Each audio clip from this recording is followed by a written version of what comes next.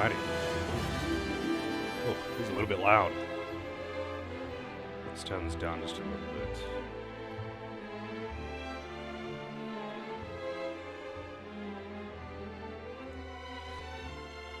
How's it going, Santa? Dragoon, Celine, Ragnar, hope you're all doing well. Even the happy birthdays, by the way.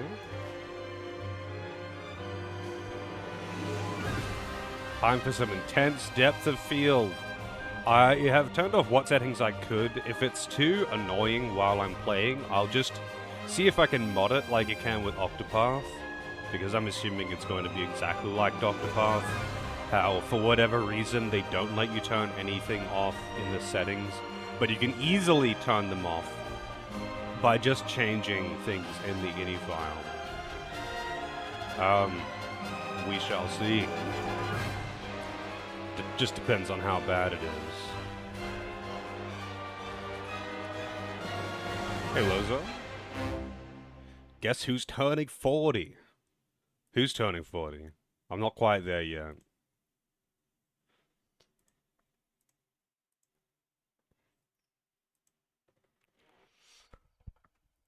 Let's see. Let me just update my timers.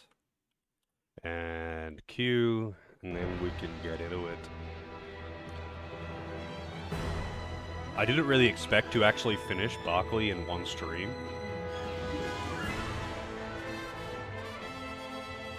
I thought that game was going to be way longer for some reason.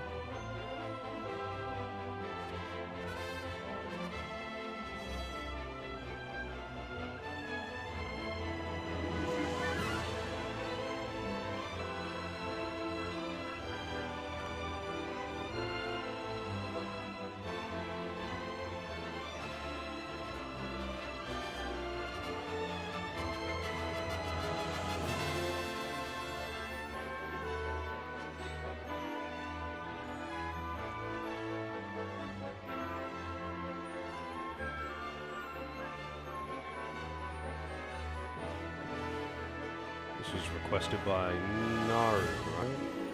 Yep.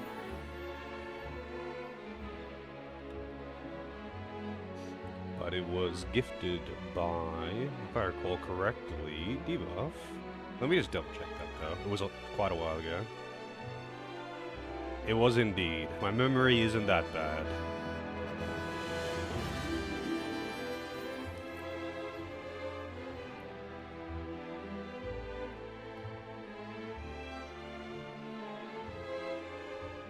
Started on the 13th, starting on my birthday.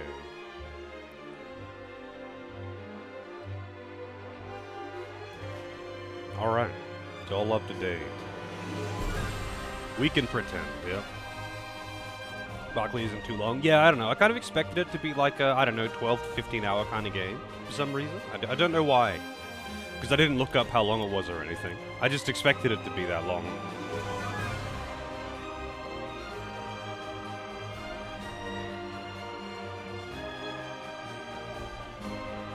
But yeah, it was a good time. I really enjoyed Barkley. I was a little surprised with just how easily the final boss went down, but hey. Hey Vince, finally a tactical game. It has been a while. I haven't played a lot of TRPGs on stream.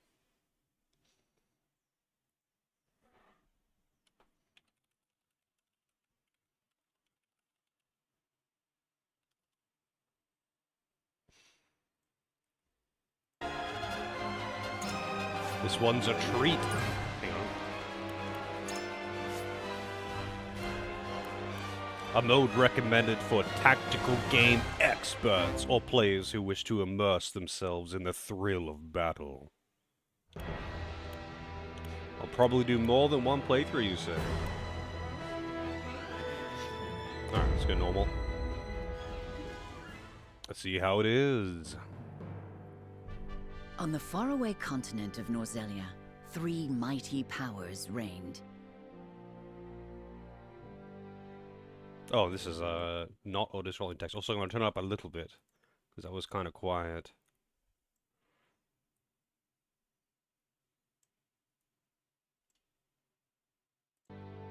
I like enjoying games, Ragnar. And RPGs tend to be the worst for bad higher difficulties. Not always, but usually.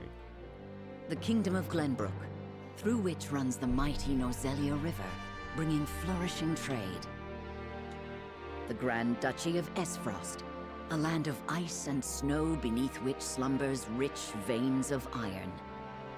Time to remember none of these names. Yeah, for tactical game experts, Pocky enjoyers only. And in the desert, the holy state of Hyzat, home to the lake from which is harvested the salt essential to life. Salt essential to life? Damn. With each nation controlling one vital resource, conflict between these three powers was all too common. Minor disputes and skirmishes gave rise to fierce battles, and before long, the realm was engulfed in a bloody conflict that would rage on for years. Many died in what came to be known as the Salt Iron War. The Salt Iron. Yeah, I can imagine there's going to be quite a bit of yapping in this one. Brought to their limits and facing their mutual demise, the three powers at last negotiated a truce. The Nozelia Consortium is formed, a neutral organization that oversees fair trade of iron and salt. Finally, peace came to the realm. 30 years pass.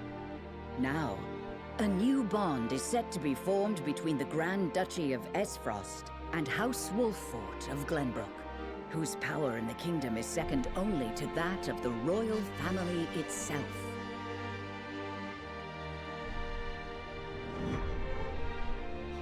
Chapter 1.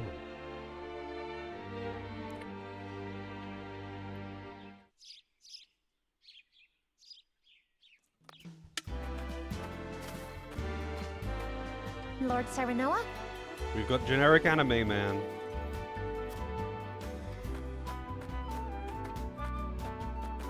Good morning. With his classic, I spent 2 hours making it look like I didn't do anything with my hair.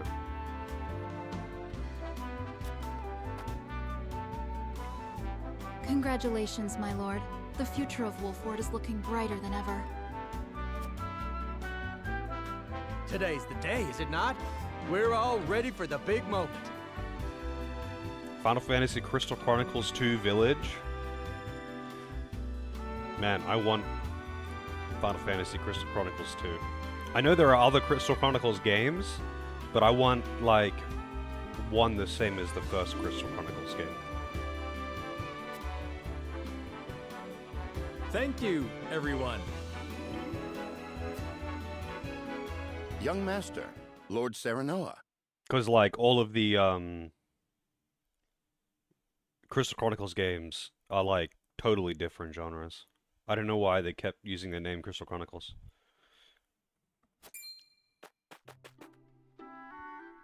So, you were here after all.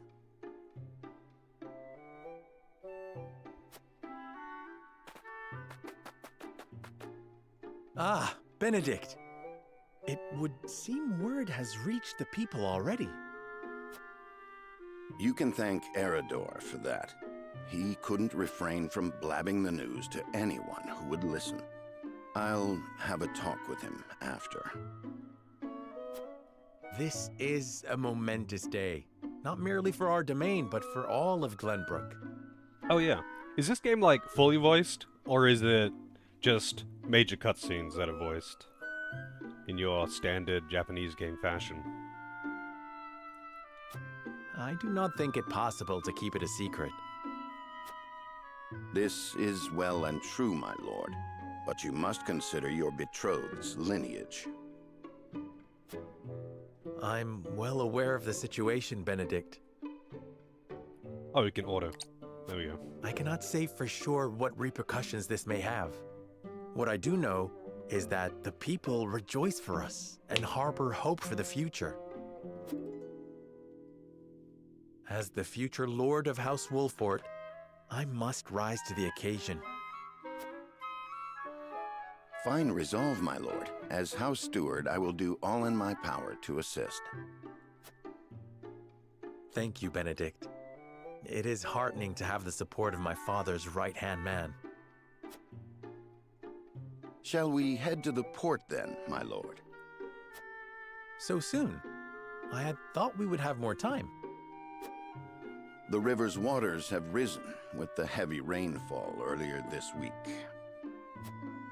And given the wind, I think it likely that Esfrost's ship will arrive ahead of schedule. You never cease to amaze. Very well then, let us be on our way.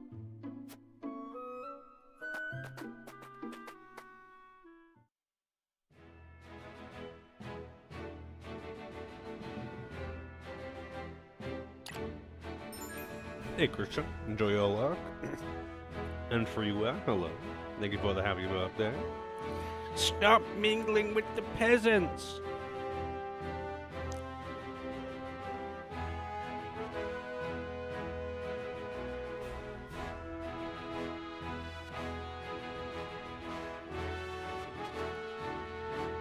God damn it. And if it sounds a bit weird, I might sound a bit weird talking for a while.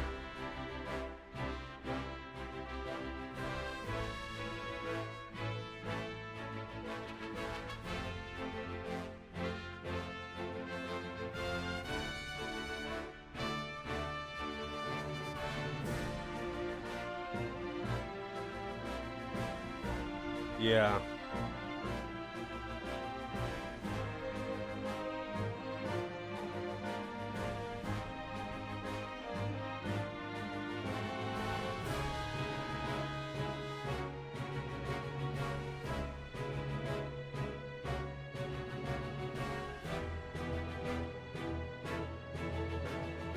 Selecting event markers on the world map will advance the story. Yeah, I've got a new plate, and it feels weird in my mouth. So, I might sound funny talking.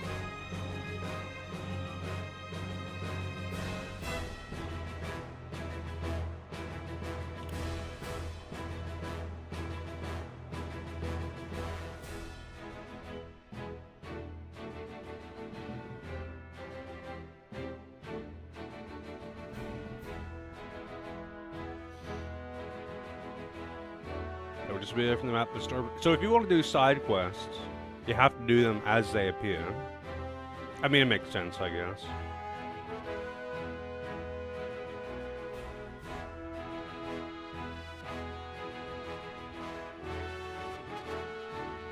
Do you get much meaningful stuff out of the side quests? Like, are they actually worth your time?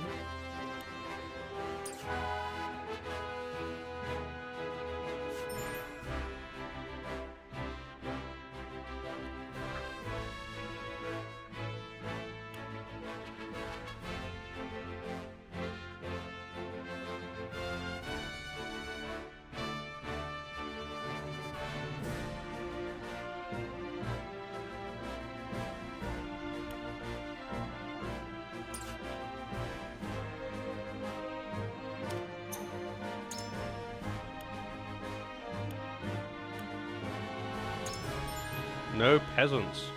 Just the two of them. No generic soldier units.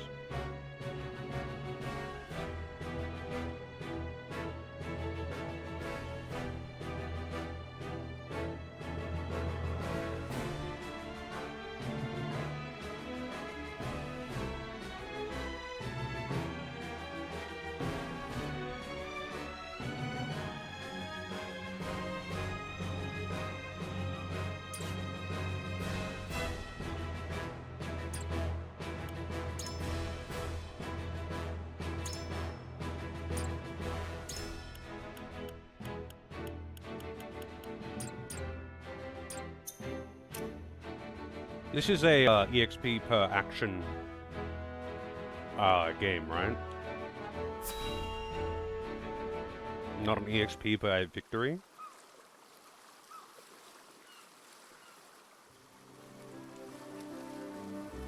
EXP for participation. Okay, that's good. It's so much better in TRPGs. I thank you for the escort.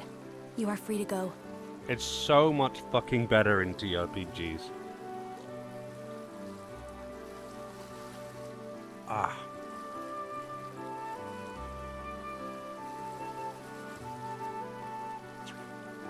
One second. I can't wear this right now. It's so awkward to talk with it in my mouth. I might just have to get used to wearing it off stream. And,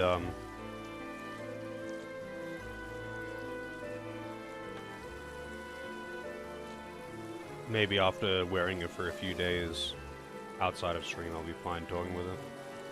Hey, Fox. An error? Hello? A plate.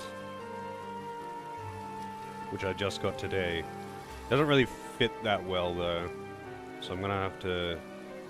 I have another appointment with him next week to make adjustments. It is based on action? Yeah, okay. I thought it was, but it's just like EXP by participation is just so much fucking better because like you can't have, when it's by action, you can't have things like offensive sweepers or dedicated supports because supports automatically fall behind in experience and sweepers just soak up all the EXP and then waste it with diminishing returns. And it's like, cool, thanks. So now the strategy is EXP management and alternating, like ensuring that everyone gets to smack the enemies so they actually get experience. New Ninja Gaiden game coming out? Yeah, oh really? I didn't know that. I know Ragnar said something about Okami fans rejoicing.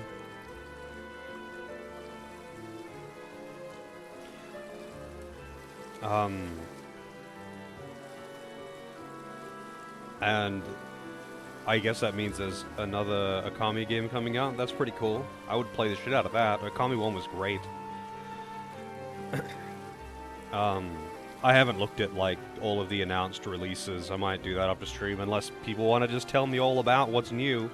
Because I don't fucking watch the Game Awards. That shit's garbage. Hey, young folk. Thank you for the happy birthday. I don't watch the Game Awards. That shit's all trash. It's just marketing and paid reviews.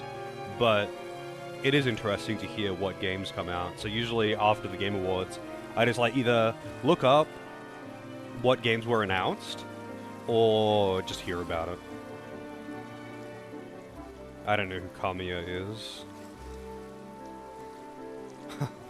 Thank you for all the happy birthdays. Onimusha, that's the one.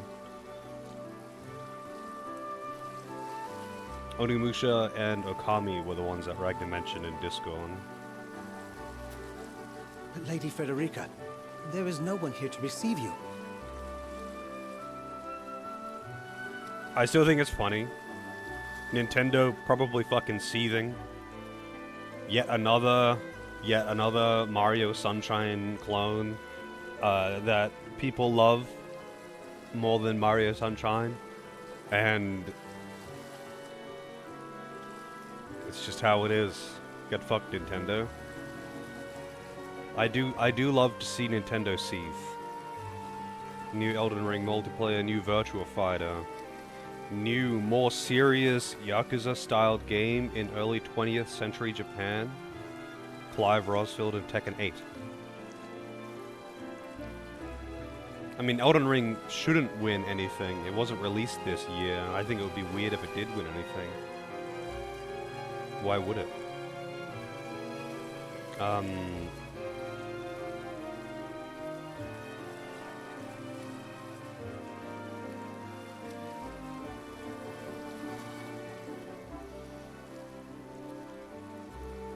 Is this Yakuza-styled game actually anything to do with the Yakuza franchise or developers, or is it just something similar?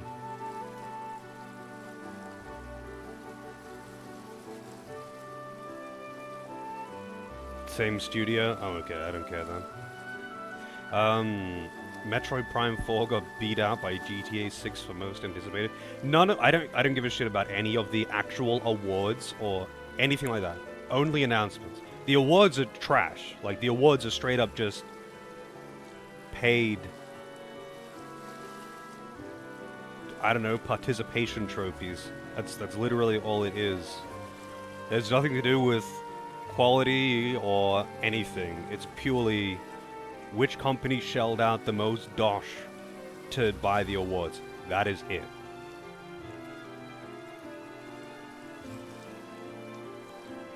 Yeah, I think someone mentioned which, I think Eat mentioned it, because he was like watching while he was streaming. So I was watching Eat, and he was watching Game Awards on the side. But as for anticipated games, though, I don't think a GTA game is ever going to be beat on people being, like, on being highly anticipated, like, really.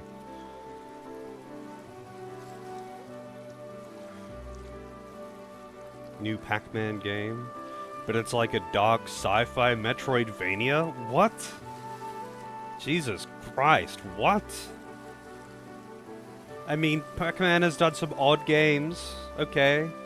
I remember playing a bunch of different Pac-Man games, like, on the PS1 there was like a Pac-Man 3D World thing, which was like a full 3D platformer. But like, a dark sci-fi Metroidvania Pac-Man game? What? Yeah, it just seems odd.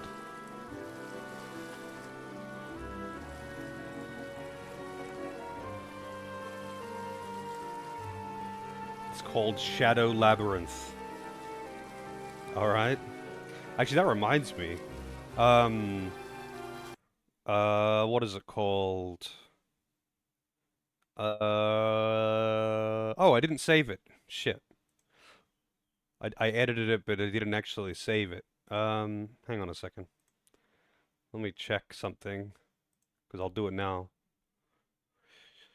Beyond Shadowgate, that's the one. Because Debuff changed his request, and I typed in the thing, the new name, but I didn't, actually hit save, apparently. I'm glad that I checked, because I just went to check the name. Beyond Shadowgate.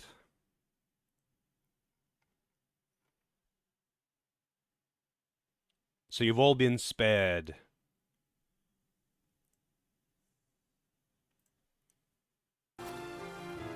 He will be along shortly, no doubt.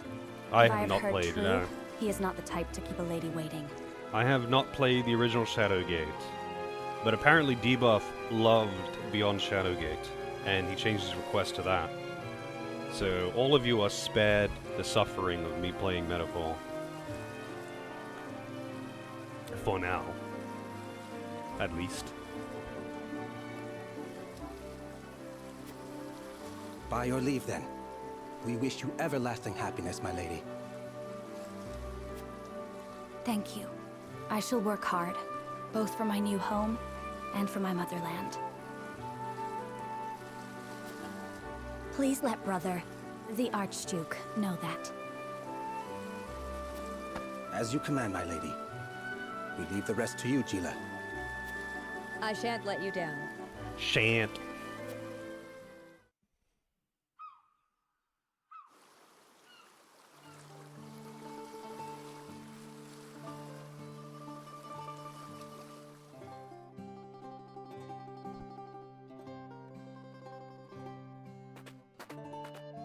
Princess Peach Showtime? I don't know what that is. Phew, Glenbrook at last. Finally, we can take a moment of respite from our long journey. Actually, I'm kind of curious. Was that the new Zelda game where you play as Zelda? Was that like nominated for literally everything? Because Nintendo?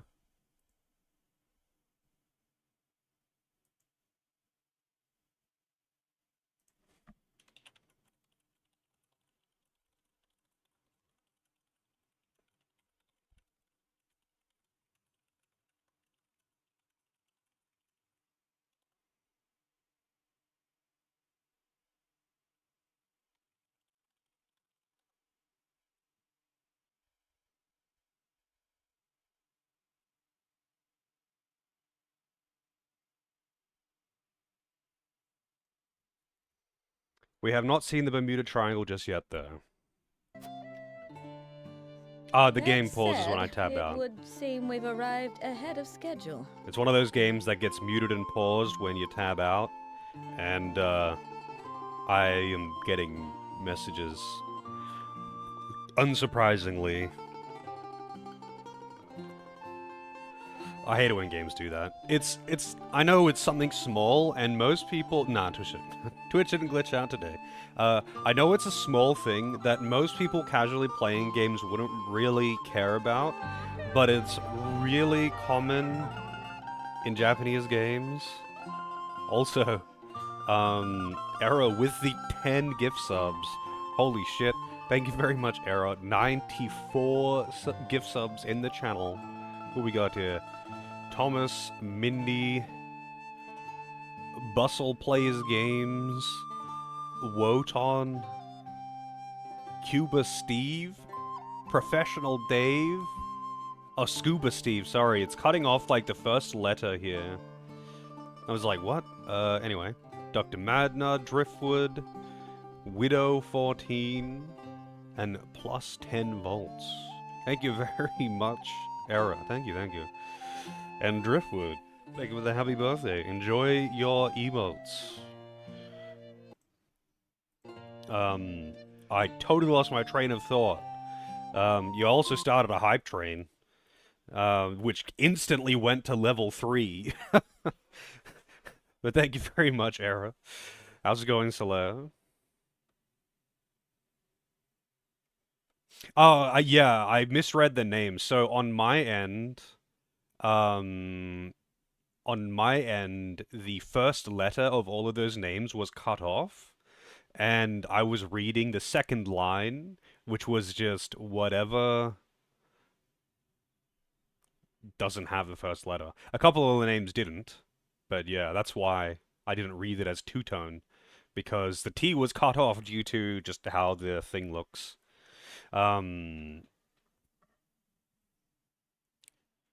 It's been a while. It has been a while. I've been doing all right.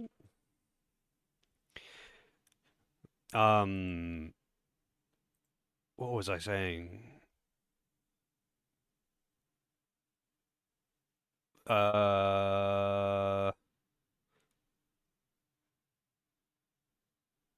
Also, one second. Let me check something in the... Where was...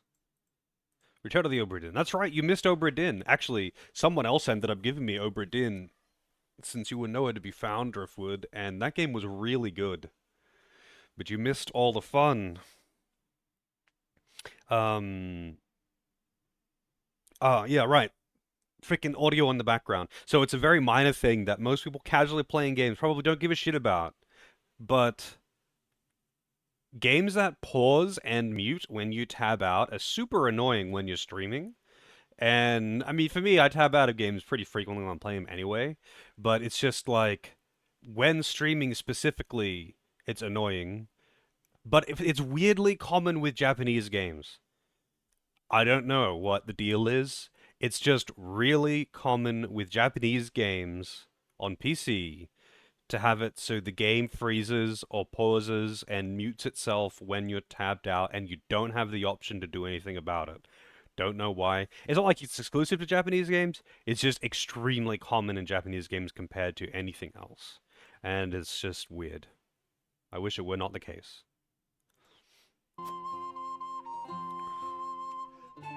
I much prefer it to being late. In the midst of house moving? I didn't know you were moving. Did you like move in a state or across the city, if you don't mind me asking? I did see that Jasu was playing Dark Cloud.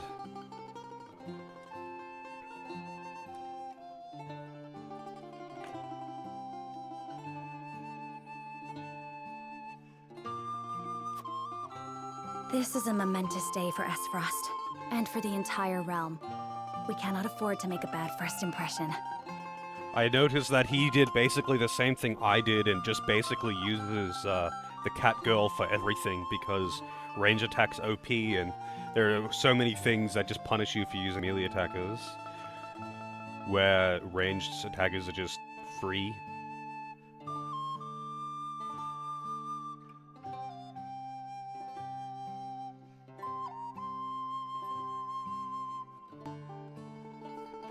Still a very fun game. Yeah, Dark Cloud's a good time. It's pretty grindy. Like, I think Dark Cloud is one of those games that would benefit from being shorter, but at the time, like, I don't think I had, at the time I had not played anything like it, and honestly, I still haven't really played anything like Dark Cloud. The whole, like, doing the dungeon to reconstruct the town and all that, like, I think it was a cool idea. But I mean, the combat is basic as fuck. Like, there's pretty much nothing going on with the combat. Also, Hype Train success. Let's see what we got in the chest. What do I get? What the fuck is that? Hype Fist emote. What? What the fuck is that thing? Looks like a... It's a strobe with one arm and a angry face? Alright, there are some really good Hype Train emotes. That is not one of them. Bravely Default 1 had the reconstruct the town. Not really. Like, that had a little town thing, but that was not anything like the Dark Cloud town thing.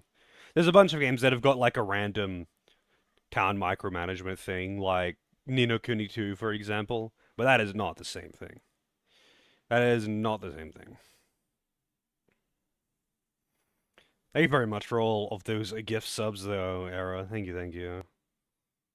And even though the emote that we got sucks, it doesn't matter. It's a thought that counts. Let's see.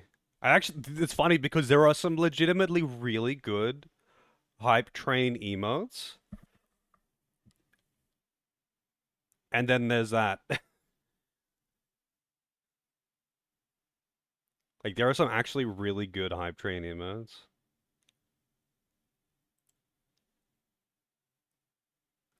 It's about the friends we made along the way, yep.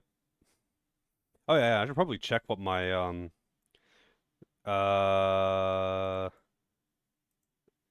close to a emote slot I am. Because we got all those gift subs a while back too, so some subs would have expired from previous gifts, but...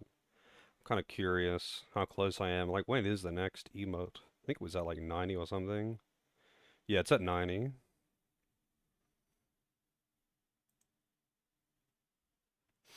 Anyway, I'll try to stop interrupting the dialogue.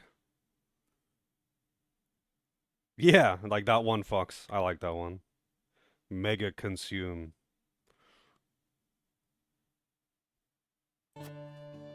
I agree, which is why we cannot have you looking so tense. Why don't we go for a bit of a stroll? Kirby cheeks for getting A hyped. fine idea. After all, this may be the last time in a while that I am free to do as I please. Imagine if Kirby, on his actual model or sprite in any game that he had, if he actually had defined butt cheeks like that, and he wasn't just a nondescript pink blob.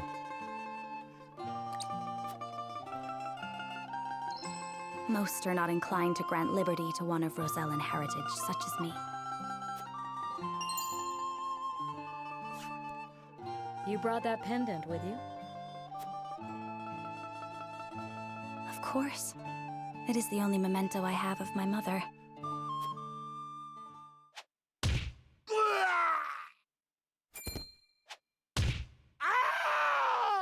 Killed by rocks. Thank you kindly, little lady. I'm in danger.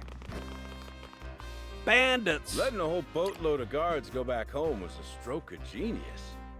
We heard tell you'd be here, and we wanted to be the ones to welcome you. Questly with the raid. The guild raid. How's it going, that gamer? Dex? Questly, hello. Welcome in. What were you playing today? Let's see. Katamari Damacy Reroll. I actually really want to play that. I played the original Katamari Damacy and the second game, the PS2 ones. And then it wasn't long after that the Reroll, the remake version, or I guess remaster version, got released. And I've been meaning to get it, but I'm not paying full price for that. I'm doing all right. Um, I had to get up really early today, so I'm actually quite tired, but still ready to roll for a birthday stream.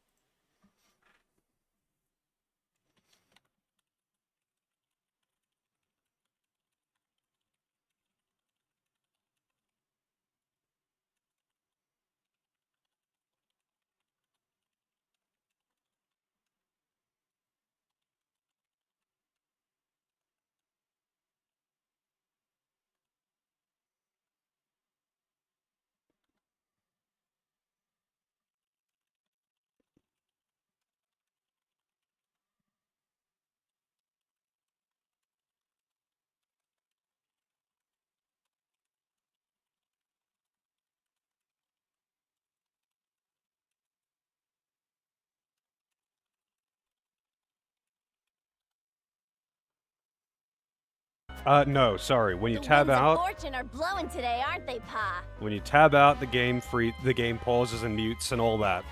Sorry, it is my birthday, and I'm getting lots of messages. So I keep having to tab out to like respond to people and all of that good stuff. So I apologize for the random muting. Brigands! Brigands? Someone give me birthday punches. No. The only people I've seen today were, other than strangers on the street, a dentist and his receptionist. Yeah, no birthday punches. I'm gonna be doing a birthday thing tomorrow, so I won't stream tomorrow. Just gonna go and get some food and drinks and whatever. So there won't be any stream tomorrow, but we get to do the birthday stream on the actual birthday. Normally, for birthday streams, like in the past, I have just like started a bit early and done a long stream. But I might just stream a little late. Although I've done like a bunch of really late streams, like back to back lately.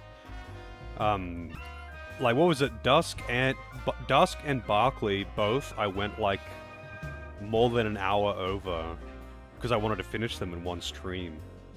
Not that it makes much difference to me. It doesn't bother me at all because I don't go to bed after stream. I'm not like cutting anything off. But I guess maybe I'll do another late one tonight. We shall see. Depends on how sucked into this I get. But yeah, I'm getting well, for those who don't know, this game, like this, when you tab out of the game, it pauses and mutes it. Really annoying. Can't do anything about it. That's just how it is. 12-hour stream? No, maybe not 12 hours. But it's unfortunately just gonna happen. I'm sorry. I'm not going to just not respond to messages that people are sending me. I don't want to be rude, because most people don't know that most people don't know that I stream. There's only one person that I know in real life, or I mean technically more, like technically my some other members of my family know as well. But like the only person who I know there's only one person that I know in real life that is aware of my stream and actually knows what my stream is. So no one else is aware of my streaming, really. Stand back, Frederica. I shan't let them have you. Shan't. Hearing someone say shan't in an American accent is just weird. You heard it ruined computers when it launched? Well, I can say that, right now, it's using like, okay, hang on, let me, look at my, my utilities here on Hardware Monitor. CPU utilization, 11.2%. GPU utilization, 38%, which is surprisingly high. Surprisingly high. But still, pretty low.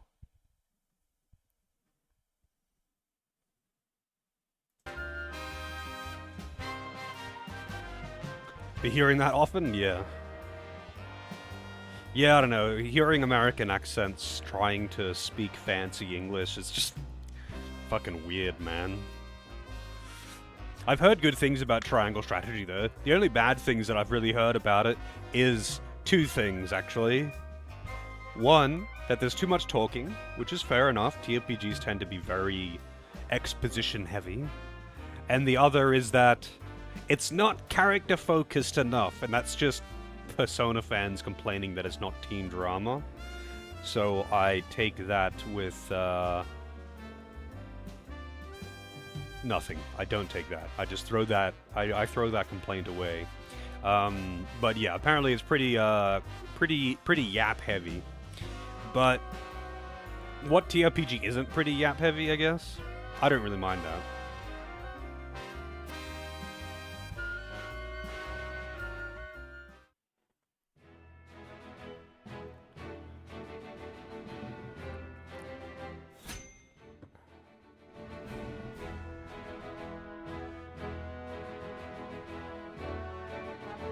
It's long-winded? Yeah.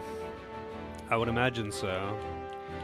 I mean, we shall see. I don't know shit about the story, to be honest. I've seen a handful of cutscenes, and this is definitely one of those games where the villains are just anime Hitlers, and, you know, because they need to have irredeemable villains, so you can't feel bad for killing them, whatever. But it's a Square title that isn't written by Matsuno, so what can you do? But lots of games that have anime Hitlers are still really good games. I have heard that the story is quite good. That is all. Because I haven't looked into it.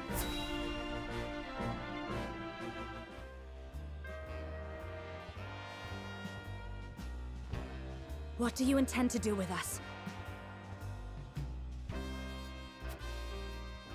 Make you our little hostages is all. And wring every last coin out of the duchy and House Wolford. What's with that pink hair, though? Ya Rosellen? And that lady looks like she's from Hyzant. Did we go after the wrong boat? Impossible! The ship was full of Frosty soldiers. Enough! I am without a doubt.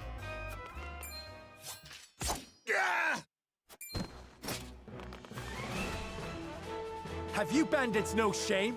Attacking two innocent women? Gameplay? Well, it's not gameplay yet. And just who in the hell are you?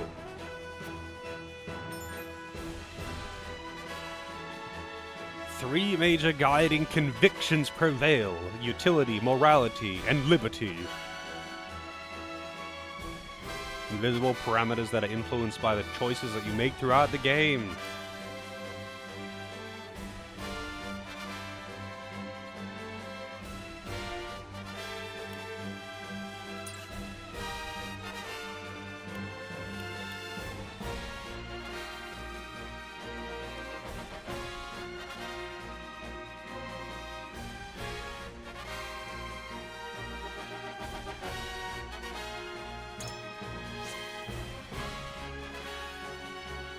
Who are you exactly? A band of common brigands from the looks of it. Is it always like, so there's three invisible stats that influence, I'm assuming, a handful of story points and recruits. I would wager that the story is pretty linear, with some minor pathing, like minor branches that probably go back into like the same place. I'm just guessing, by the way. Like, are there actually major branching paths? Like, or is it just, you know, two, you know, left and right, but they both go to the same room?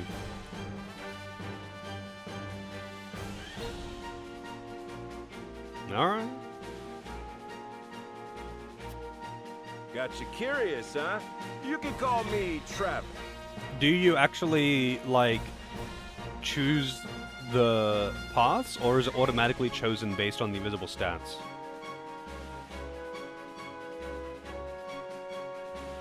Okay, so the invisible stats don't really matter then. Are they just for the recruits?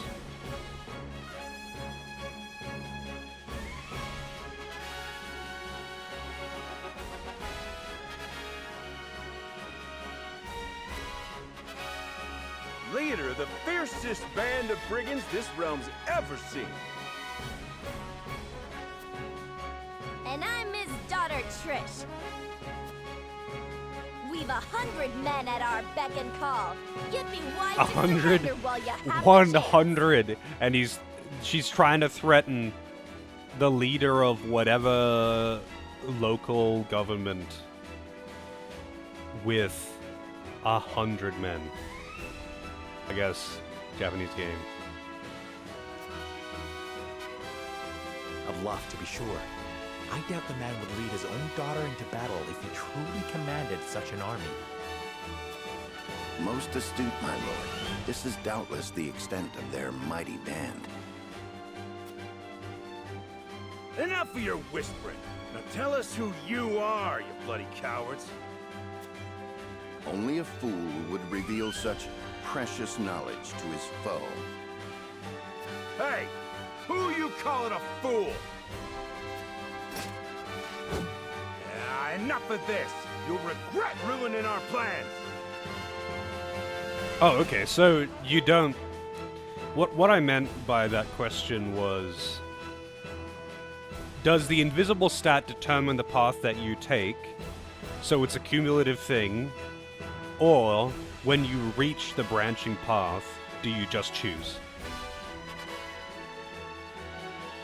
And the invisible stat has no influence on the path that you take. So what does the invisible stat actually do, then? You say it's how your main character levels his stats, but, like... Is it for, like, recruits? You know, you gotta have high conviction for this recruit, that kind of thing? It doesn't really matter, I suppose, but I'm curious about the mechanics. If there's any kind of hidden stat mechanic, I always want to know how it works. Because I doubt it's going to get explained beyond what they've already said. Stand back, the both of you. No, we fight together. I brought this upon us through my indiscretion. Pray allow me to help. Hey, Pan, thank you for the good luck. My lady. I am a teacher of the arcane arts, and Frederica is a most apt pupil. Mage girlfriend. I bet she's a healer. She's not like a wizard. She's a priest, I bet. Then I ask for your support from the back lines. And you shall have it. Why didn't you tell me you were having such fun? I would have joined you sooner. What are you doing here? Let us talk later. Blonde, Now, blue-eyed I believe man. We have some lawless ruffians to rout. Hey, AJ. Also, dialogue trees for convincing some allies of your preferred choice. Well, I'm gonna go whatever is closest to Chaos route. If we can kill gods and free everyone and make it lawless, that's what we're doing. I don't want to be lawful stupid man. For king and country, we must make everyone happy. Benedict's aptitude in battle. Aids comrades with various support abilities, alters the turn order of his allies. What the fuck does that mean? Oh, is this just saying, like, is this giving a basic overview of what the class is? Wow, Frederica actually is a pyromancer. I really thought she'd be a priest, because it's the pink girlfriend character. And this is a Square game. Or it's a Japanese game, even.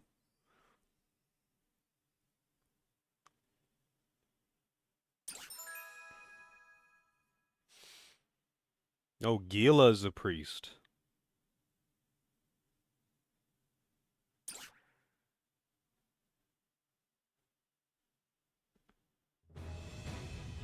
Beset by brigands. I bet I don't control the dude on the horse. I hope you adults are ready to learn a hard lesson. You'll need more than numbers to beat us. Their confidence is admirable, at least. Orders, my lord? Give them no quarter. We cannot allow brigands to have the run of Wolford. Just who are these people anyway? Now, Benedict.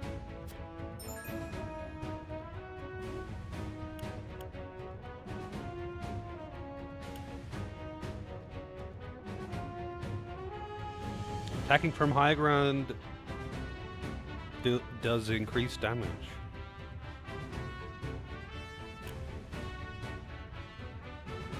Attacks from behind are guaranteed crits.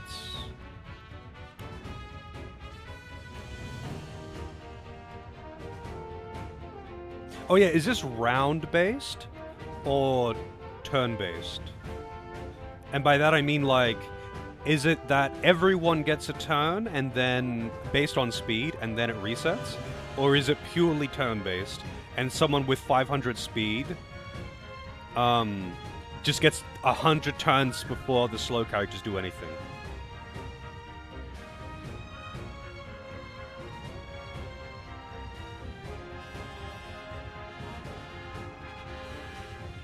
Sorry, I mean like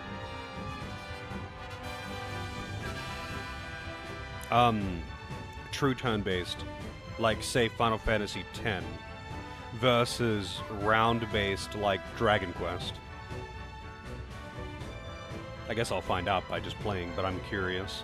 Usually I find TRPGs tend to be round-based, but some of them are not, like Final Fantasy Tactics.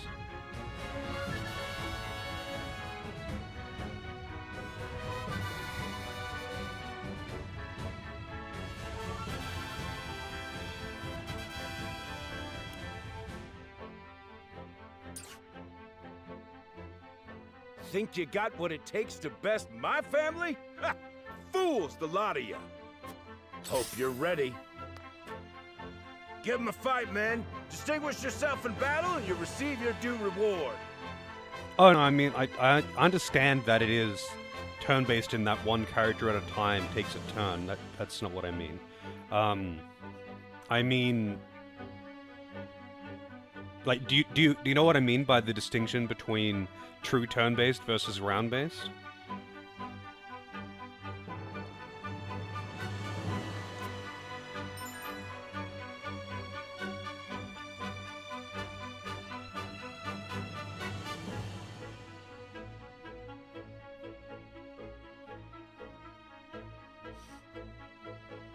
Oh, that's actually really nice that they do that.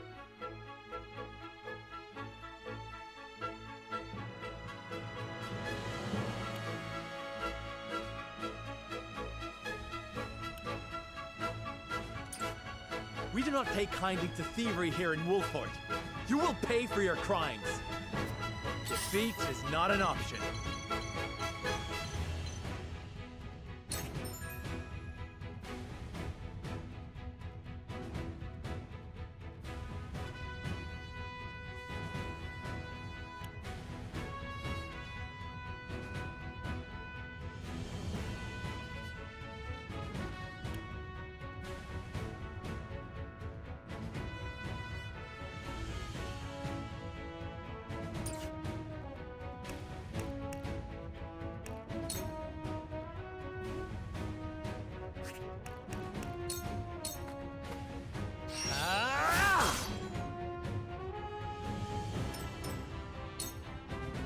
You think you're all high and mighty, huh? Well, we'll show you we're no slouches ourselves. I bet those two are recruitable later. Ready for battle. We're just trying to make a living here. Take that! They're two not anime has Hitler. no place for those who disregard the law. There is no mercy on the battlefield. Also, what does he do? Raging Beast. Damn. What weapon does he use? Cane Sword.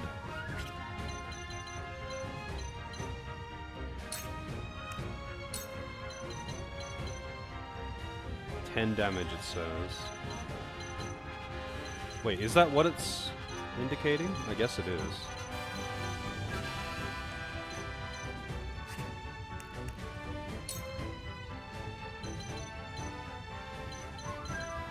Oh, it hits everything in range.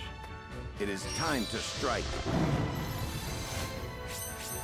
Oh, it buffs him. What the fuck were those numbers then? Why was it saying... Whatever. I clearly misunderstood what that did. Hang on.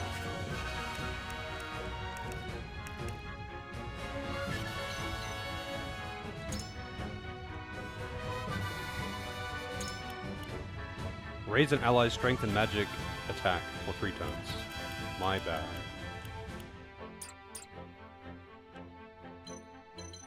I actually am controlling this guy, surprisingly. Take that! Did you see that? Shall we make it a contest, my friend? Let us see who brings down more of these ruffians. I think not. Whatever would I tell your father if harm were to befall you? These are no ordinary men.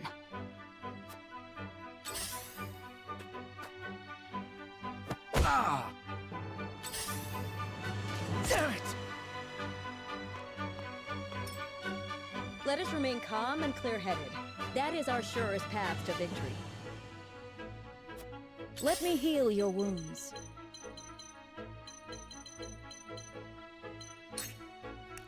Cure wounds. Oh, it's not AoE. Your wounds are healed. My utmost thanks. We must defend ourselves from this danger that threatens us. Allow me.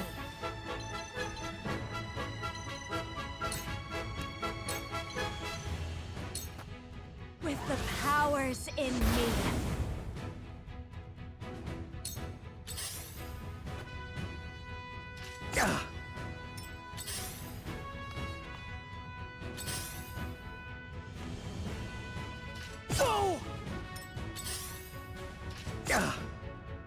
Hope you're ready.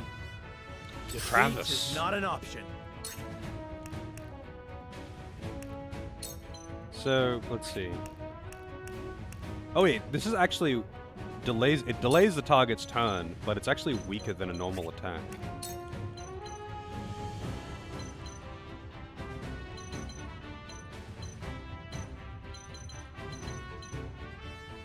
I don't know what that number is. I guess it's the damage estimate.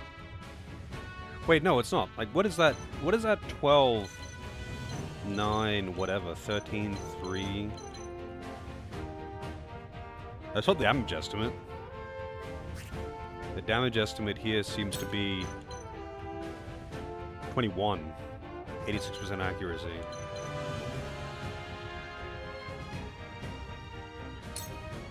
On your guard.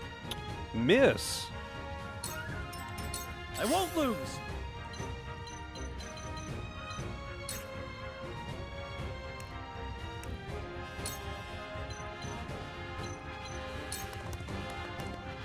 It ends here.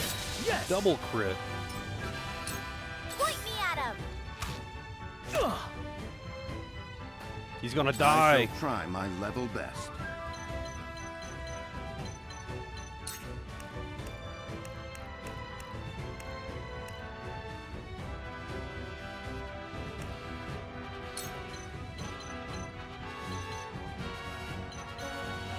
Yeah, I have no idea what that...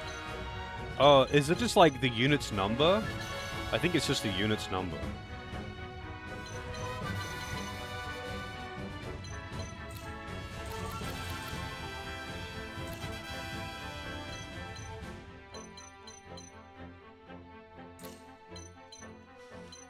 Bandit Bruiser. Your defense is weak.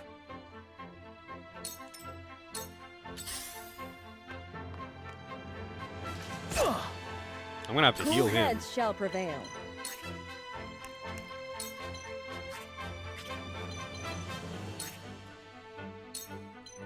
Ah. No way can I reach him.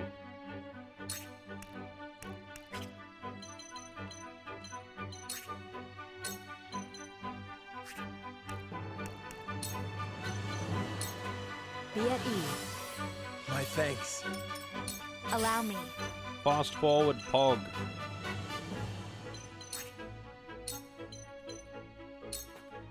Blaze. Oh, that guy is resistant. What?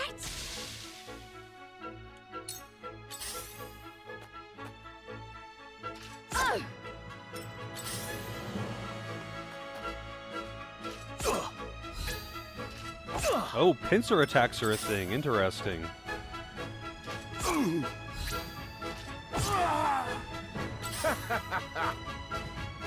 This one'll hurt. Oh, that's a pretty cool skill, actually. Okay, so pincer attacks aren't even like a passive, it's just a thing. Damn. From where shall we strike? Oh, yeah? It's a tough tutorial, man. I've died to plenty of tutorial fights, though, that's for sure.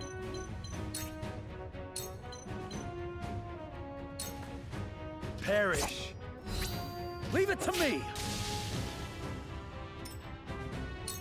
Sheer go.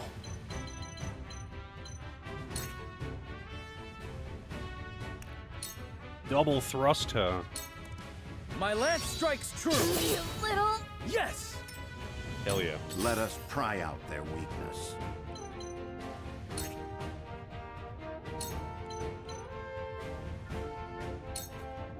Now. Damn, that hurt. Now. Ah. Did you see that? Kind of funny that spears don't automatically hit 2 tiles. They only hit 2 tiles if you want them to. And that's just funny. Because it's normally a thing. It's pretty common in TRPGs to have like spears have more reach than normal. But, like, take Final Fantasy Tactics or Tactics Ogre, for example. Spears in that game, in those games, always hit 2 tiles. It doesn't matter doesn't matter if you want it to or not. So, like, in this case, that pincer attack would have made him hit Benedict. But that's not how it works in this game. Now what? Yeah. Damn, she's squishy.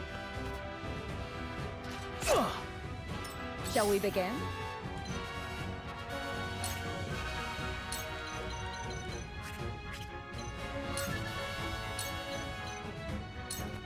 Be at ease. My apologies. Let me show you what I've learned. Oh no, I can't use Scorch again. How hard does she hit with a basic attack? Actually, kind of hard. Not bad. It worked.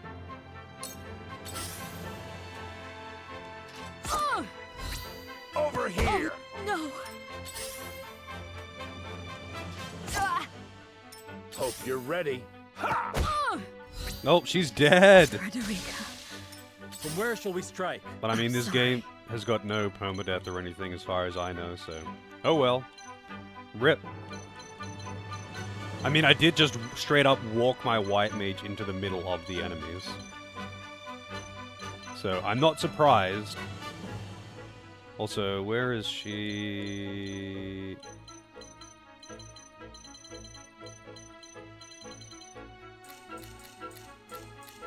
You and her. Is there friendly fire with spells, by the way? On your guard. Ha-ha! I won't lose.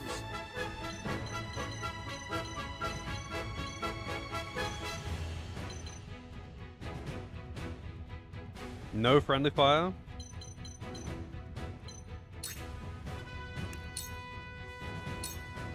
It ends here. For my kingdom.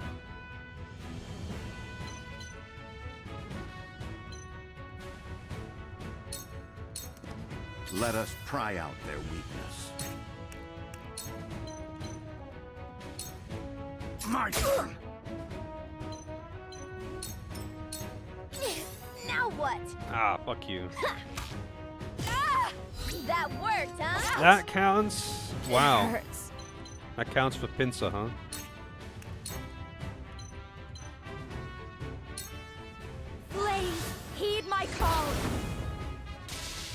Double kill.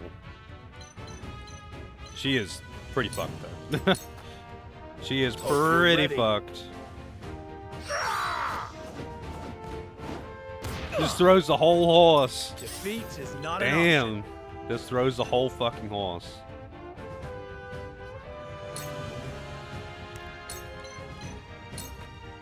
Wait your turn. Now. I won't lose. You don't stand a chance. You've left yourself open. There is no mercy on the battlefield. Let us reverse our fortunes. Let my guard down. Here. Over here. Man, the range pincers, though.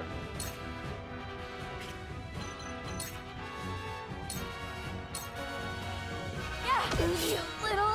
We can win. We will make our ideals reality. For victory. Brace yourself. Too slow. What would Father do? Wait your turn. What have we here? To lead, I must grow. I shall try my level best.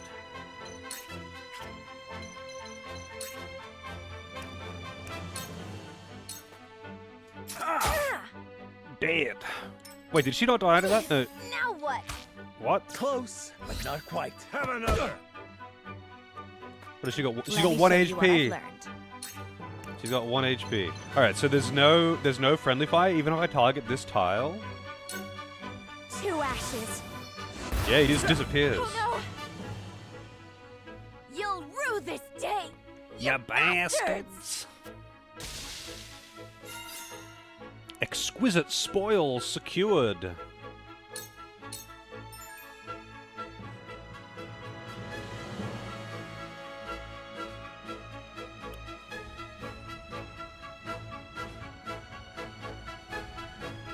Ah.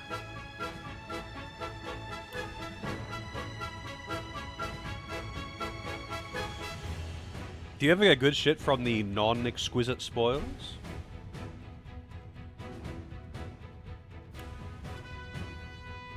I got careless.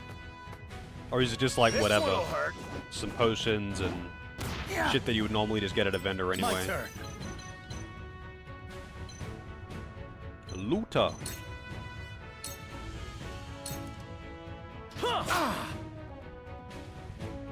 What would Father do? This ends here. Ha-ha! Damn it all! This can't be!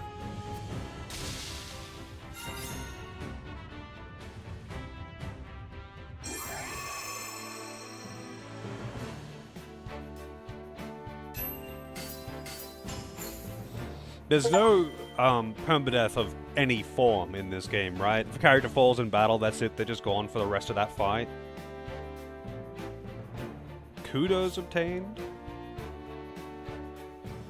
What a kudos. No permadeath. Yeah, I thought so. But you can't revive a character that goes down either, because they disappear. So there's no, like, revive spells or anything?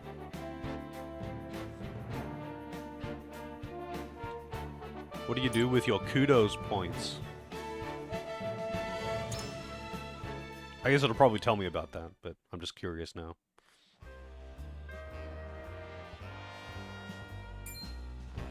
Wait, I know that face! That's the Wolfort Lordling! What's that you say? Wolfort? It can't be. What are they doing here so damn soon? This ain't what we planned for. Let's get out of here. That is let him to. They're a Just let bunch him of leave. no good thieves. At least they know when they're in over their heads. I would have preferred to apprehend them and see them atone for their crimes, but So be it. Your bride-to-be is safe. Isn't that what matters? My bride-to-be? My sincerest apologies. I had no idea we were being trailed by bandits. But where are my manners? I am Frederica of the Grand Duchy of Esfrost. I have come to fulfill our agreement. I am honored to join you in marriage and to call House Walfort my new home. The honor and pleasure is mine, Lady Frederica. Pray forgive me for not introducing myself sooner. To think you'd fight at each other's side in battle before exchanging your vows. Though, I dare say that it bodes well for Wolford that its new lord and lady make such a fine team. Your Highness! Here you are. Why, the entire Kingsguard has been scouring the land for you. Did you sneak out of the castle again, Roland? When I heard my best friend's betrothed was arriving in Glenbrook, I simply couldn't miss the occasion. While we appreciate the sentiment, perhaps you should have said something to the king. I'm the least of my dear father's concerns. Though I suspect Huette will think otherwise. I suppose I'd best be on my way back. Huette? That is not a name I've heard Rest before. easy, my fair Lady Frederica. You are in good hands here. I look forward to celebrating your union. Till we meet again.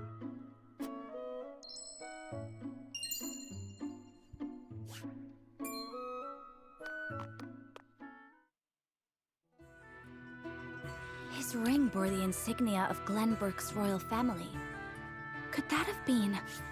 So you can bring up the profile of a character that is speaking?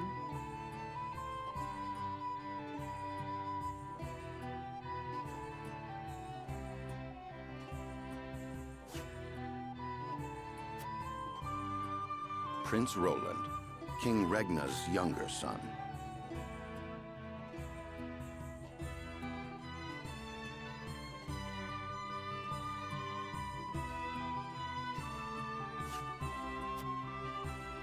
So a lord and a prince drove off a band of brigands by their own hand. What a fascinating nation we've come to, Frederica.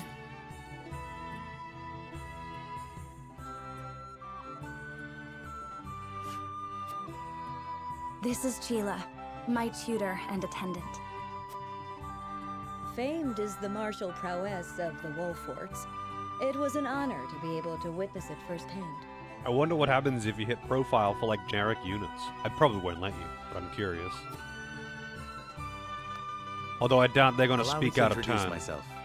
I am Serenoa of House Wolfort. And this is Benedict, trusted steward of my family. It is my honor to serve Lord Serenoa in any and all matters. On behalf of House Wolfort, I welcome you to our domain.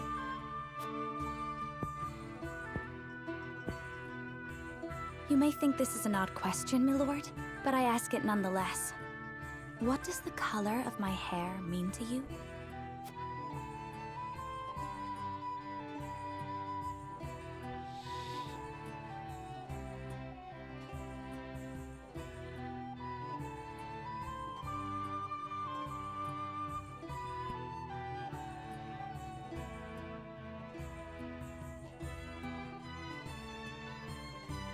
What?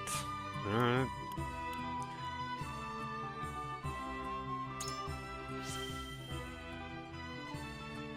That's conviction? I find your courage more noteworthy than your appearance.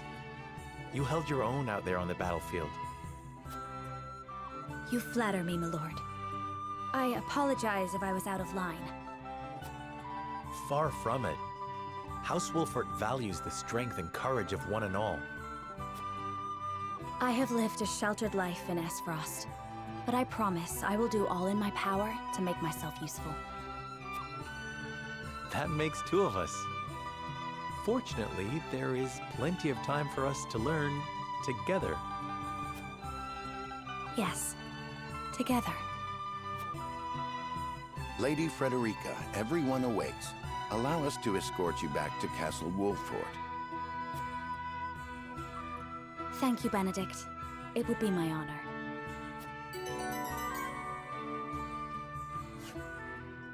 Social links? I don't think so. But you get these dialogue choices to influence your own hidden stats.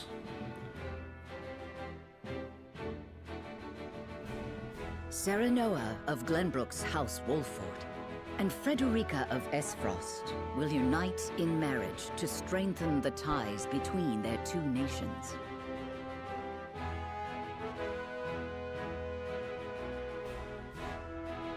In doing so, the newfound allies hope to hold their own in the face of Hyzant's salt monopoly, which continues even now, decades after the war. No, not the salt.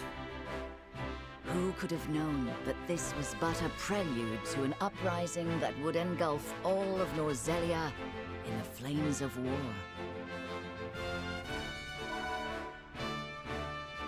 So, is there anything outside of, like, this continent, in this world? Or is it just these three kingdoms?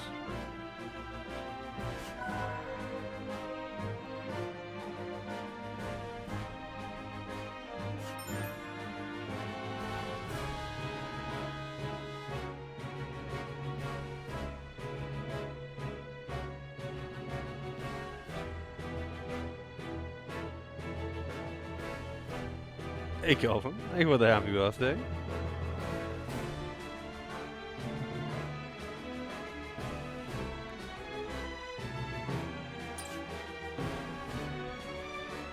Oh, we got an optional quest over here.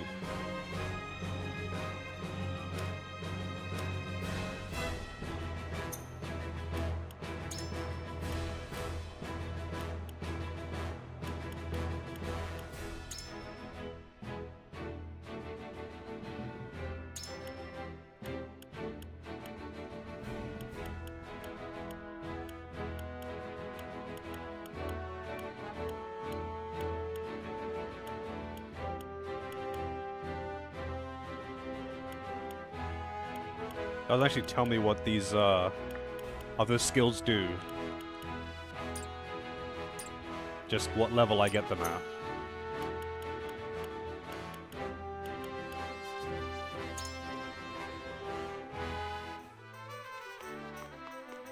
Damn, this is a pretty big tent.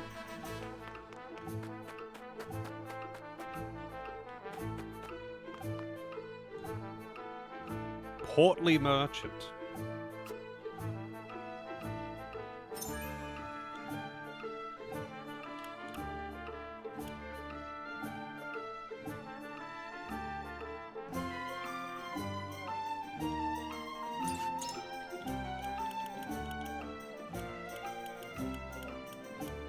Damn, I can't afford shit.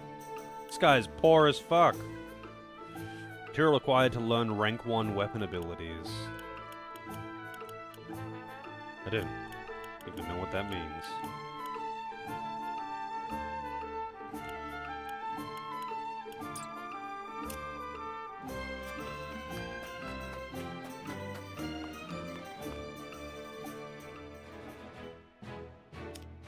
Alright, let's see this side quest. Wherever did my fool brother run off to? I explicitly told him I wanted him here when we welcome our guests.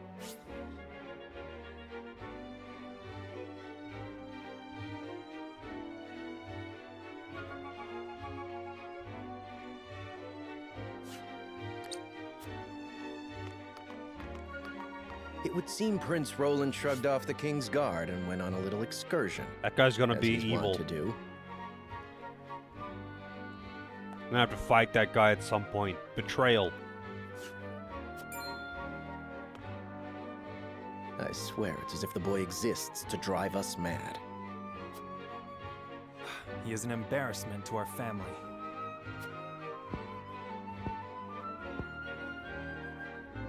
No matter.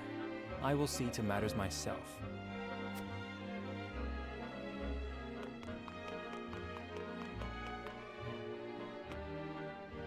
Your honored guests have arrived, Your Highness.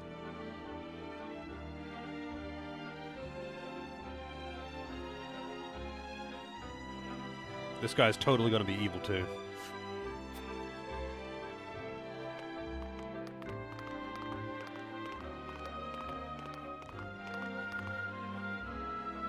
I see new faces among them. I trust you can tell me more, Claris. But of course, Your Highness. Surprised I don't have portraits next to their speech. The imposing-looking woman over there is General Avlora of Esfrost. Her prowess in battle is such that some say she is the second coming of Groma Ironfist, hero of the Salt Iron War. If the rumors of her strength are true, she is more likely to emerge victorious than any but the Dawnspear himself.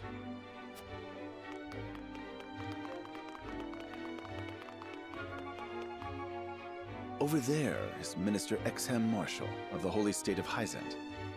He is the newest appointee to the Saintly Seven, and has been placed in charge of the military and diplomatic affairs. 'Tis a rise to prominence nigh unheard of for one so young. A general of the Grand Duchy and Hyzant's young hope. I imagine this will not be the last I hear of them. I know this man, Sorsley End of Hyzant, yes? Just so, my lord. As you doubtless know, he is the Holy State's Minister of Salt. A prestigious position, though it is said he feels threatened by Minister Exham of late. So even the great monolith that is the Holy State is not immune to internal strife.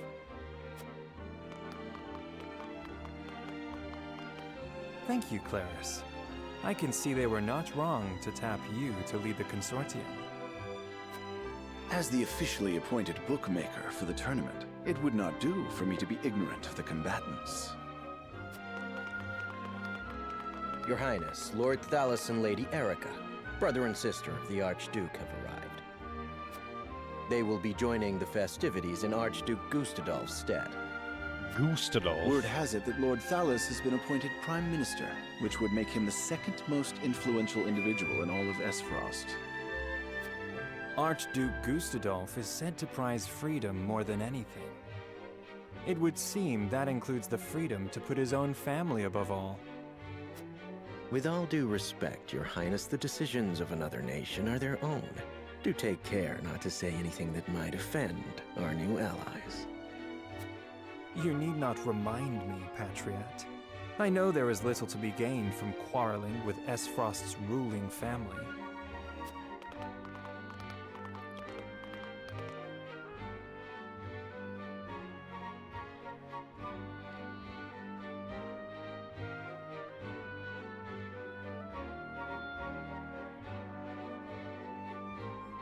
Honored guests, I am Franny, Crown Prince of Glenbrook.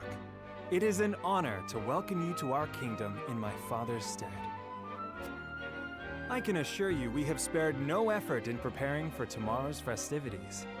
Let us ring in this new age of alliance together. Though I imagine some may be too occupied awing us with their prowess in the tourney to enjoy the revelry themselves. Allow me to escort you to Whiteholm Castle, where the ceremony will take place, whenever you're ready.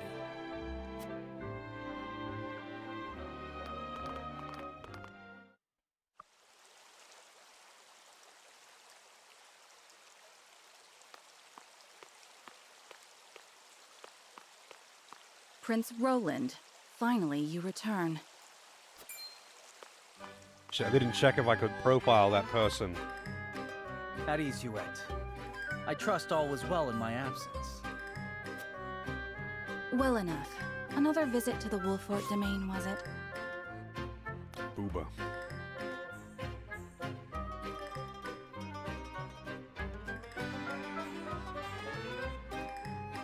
She's probably like 16. Indeed, on minor business. And a royal My guard. apologies for leaving unannounced. Apologies indeed. You know full well that I am under strict orders from your father to accompany you on any excursions outside the castle. I'm perfectly capable of taking care of myself. Besides, no one would lose any sleep if something happened to me. Father and Franny least of all. Even Cordelia would get along perfectly fine without her brother. Well, I would not.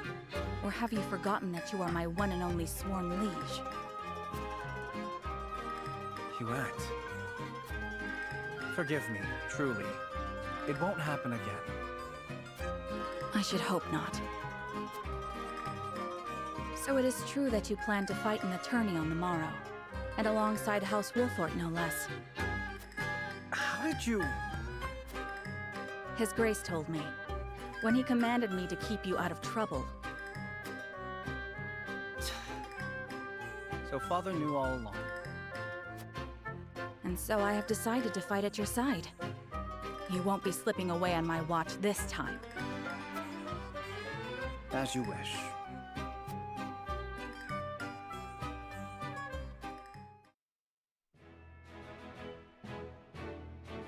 Oh, that side quest was just a cutscene? That's it? Alright.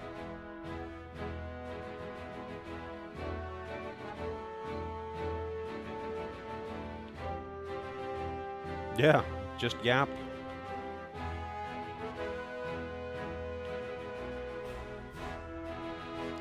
The goddess's domain.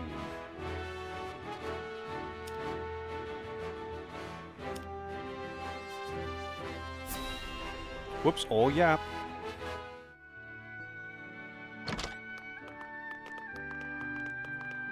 Welcome back, the both of you. No profile. Okay, so like generics don't get profile. Were there any troubles while we were out? Or at least not until it reveals their name. None to speak of, aside from Eridor here. But what else is new? She'll get a profile when she gets a name. Benedict. I heard you were beset by brigands. Is the young lord safe?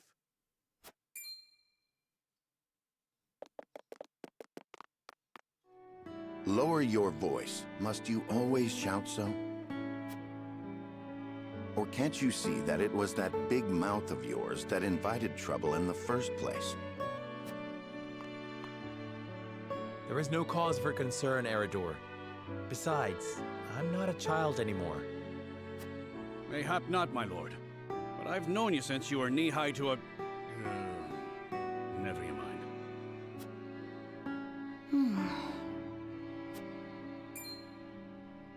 And this must be the young lord's bride-to-be.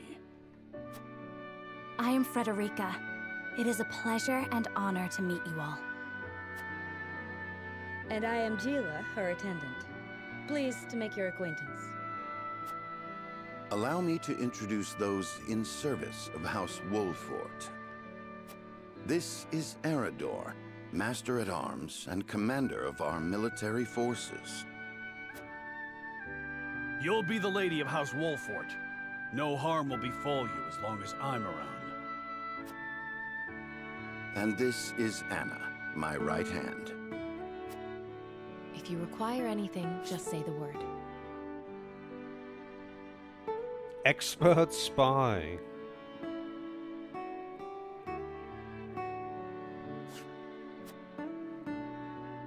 They may not be of my blood, but they are my family just the same. And from this day on, they're your family as well. I am aware that in all of Glenbrook, House Wolfort is second only to the royal family in power and influence. I will do my best not to disappoint you. A joyous day this is! The little lord grew up and found himself the perfect bride. Nigh brings a tear to my eye. His voice certainly does carry. Sorry, my lady, but you'll have to get used to it. Ha ha ha ha ha. My lord, your father awaits you in his chambers. As for me, I must stay and discuss the preparations for tomorrow's festivities with Anna and Eredor. Lady Frederica, pray come with me. Father is expecting us.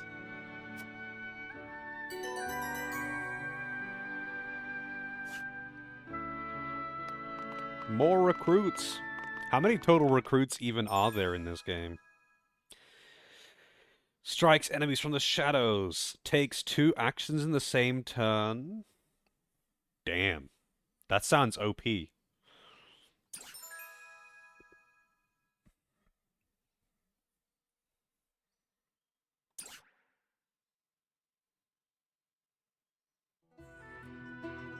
A lot, but like, how many, like, specifically? As you are well aware, there are 2 events of utmost importance to be conducted before Lord Serenella and his bride are wed. Because, like, is it like Suikoden?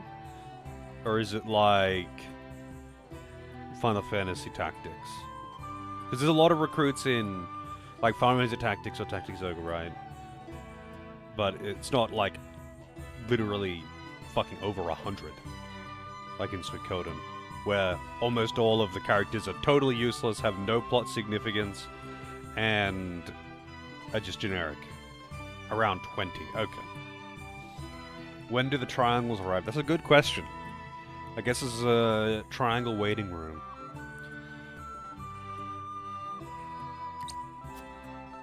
The ceremony to commemorate the joint mining venture. Still can't believe I'll be seeing the day when we break ground on a new mine right here in Glenbrook. And with the full support of Esfrost and Hyzant, no less. You can thank King Regna for that. It was by his most wise and generous proposal that the 3 nations of Norzelia now strive toward a common goal. And what's the maximum amount of units you can take in a battle? Needless to say, delegates from each nation will be joining in the festivities. From the Grand Duchy of Esfrost, Lord Dragan Esfrost, who is overseeing the technical side of the mining operations. The Holy State of Hyzant will be represented by Minister Lila Viscraft of the Saintly Seven. And our own Lord Simon will serve as Glenbrook's delegate and meet with the 2 before the ceremony. Yes? Quite so. After that, it will be House Wolfort's responsibility to see that our honored guests feel welcome. Anna, I would trust you safeguarding both Lord Dragan and Minister Lila. Consider it done. Then once that stuffy ceremony is over, we can get to the real highlight of the day. The tourney! Ah, my blood's already rushing. Just envisioning the greatest warriors from all the realm clashing swords. From Esfrost, the much-renowned General of Laura. And from Hyzant, Minister Exham Marshall. I have heard much of his prowess as well. Then, of course, there's our reigning victor, the pride of Glenbrook, Sir Maxwell the Dawnspear. Still, I wish him all the best of luck against their hosts. They'll need it to beat House Wolfort. On that matter, there are 2 things I should make clear. Prince Roland has expressed a desire to join the tourney as a member of House Wolfort's contingent. Why would the boy want to fight with us and not his own arms master? Apparently, he originally formally requested to do just that. But King Regna would not allow it. And so he came to the young lord in hopes of finding another way in. Well, it's more than welcome in my book. The royal family said we're free to put together our own contingent after all. I reckon His Majesty would be beside himself with joy if we could deliver a beating to Esfrost and Hyzant. Doubtless so. Very well. I shall inform the prince that he is welcome in our ranks. Finally, there is the matter of Lord Simon's health. Indeed. Sadly, the Lord of the House is in no condition to participate in the tourney. Barring some miracle, I anticipate that Lord Serenoa will have to fight in his Lord Father's stead. Lord Simon. I suppose age takes its toll on even the mightiest of men.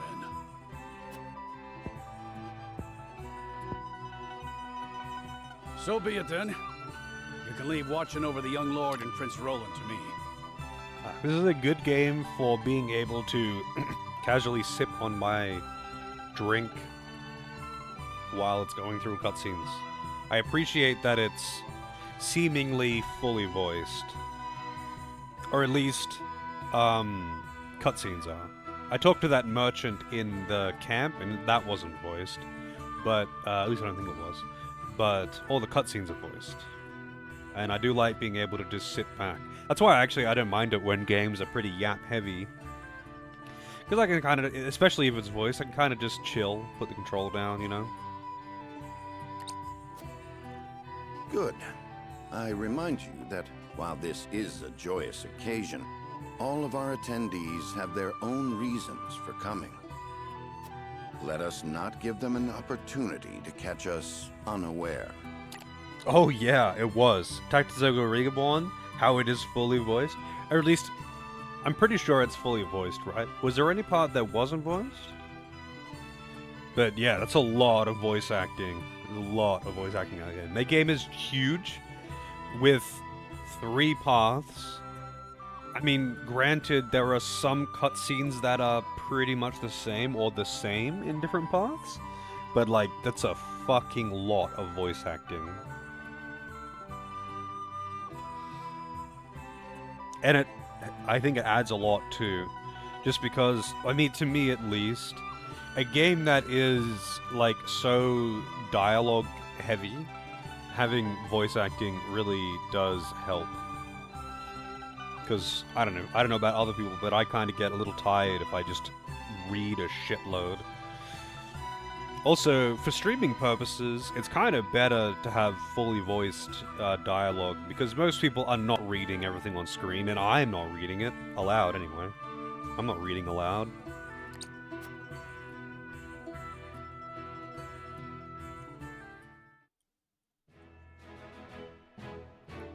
Actually, speaking of reading aloud, I think, when I was playing Barkley, that's probably the most dialogue that I've read aloud of any game that I've played. Just because of how ridiculous some of that dialogue is.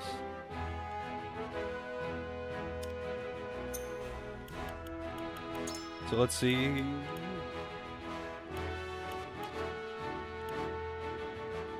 Wow, that is quite the chin.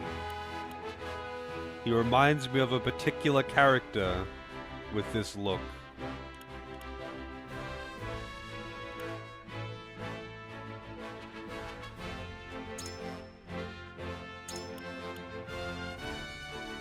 Passive skill grants 2 actions during a single turn. Can only move once.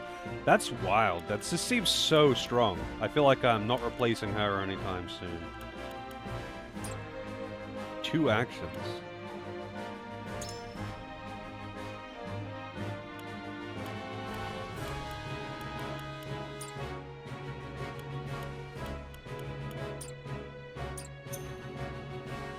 Oh yeah, also there's no like, so everyone's only got 2 accessory slots and a weapon slot, so there's no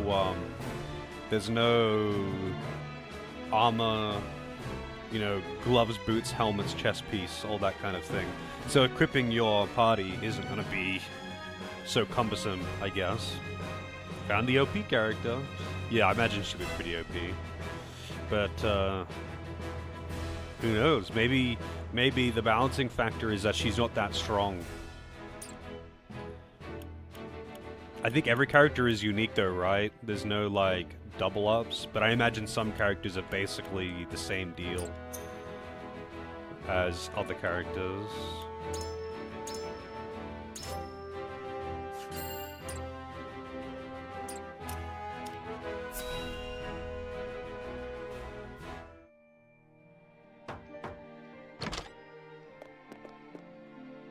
Father, I bring to you my betrothed, the Lady Frederica, He doesn't look like an old man who is unfit to battle. A pleasure to meet you, my lord. I am Frederica of House Esfrost.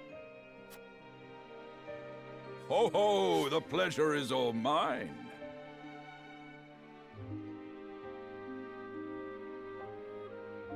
Not gonna lie, I was expecting Jamieson Price, by the way.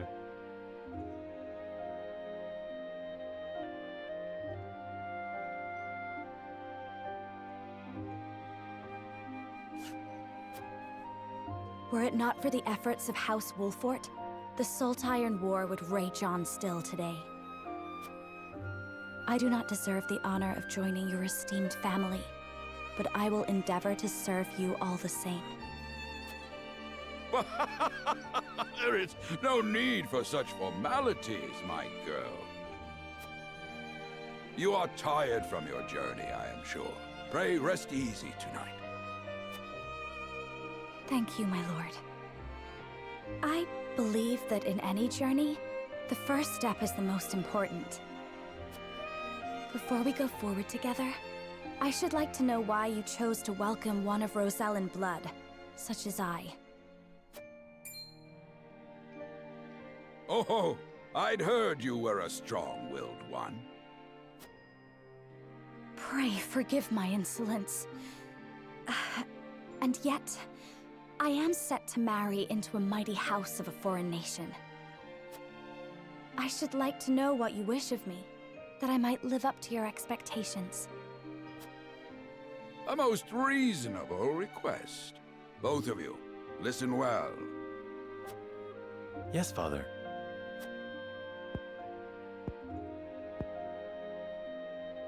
Your marriage was agreed upon by Glenbrook and Esfrost, that the ties between our two nations might be strengthened.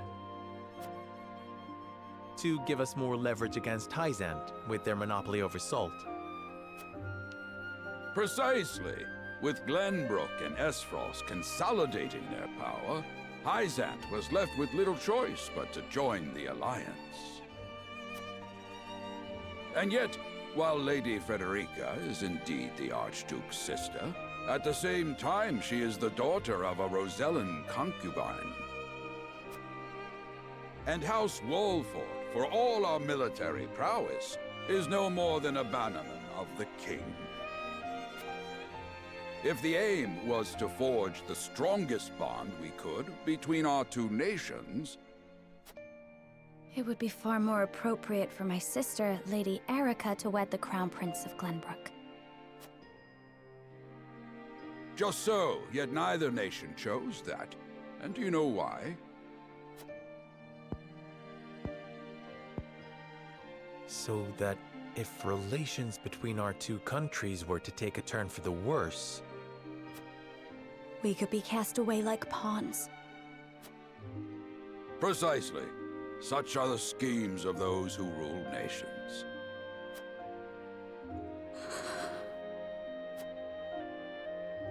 I understand now. And yet, no matter how impure the intentions behind this arrangement may be, I will not bring dishonor to the Wolfort name. Well said, my son. If that is your decision, then... Oh no! His anime sickness. Father! Lord Simone! I am an old man, and my health is not what it once was. For this reason and more, Diabetes. I have made my decision. As of this day, I abdicate my position as Lord of House Wolfort. You will serve in my stead from tomorrow forth, my son. Deb's dropping this on him now, huh? I'm not ready to...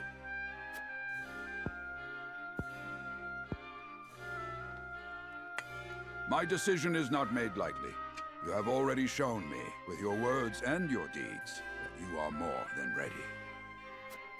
Think always about what your subjects need from you. Weigh your choices carefully, then take action. Do so, and I have no doubt you will make a great lord. and trust in Benedict. He shall serve you as well as he did me.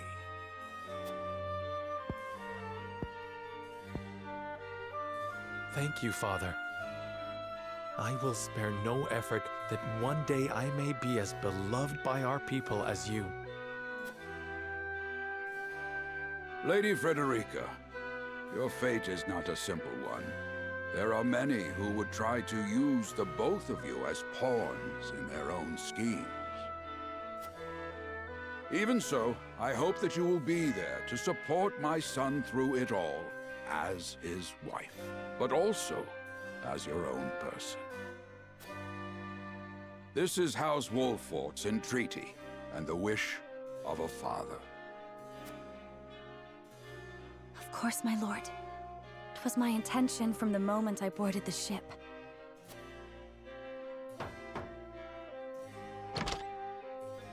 Beg pardon, my lord, but Lord Dragan and Minister Lila have arrived. Very well. Presiding over tonight's banquet will be my final duty as Lord of the House. Tomorrow's ceremony will mark the beginning of yours, my son. And after that will be your wedding. Rest well tonight, both of you, for busy days lie ahead. Hey, Nara, Delvin, how's it going?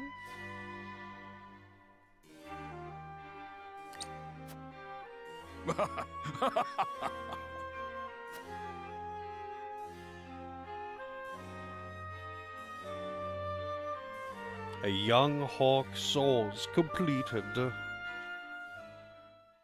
Thank you for the happy birthday, Nara. Sure, I'll save, even though I just did.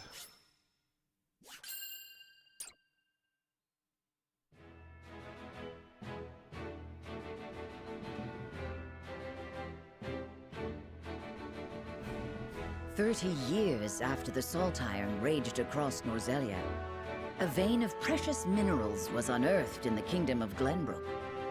From east to west, joy swept the land. United at last in common cause, the kingdom of Glenbrook, the Grand Duchy of Esfrost, and the holy state of Hyzant endeavored to wrest this bounty from the earth, with each nation providing expertise and resources. Good idea to join Discord voice chat to practice your conversational skills. Yeah, you were only in there very briefly. Was it last night or the night before? But yeah, I always actually like, because I mean, I often chill in Discord, and usually there's only a few of us. Like Debuff, Wabon, usually the most common, Vince too. I'm always happy to have people popping in and just talking shit. Because outside of stream, if I'm like playing something else or watching something, and always happy to just chill and chat with people. Usually keep your mic off because it picks up everything around you. That kind of thing doesn't really bother me unless, you know what's funny?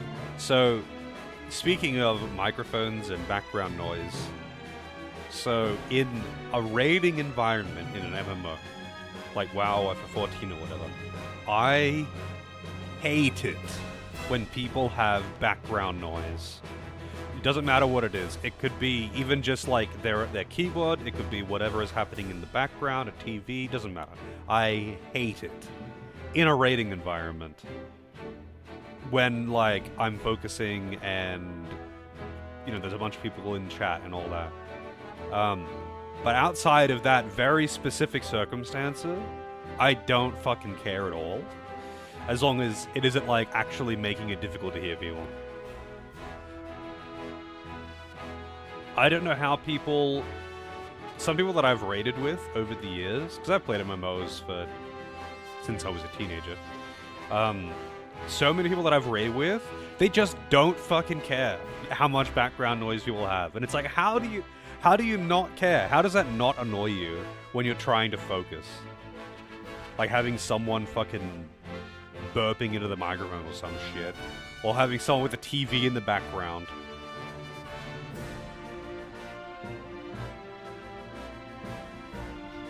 I mean, mics are a hell of a lot better now than they were back when I started raiding in WoW and using voice chats in general.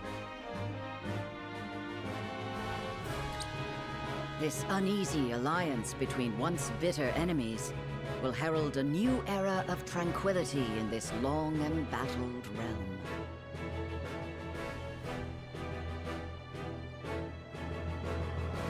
Let's head to McDonald's and have a party.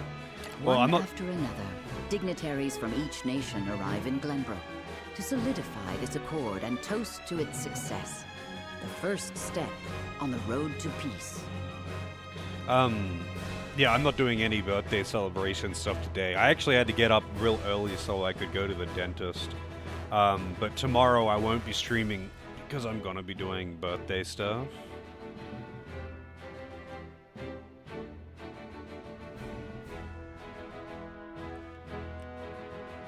Yeah, that's all good. I mean, some people also like to just lurk in the voice chat, you know? Like Santo sometimes pops in and just listens.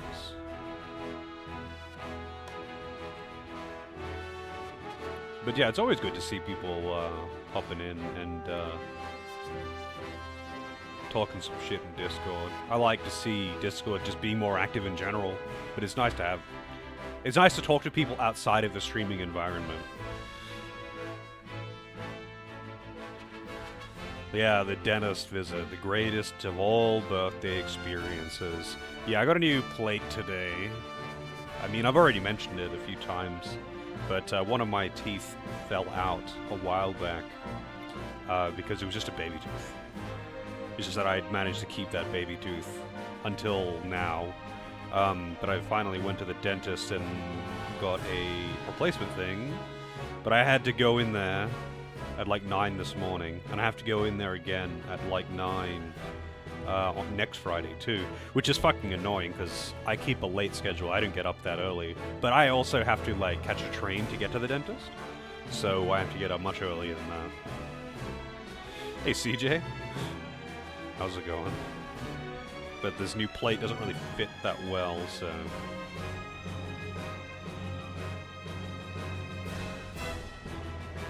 Get a tooth filled on the back bottom of your mouth. What do you mean? Are you, like, missing teeth? I'm actually not missing any teeth, now. But... because I've generally taken decent... even though my teeth are fucked up, or they used to be anyway, they still kind of are. But I had braces, so they look fine. But anyway, I've managed to keep all my teeth, but I have a couple baby teeth that just didn't have adult teeth or big teeth behind them, whatever you want to call them. And I've just managed to keep them all this time until just recently, where one of them came out.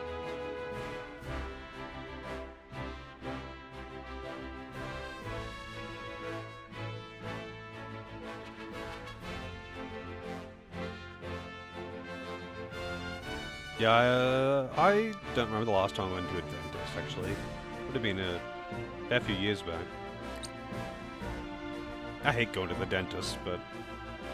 Among those who would forge this road is Serenoa Wolffort.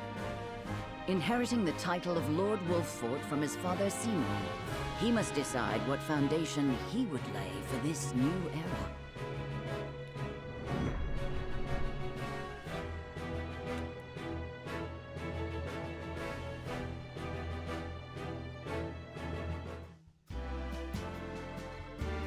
Welcome to Castle Wolffort, Minister Lila. Allow me to express my gratitude to the Holy State. Were it not for your nation's generous efforts, this venture would never have come to fruition. What is with this elevator music? You're too kind, Lord Simon. You too have served an invaluable role in this. Is that a piercing on her? Like, is that a lip ring? I think it is. One of the saintly seven.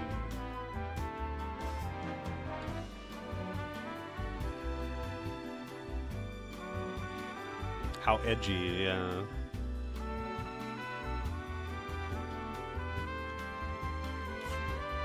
Though I must admit, the news of the union between your son and Lady Frederica came as quite the surprise.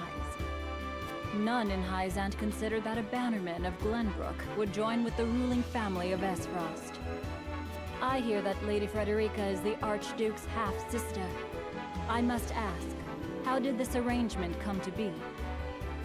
Your curiosity is only natural. This union was promised during the war, an arrangement made with the previous Archduke.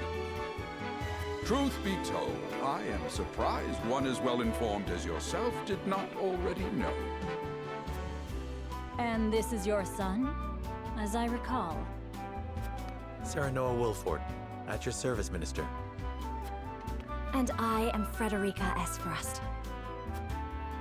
My son still has much to learn, but I believe this marriage will herald a bright future for us all. For today, I intend to step down and leave House Wolfort in Serenoa's capable hands. You're abdicating your position? Surprising news comes in pairs, I see. Nonetheless, I am happy for you both. I imagine the lords and ladies at tonight's banquet will take great interest in the new Lord Wolfort, as will I. Her voice is familiar. Pray, go easy on the boy, my lady. I hear that young Lord Dragan of Esfrost shall also be in attendance. Indeed. He has been appointed to oversee operations at the Grand Norzelian mines. I understand his star in Esfrost has seen a meteoric rise. Good. I would like to hear more of this new explosive substance he means to use to blast the tunnels. As a fellow scholar of sorts, if in a different field, I am always curious to learn how great discoveries are made.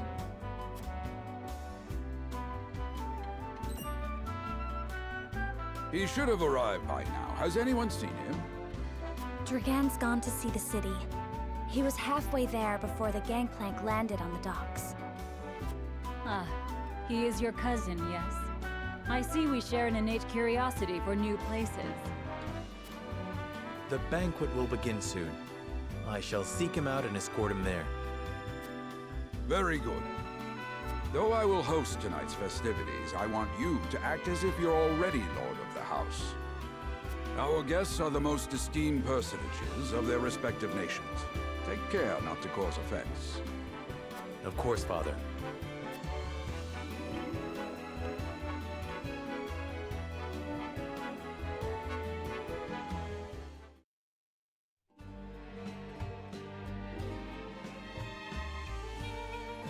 Ah, okay. So when you're in town, it's not voiced.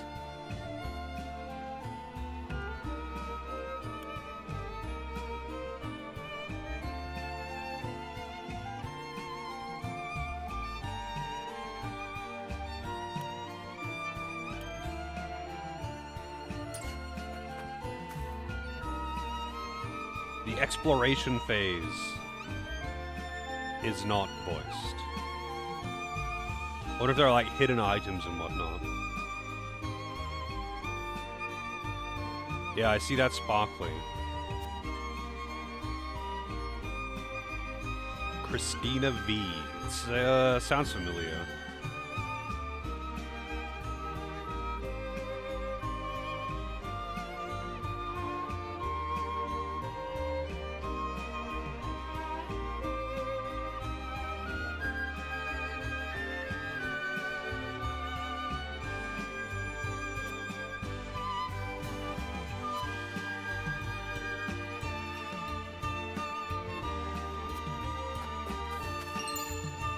HP recovery pellet. I wonder if there are any actually hidden items, or it was just like sparklies. Oh, she's in. Wait, who does she voice in River City Girls?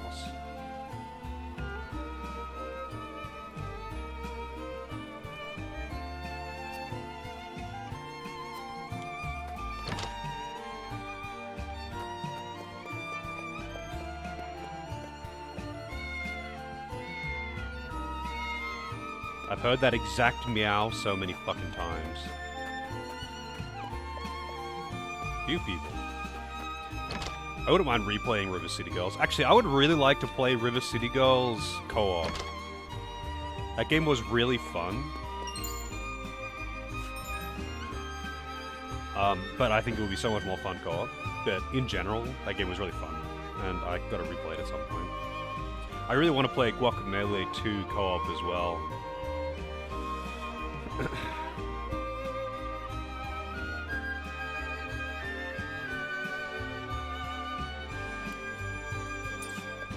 I'm not reading those on stream.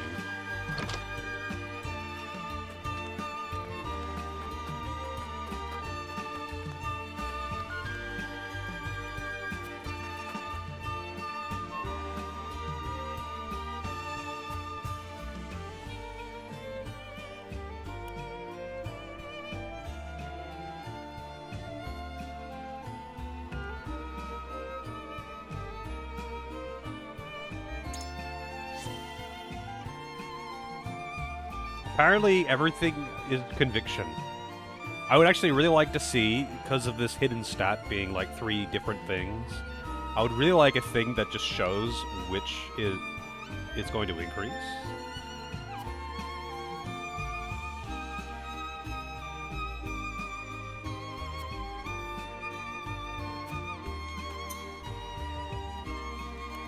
So it's a hidden stat.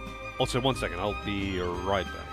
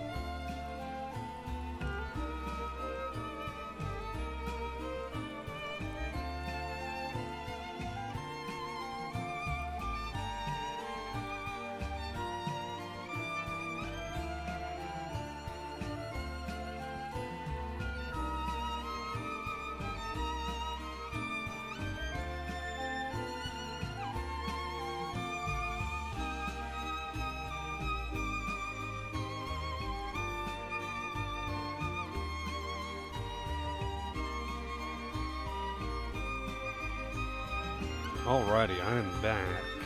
Also, Naru with the gift sub to Galoothix. Thank you very much, Naru. You must have done that just as I stood up.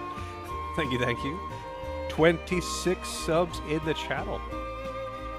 You know, I'm actually kind of curious what kind of mods this game has. Let's see. Nexus mods. Triangle strategy. I know the game is muted. Yes, that's just a thing that happens. I'm sorry. Let's see. All mods. There is literally 2 mods of triangle strategy? Are you serious? Slightly stronger Serenoa and PlayStation icons. That's it. I thought maybe there'd be a mod to make those pop up, those questions, say which stat is going to increase. No booba mod. I mean, would you really want a booba mod for this game? Do you want to see, like, these pixelated... Do you want to see 1 pixel of nipple on her or something? Slightly stronger Serenoa. What does this do? Strength in numbers skill and cover skill increased, I guess.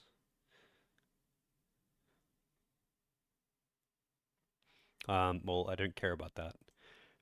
Wow. I'm just surprised that there's literally only 2 mods. I thought there might be some cosmetic mods or something, but no. Pixel booba. Yeah, like, you really want to see, like, 1 pixel of nipple on these sprites or something? Does Octopath have booba mods? I never looked into Octopath mods. Beyond disabling the ridiculous bloom and shit, I didn't do anything with Octopath. I just play them.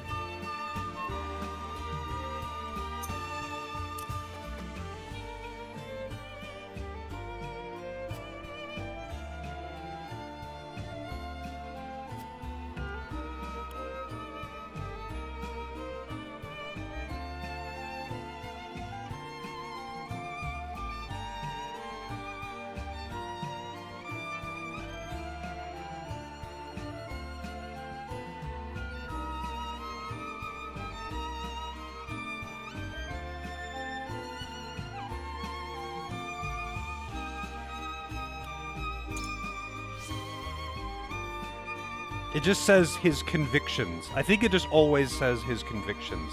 And you just don't know what stats are being increased. Now, I want to see the hidden stats thing. Let's see.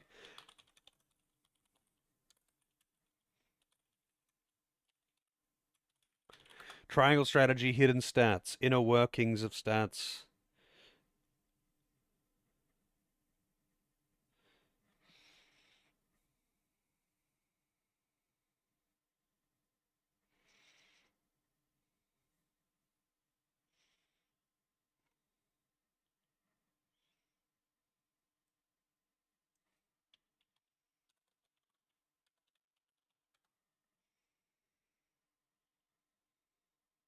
Convictions, triangle strategy wiki.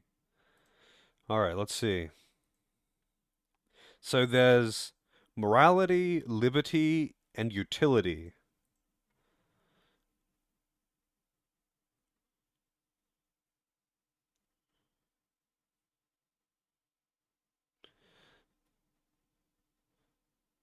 Morality is associated with honorable and just choices, and will be represented with green in this guide. Morality can be increased, blah, blah, blah. Liberty is associated with forthright and free-spirited choices, and will be represented with red in this guide, can be increased, whatever.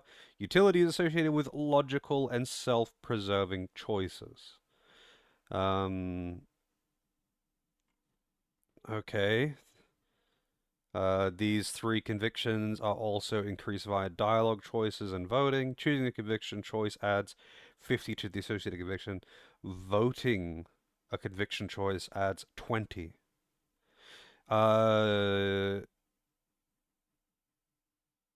Apparently there are lots of ways to increase it by random shit, like using items increases liberty. Okay. Yeah, and I'm kind of curious, like, what it actually does. Because it says what they are and how they are increased, but not what they do.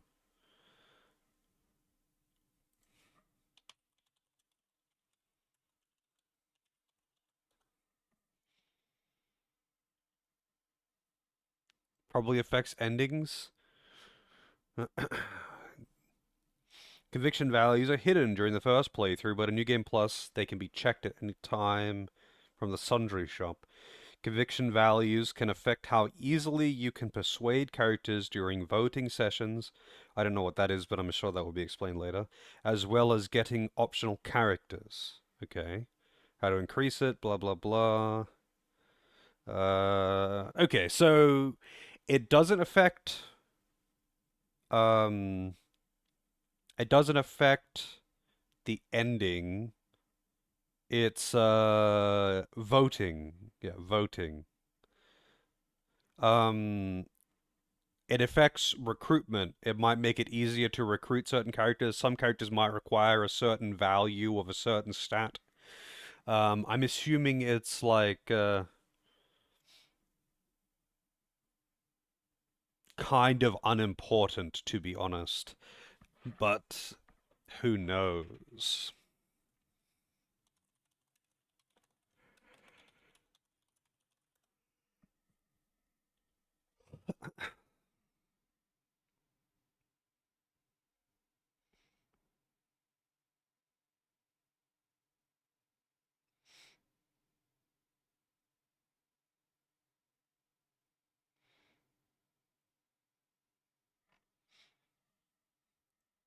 Yeah, I'm kind of surprised there isn't a mod to just show what the choices give.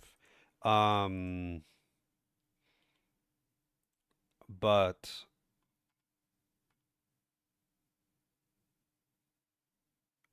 I guess it is what it is. In New Game Plus, you can check what the values are. A random boating subgame. I wonder which is the most useful. I would say liberty is the most appealing of the stats. Maybe utility.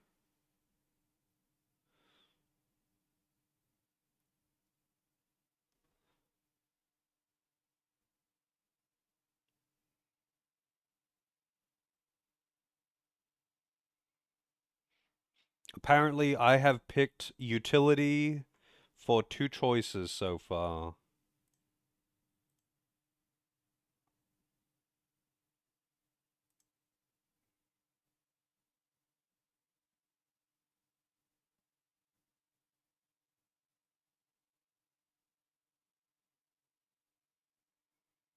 And apparently this game has a true ending that you have to pick all the right things for.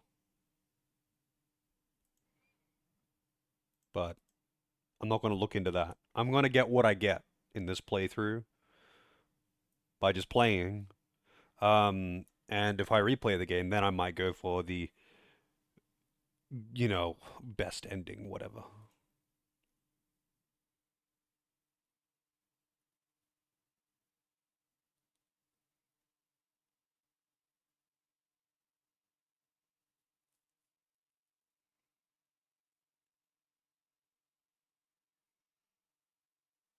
Oh, yeah, absolutely, Kelvin. I don't think it will matter, though. I don't need to get all the most OP shit and be optimal. Like, apparently this game is fairly tough, but I'm playing on normal. Like, I don't mind retrying a battle a couple of times if I make a mistake. That's how it is. I would be surprised if it's harder than Tactics Ogre. Also, I wish I could reselect the window without... I wish the mouse wasn't also used for inputs. Because I click back on the window to reselect it, and I get... I like, skip through text. Tactics Ogre is a baby game. Tactics Ogre, you can... If you have good knowledge of the game, you can make it really easy. But if you don't... It can absolutely beat your ass, especially certain fights in particular. Reborn has a few pretty shitty fights to deal with, but if you don't have a good setup, that game is pretty notorious for beating people's ass and getting them stuck.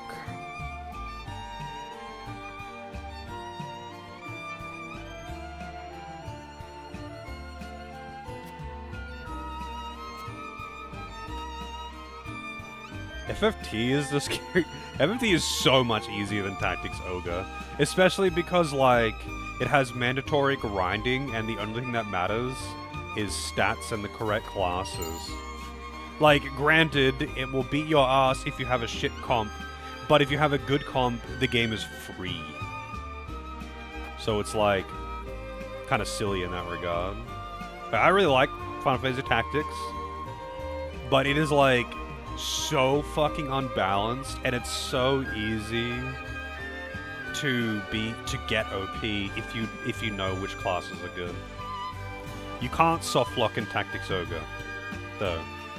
The only reason you can only softlock in like one place in Final Fantasy Tactics too, because in FFT you can always just grind. The other place that softlocks you is that one fucking fight before the fight with what's his name, Wygraf. You can softlock on the Wygraf fight. That's it though. But that's just a shitty design because it offers you to save. Yeah, there's multi-stage fights in Tactics Ogre, but you can just leave.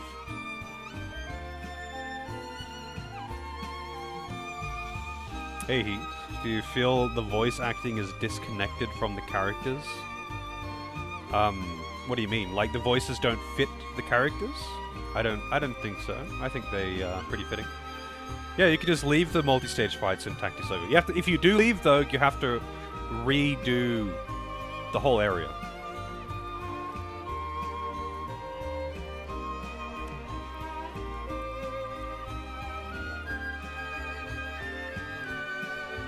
In the original version on the SNES, you couldn't. You couldn't in the original version, but in all the other versions, you can just leave.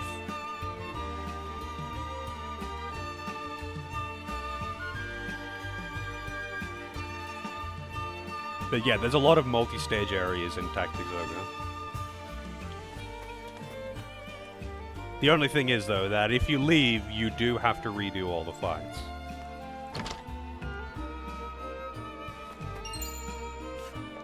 I'm just robbing my people here.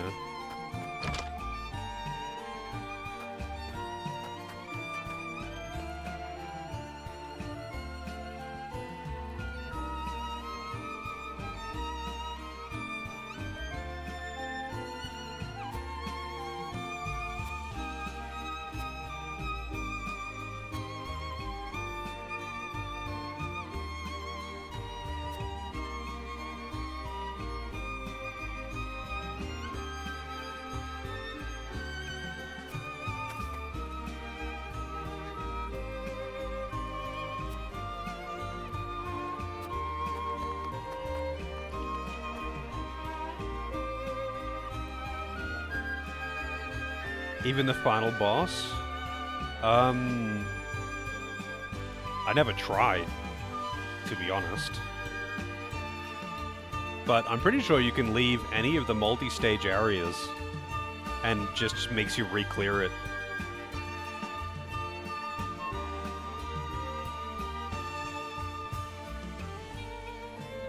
There might be some exceptions to that. Like, I know that you can, at least for most of them, because I've done it. Like, I've left areas because I just wanted to do something else or whatever. Or in the case of, I think in one of the things, like when I was streaming Reborn, I like just left so I could do optional content off stream and then went back to it. But I'm not sure of like every single one, but I'm pretty sure you can just leave for any of them. It warns you when you leave that you have to re-clear though. And some of those multi-stage dungeons are big. I'm not even talking about like Palace of the Dead. Like the Hanging Gardens is like, technically the Hanging Gardens can be done in like 7 stages or something if you know the path and the hidden paths. But like normally you're not going to be skipping that many. You're going to be doing a lot of those floors.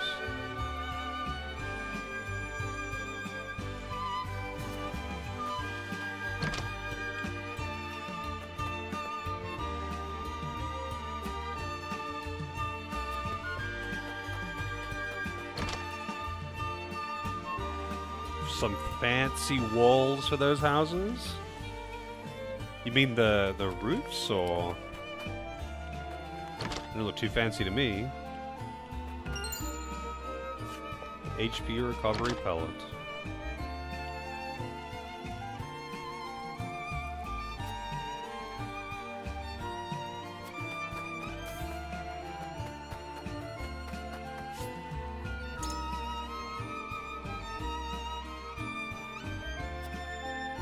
Hey, Elico. How's it going?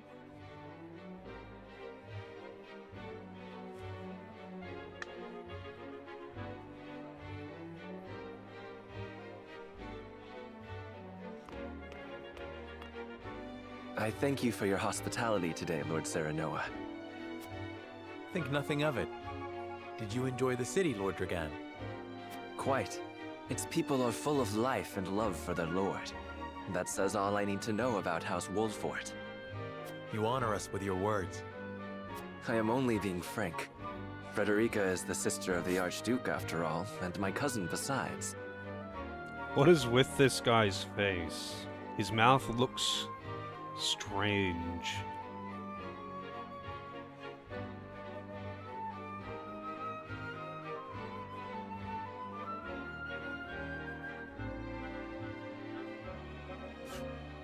I would not see her marry into an unworthy house. Suffice to say, my expectations were exceeded. I have heard much of your ingenious contributions to the mining efforts. I sense prosperous days are ahead of us. Time went so fast this morning. Were you busy this morning? As do I. Finally, our nations enter into an age unfettered by war. With Esfrost's iron, Hyzant's salt, and Glenbrook's mediation, there is no limit to what we can achieve. We must regard each other as equals, and forge mutually beneficial relationships. I sense skepticism in your words, Lord Dragan. Do you mean to imply our relations are not already mutually beneficial? I need not imply anything. The salt tax you claim makes my case more than clear. Bold words from one so young. Is that how peers speak to one another? Perhaps the young ones, yes. What do you think, Lord Serenoa? Dissatisfaction with the salt tax was one cause of the war, was it not? Salt is a divine boon, a gift from the goddess to her true believers. This is the foundation of the teachings that guide us in Hyzant. By allying with Esfrost, do you mean to gainsay our most fundamental beliefs? Of course not, Minister. We understand that the source is Norzelia's sole supply of salt. And we would not deny that it is the Holy State's right to harvest and tax it as you see fit. Thank you for acknowledging that. Though it strikes me that your words are measured. You needn't be so non-committal, Lord Serenoa. It is only reasonable that the three of us have differing opinions on the matter. However, that is all the more reason for us to be open to frank discussion. Honored guests, pray forgive my son. We of House Wolfort are but simple warriors. I'm afraid matters of finance and politics do not come to us naturally. This, however, I can say. We will fight injustice and tyranny wheresoever it may be. Get that power nap in. Oh yeah, actually, that reminds... I don't know why that reminds me, but I'm pretty sure you... Yeah, your game is like nearly halfway up the queue, by the way, or your placeholder, rather. By the way, how it go? Have you got a game in mind?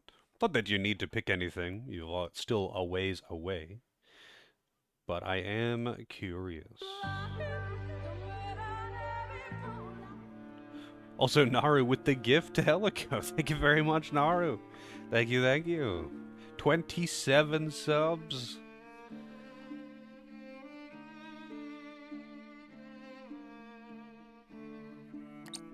Of course, we do not enjoy conflict. Still, we will not hesitate to defend our land and our people should the need arise. No matter how mighty the threat, we will fight for home and kingdom. Yes, Lord Simone. Of that we are keenly aware. I apologize if I spoke out of turn. But the fact remains that as every winter passes, the tension between our nations grows, and salt is the cause. The common folk have all but forgotten its taste. I simply want to ease their suffering. The ministry I oversee is committed to the preservation of life. I personally believe that salt should not be a luxury reserved for the privileged few. All those who live require it, not just those lucky enough to be born within the borders of our holy state. You agree with me then? How I feel matters little. In Hyzant, the word of the goddess, as conveyed to us from the lips of the Hierophant, is absolute. But perhaps this joint mining venture of yours may lead to the change you seek. Indeed, we must set our gazes to the future. All of us. I expect you will be the ones to usher us into a new era. Yes, Father.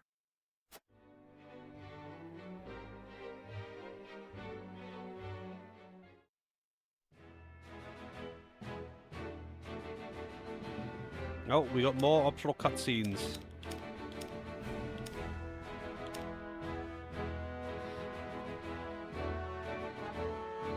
Don't expect people to do back-to-back Q jumps for a while. Well, I mean, I think 2 of those Q jumps were Ragnar, right? One of them was Dragoon, There was 4 games that were Q jumped. I think 2 were Ragnar, 1 was Dragoon. Who was the other one? Hang on, I could probably check in the history. Whoa, almost had to listen to my own voice there. Let's see. I can clean up the queue while I'm at it.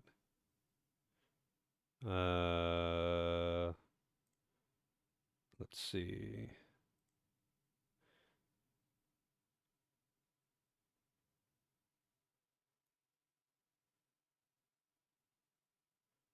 Ghosts of Tsushima from Dragoon was boosted.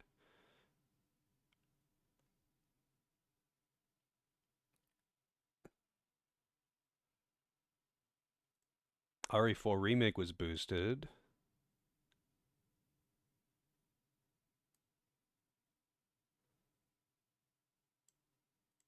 Really wish this window was bigger.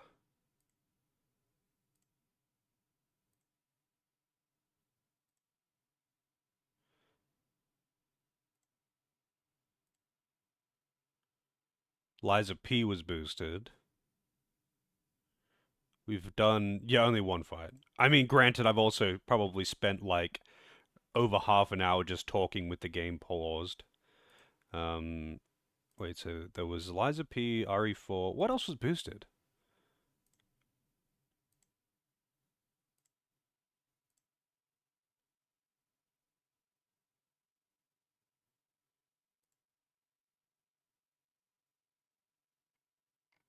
I had already hit approve of the boosting, so I've lost him from the queue.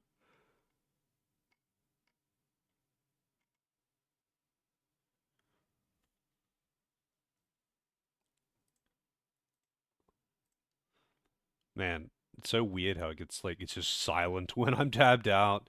So, Liza P, RE4, Ghost of Tsushima, and Talos Principle were all boosted, right? Yeah, that's the one. So I guess CJ probably boosted Talos Principle. Must have been. Dragoon requested and then boosted Ghost of Tsushima straight away. Ragnar requested and boosted RE4, and then requested and boosted Liza P. That's right.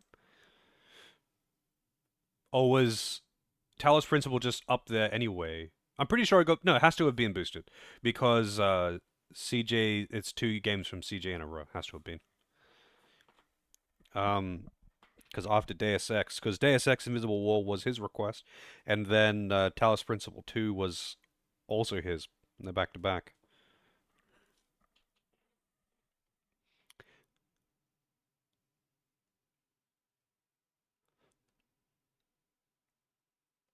You saw a Talos remaster? What, Talos Principle 1 remaster? Why the fuck would it need a remaster? It's not that old. And it works just fine. Like, what? It's just a fucking puzzle game. Why would it need a remaster?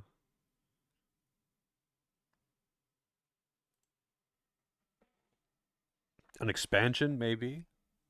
Although that'd be weird for them to make an expansion for it over Talos Principle 2. Unless you meant Talos 2 when you said Talos. There is some DLC for Talos 2. The Talos Principle Reawakened. Huh. I am curious what the deal with that is. Interesting, you can move that with the mouse. But you can also just use the D-pad to hop around. Yeah, I mean, there are a bunch of people who have a ton of points that could boost a whole bunch, but they don't. I personally, I like to see boosts because it just mixes things up and it makes people, catches people off guard. It's like, I wasn't expecting this game, that kind of thing. Yeah, personally, I like to see boosts. But I do have to remind people, if you are going to boost someone else's game, because obviously you're welcome to boost other people's games. If you are going to boost other people's games, ask them first. That's all.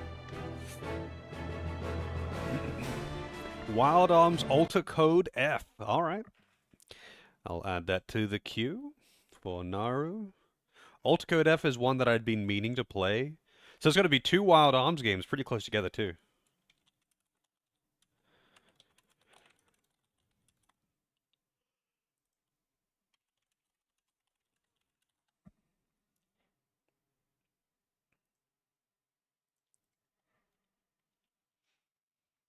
Because Wild Arms 4 was requested by Fish just yesterday. Between the two is Binary Domain. But you forgot 4 was in there? No, I mean, I don't mind. I like Wild Arms. I mean, if you don't want there to be 2 Wild Arms games too close together, you're welcome to change your request, of course, but I'm okay with 2 Wild Arms games. All the Wild Arms games that I've played, I thoroughly enjoyed. Like, the only reason I didn't finish 5 was because it kept fucking crashing, and I was really disappointed, because I was quite enjoying the game. Yeah, Alt Code F is the remake of 1. You didn't like 4? Yeah, I think 4 is like a point of contention within the fan base, right? Wild Arms is an interesting series to me, though, because you know how usually with just about any series that's got a bunch of entries in it, there's always like one game that's way more popular than the others, like Suikoden. The favorite is Suikoden 2. Everyone loves Suikoden 2. And it's not that everyone hates the other ones or something, although it seems pretty consistent that 3 and 4 are not that popular. But like 2 is by far the favorite. And it's like that with just about fucking every long-standing series. There's one game that stands out. But with Wild Arms, you can never get a consistent answer when asking which the favorite is. Like, I've seen people say, like, each of them is their favorite. There's no, like, oh yeah, Wild Arms 2 is the best, and everyone, like, unanimously says that or something. You like 3 and 1 best? Well, I've played 1, 3, and 5, but I couldn't finish 5 because it kept crashing. All 3 of those are quite different in gameplay, but I'm pretty sure Alter Code F is 1 but with 3's combat, right? And it probably has a much better translation, and it probably also it has a much better translation and probably elaborates a bit on, it probably expands on things a bit. Final Fantasy and Dragon Quest have many different opinions. Well, they do, but they also have like a massive amount in very specific ones. So like, yeah, there's going to be people who are going to say, you know, any Final Fantasy is their favorite, but there's also vastly more people who would say that Final Fantasy VII is their favorite. And there's vastly more people who would say that Final Fantasy X or 9 is their favorite, over, like, any of the others, you know? It's a very uneven split. With Dragon Quest, it's, like, really heavily weighed towards, like, 8 and 5, I think, are the really, really common popular picks.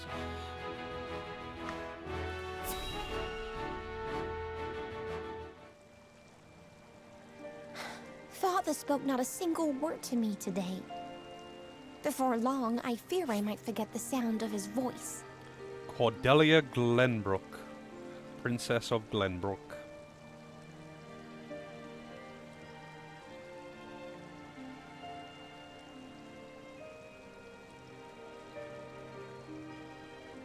She looks so plain, like...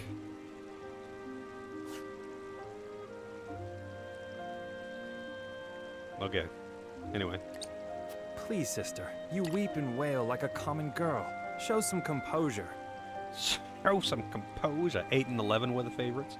I mean, 11 is a common pick for favorite as well. It's just that 8 is the first one that was released in Europe, I think. I'm pretty sure no other Dragon Quest before 8 was released in Europe. And that's why, like, and because, like, the Dragon Warrior games... That was a North American thing. I don't think any of the Dragon Warrior ones went to Europe until 8 came out. And, like, 8 wasn't actually numbered. It was just called Dragon... I'm pretty sure it was just called Dragon Quest Journey of the Cursed King. And then, it's like, other ones got ported. Like, the subsequent re-releases of the other games got sent to Europe. But, like, for a lot of people, 8 is the first and only one that they played. And 8's, like, really enjoyable. It's got a very fun cast of characters and all that. For the people who have played the whole series, it's really common for them to pick 5 as their favorite. But people also do love 11. Like, that's the most common ones that I see, like, by far. When I see people talking about their favorite Dragon Quest, The most common picks are 5, 8, and 11. But I think the most I see is 5 and 8, specifically. I do see 3 pretty often as well, but usually it's 5 and 8 are the most common ones. I don't think I've ever seen someone say that 1 or 2 is their favorite. I've seen a couple people say 4 is their favorite.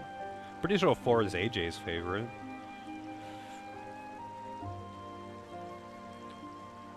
But, you know, like, it's not that I'm saying that no one has the other games in the franchises as their favorite.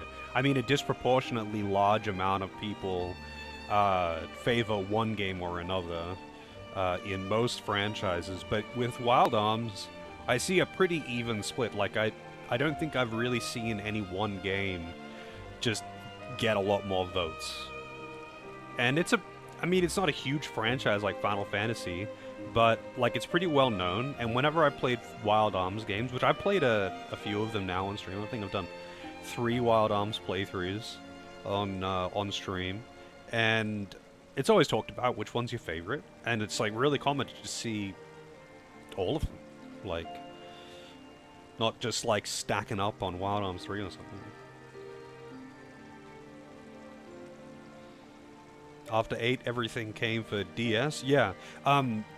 Yeah, I'm pretty sure DQ8 on the PS2 was the first release in Europe. Because, I mean, Europe and North America are different regions. It isn't really until more recent times that they kind of consolidated. Because region locking just isn't really a thing anymore. But with Dragon Quest, it just didn't touch Europe until the PS2. It went to North America way earlier under the name of Dragon Warrior. A bunch of the, well, not all of them, but like some of the earlier Dragon Quest games were released as Dragon Warrior in the US. But yeah, they just didn't go to EU. Still funny why it was called Dragon Warrior instead of Dragon Quest, but whatever. So which ones did go to NA? There was, I think, 1,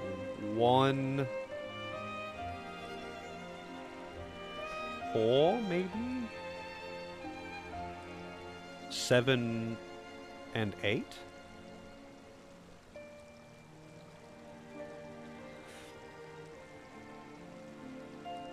Same with Ever 7? Wait, Final Fantasy 7 wasn't the first one to go to Europe, was it? I know it wasn't for North America, because there was a bunch that was released there. But what about... Actually, I'm not sure about Europe with Final Fantasy releases. So, like, in North America, they got Final Fantasy 1, 4, 6, and then everything afterwards. But they didn't get 2 or 3 or 5. They weren't released until they weren't released in North America until they got re-released on the GBA. And I think for 3 it was the DS. 2 and 5 got a GBA re-release. I mean, all of them did except for 3, I think, which got a 3D release on the DS.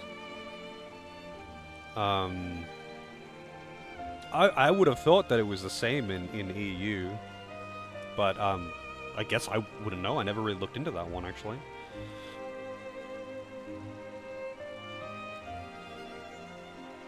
You didn't like the modern DQ games that are a bit too similar? I mean, all the Dragon Quest games are pretty much the same. Like, there are only minor differences. As part of what makes 5 stand out, to be honest, is the fact that it has a mechanic that isn't in any of the others. In that you can have monsters in your party. But it's like, kind of minor, and doesn't really matter. God damn it, there's a fly that's annoying the fuck out of me in here. But... oh, I have no idea. I would be curious to know, though. Father has a kingdom to rule. A kingdom engaged in a historic endeavor. He has more important duties than to pamper a spoiled child. Yes, of course, brother. You speak as if father's duties include anything more than licking the boots of these dignitaries. It is inconceivable he cannot spare the time to break bread with his daughter. You speak out of insolence and ignorance, Roland. I speak only the truth. He leaves all the cumbersome tasks to the Wolforts and Minister Patria. A king's word is to be obeyed. And what of his subjects? Do they exist simply to bring him glory? To take the blame for his failures? They are to serve as he sees fit. The hell they are. Believe as you wish. Speaking of his subjects, it appears lordship of House Wolfort will be passed down to young Serenoa. What? How fortunate for you to have a friend in the new lord.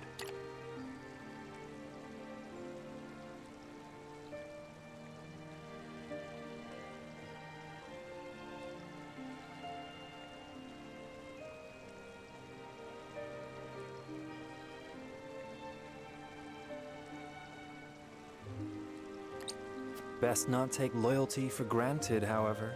House Wolfort is obedient enough for now, but that can change as quickly as the wind. Use them well when you can, but be ready to bring down your fist if they dare to rise above their station. Don't speak of them like lapdogs. They're not servants, they're my friends. Do you really think to lead with such a soft heart? You are not fit to wear the royal signet. Stop this fighting at once. You frighten me. Enough of this. Where are you going, brother? To train with Sir Maxwell. I would clear my head. There is a tourney on the morrow, after all.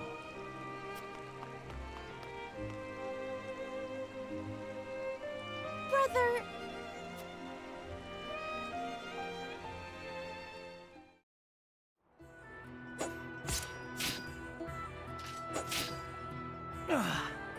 I yield.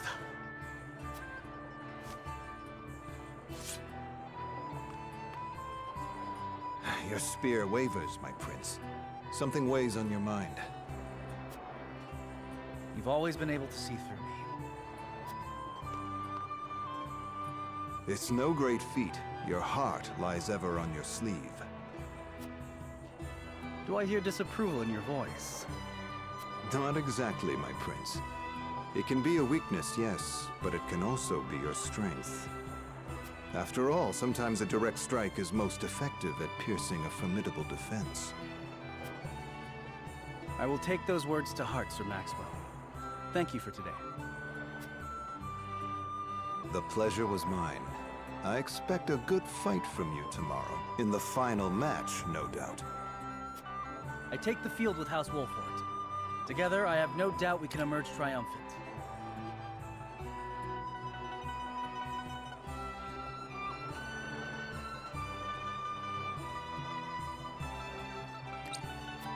Ah, that would explain your improvement. Young Serenoa is a worthy training partner. Even so, I have no doubt you've held your own against him. Tomorrow you shall show the realm what I already know. That you are a warrior worthy of your family's legacy. Sir Maxwell, Sometimes I wish I wasn't a prince. Sometimes I wish I'd been born your son instead. Surely you jest, Your Highness. Your father is a great king, and an even greater man.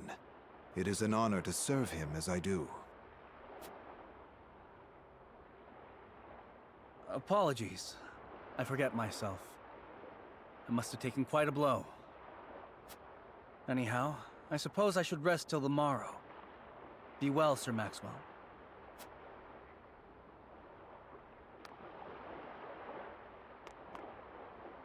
It cannot be easy being the youngest prince. To have others expect nothing from you, yet still shake their heads in disapproval. But you can rise above this, my prince. Seize your chance and lay everyone's doubts to rest once and for all.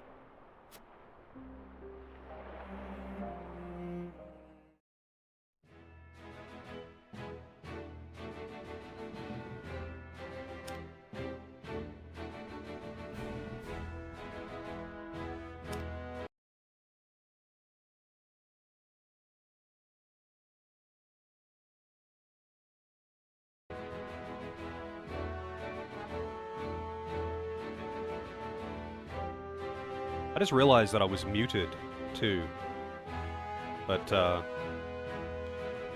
yeah, I just said beer back coffee. I think I just muted myself for a moment back there. I don't think I really said anything because I was just listening to the dialogue.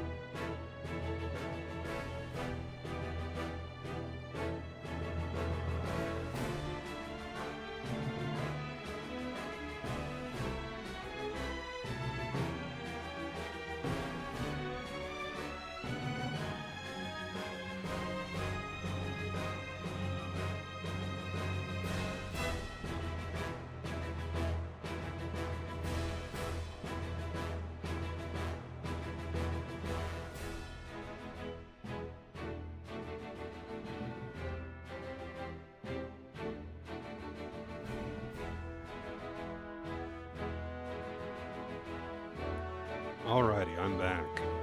Off to work. Will you have fun at work, Helico? Any combat? I imagine the tournament will be combat. And that'll be after the banquet. We'd be there much sooner if I didn't stop to talk so much, but you know. I got a yap now too. That's what I call a feast. Oh, apparently we just skipped the entire banquet. You've landed quite the catch, Frederica. He is a good man. I can see it in his eyes. You are too kind, Lord Dragan. And humble as well. Are you impressed as I, Frederica? I can tell that your heart is pure and gentle, my lord. Lady Frederica... Forgive me if I caused offense. I thought only to return your sincerity and kind. No apologies are needed. I am happy to meet your approval. Thank you, my lord. Words come so easily to the both of you. A perfect match. Forgive my curiosity. What sort of life did Lady Frederica lead in Esfrost? Her life? Truth be told, my dear Serenoa, not a pleasant one.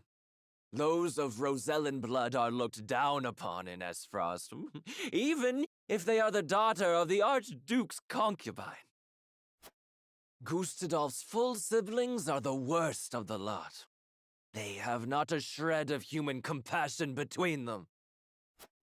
They cruelly bully the girl endlessly, regardless of time or place. Is this... True? Of course it is. I know Frederica's suffering all too well. My own father lived ever in the shadow of his elder brother, the former Archduke. Our house, too, is met with sneers by those who consider themselves our betters. But no more! I shall show all those simpering fops that it is not birth that makes greatness, but deeds. And so I did my due research at the archives, that my grand invention shall blast our way forward. I'm guessing he's meant to be drunk. Dragan, please. I believe you've had enough to drink. You can hardly blame me for availing myself of Glenbrook's finest libations, brought by traders from the realm over. Each cask more exotic than the last. Why, to not partake would be an affront to our newfound allies. Just make sure your head is clear for tomorrow. Or have you forgotten you're meant to be representing your nation? Yes, a ceremony to usher in a new age of harmony and prosperity. I am too young to have known the war, so I see our three nations joining hands more as a matter of expedience. But what of you, my kin-to-be? How do you see our grand cooperative venture? Oh, this is a choice.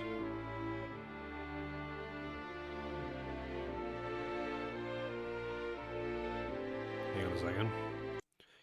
I actually have the...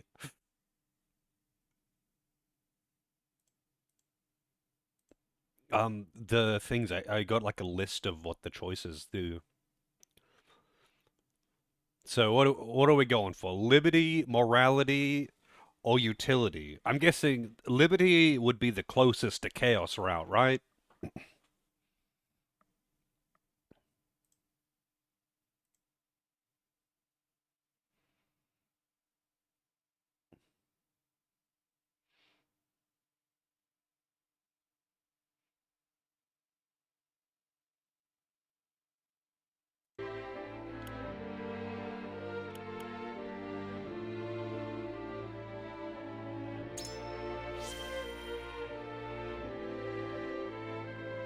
it is impossible to understand each. Oops, I didn't mean to skip that. Interesting. You are the first I've spoken to express such skepticism, and yet, you may see more clearly than most. Like as not, it is a baseless worry. It is a lord's place to worry. We may at last share a common goal, but our motivations differ. The future is murky, no matter how brightly some may try to paint it. My new cousin has the intuition of a leader, I see. Or perhaps you're simply a worrywart.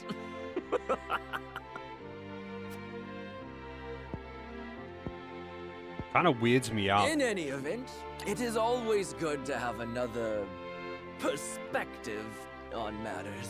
It kind of weirds me out a little bit how every time they do that pause, it makes like a tapping sound for each dot. It's just kind of weird. But whatever, I guess. Let me tell you what I believe. I believe we're on the cusp of a great achievement. As always, it is the young who must bear the burden of building the future. Old shoulders are frail, old minds stubborn. Whatever lies in our future, those who make it will mark their names in history. And mine will be written large for all to see! And I would write yours next to it, my dear cousin. Pray, come visit me at the mines once operations are underway, and I shall... Throw up? Dragan, are you quite all right? Worry not, Frederica. I'm just a bit tipsy. Perhaps I should just lie.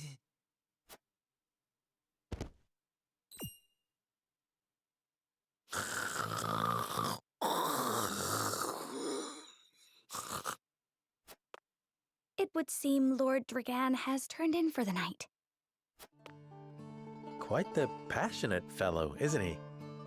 He's never been one to hide his ambition, ever since we were little. Neither does he hide his disapproval of my brother and Trueborn siblings. Feelings which you share? I grant it would be satisfying to see the sneers of those who look down on me wiped from their faces. But I also agree with Lord Simone that we must set our gazes to the future. Though I know not yet how I might best serve in this new age, I would do what I can. We are of the same mind in that regard, my lady. Let us ease the weight of each other's burdens. Please, call me Frederica. We are to be husband and wife after all. Of course, my... Frederica. Pray call me Serenoa as well. We should carry your cousin to his chambers. Will you help me, Frederica? Just call her Certainly, Freddy. Serenoa. Let us take care not to wake him, lest he resume his prattle. Oh, Freddy! I've never met a Frederica.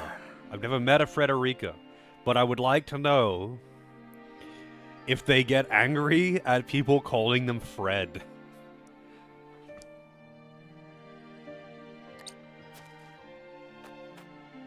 Benedict. I thought I might find you here.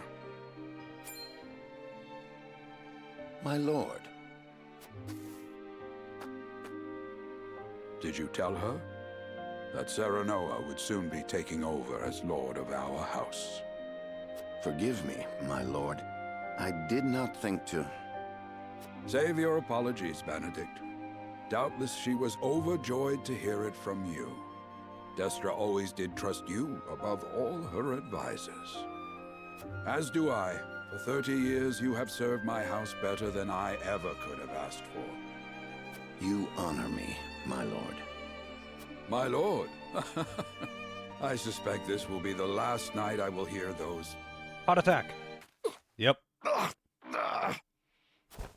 My lord, I will call for a healer at once. Do not bother, Benedict. It will avail me not. His enemy's You know sickness is as getting well as worse. I how my heart now fails me. My lord. And so I entrust Serenoa to you. For our house, pray heed this old man's final order. Certainly. I will live to serve your son until I breathe my last. Did you hear that, Destra? Our boy is in good hands.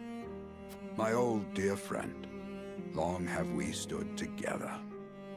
I will not let you down, my lord.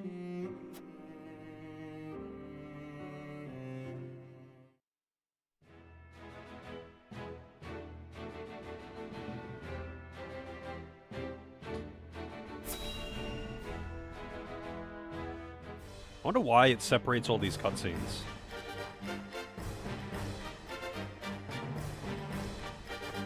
My beloved son, Serenoa, will oversee the matters of our house from this day forward. I expect you to serve him as dutifully as you served me. Of course, Lord Simone. Aye, my lord. Our undying loyalty to House Wolford.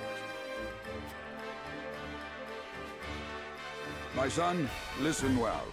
The Lord's judgment shapes the fates of his kin and subjects alike. Responsibility for their well-being now falls on your shoulders. You must lead them well.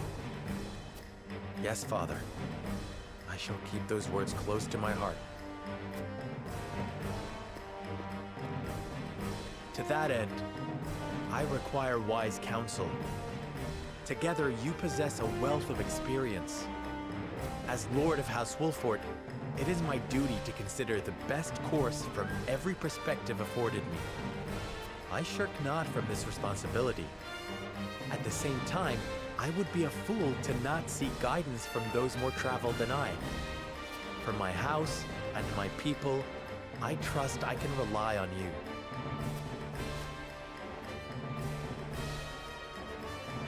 Well spoken, my son. I dare say you are more than ready to receive this. The Scales of Conviction, a holy relic, said to be blessed by the deities of old. It was gifted to our family by the King of Glenbrook. From this day on, I entrust it to you. A three-sided However, scale. It is of little use without these. Coins. 7 of them. Tokens of conviction, we call them. Give one each to only your most trusted retainers and allies. They will guide you when the path is darkest. Their words will illuminate the pitfalls ahead. Heed well the advice of your friends and subjects, and choose your steps carefully. Such has been the way of our house, and such you must see it always shall be. I will, Father. I shall treasure these gifts and make wise use of them in times of need. Very good. Now do your duty, my son.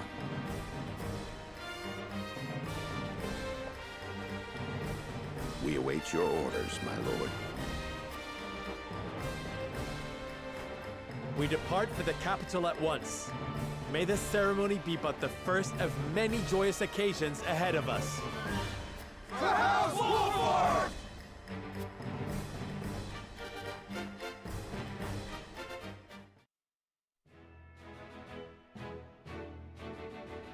And so the stewardship of House Wolford passes from father to son.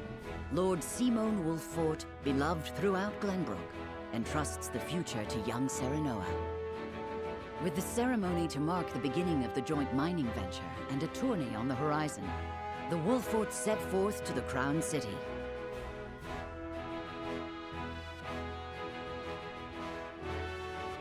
With no heroic deeds yet to his name, the new Lord Wolford sets his eyes on the proving grounds, eager to show his worthiness.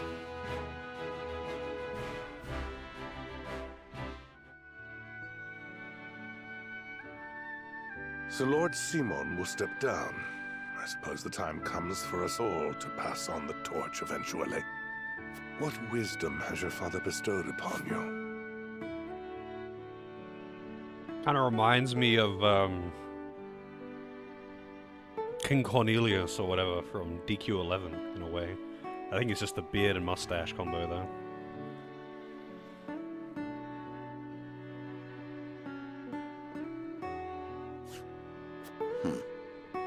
He has told me what it means to be lord of a house. Very good. Sarah Noah of House Wolfort, the crown of Glenbrook now looks to you for loyal service and brotherhood. Yes, Your Majesty. I shall not disappoint.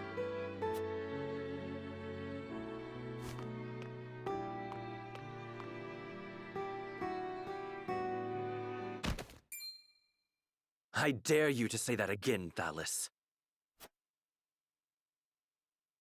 Must you make me repeat myself? Oh, this guy. Smirk guy.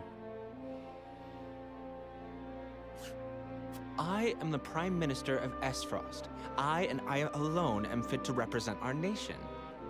Go push your papers in the shadows like the minor lordling's son you are. You would say me? You, who would be nothing if not for your high birth. Your ineptitude is marked by noble and commoner alike. Dragan, you forget yourself. You both forget yourselves. Frederica? If you must bray at each other, then do so back home. Your bickering will bring shame upon our nation. Such strong words, sister. Do you think you're above us now that you're being wed to mighty House Wolfort?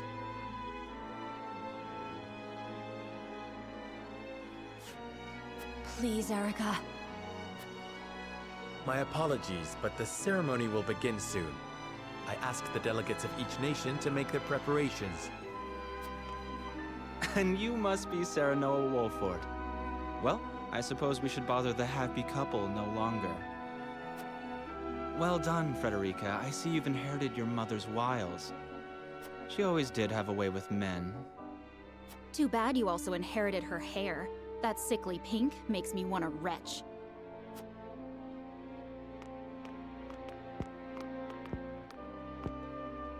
Pray forgive my cousins, Lord Serenoa, and forgive me if I was out of line. Those two, they were... Thalys and Erica Esfrost. Full brother and sister to Archduke Gustadolf. And my half-siblings. I see. Well, I hope that we can all come together for the sake of our grand endeavor. Not exactly being subtle about who the anime Hitlers are. Smithy is now available at the encampment.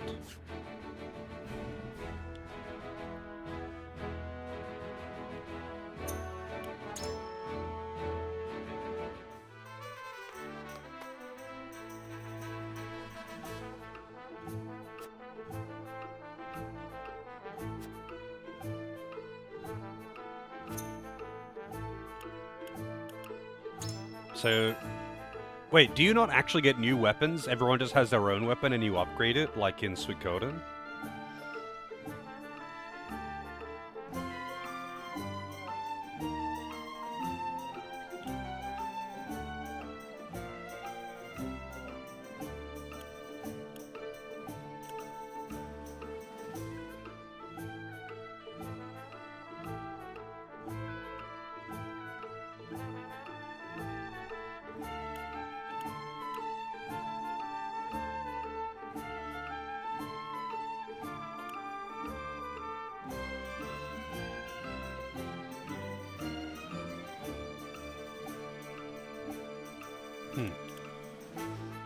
You do get better weapons.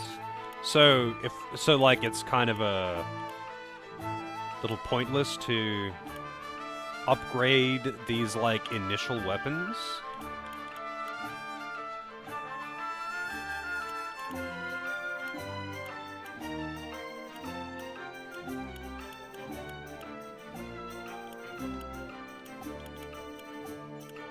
Or do, like, the weapon ranks just, like, persist to the character?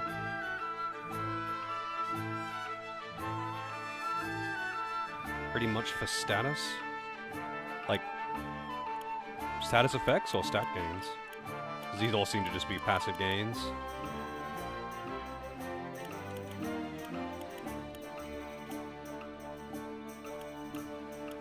Yeah, stat gains.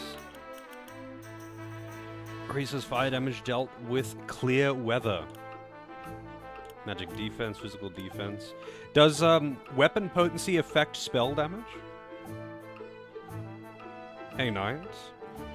Thought I would still be reading the intro. The intro was pretty short to get into battle, and I haven't seen battle since.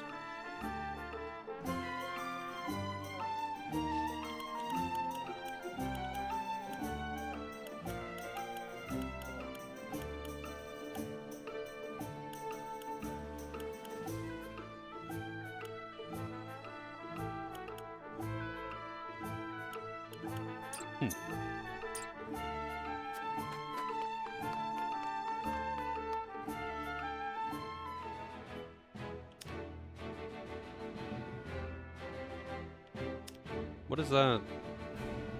Oh, select an event?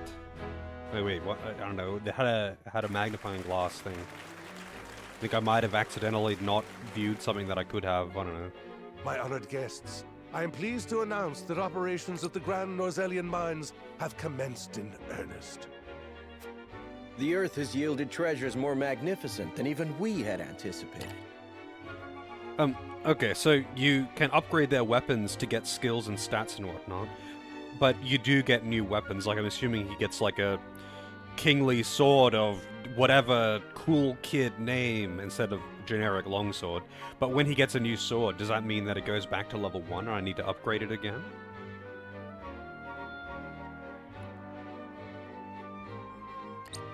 May the mines endure for many years as a symbol of prosperity for all of our nations.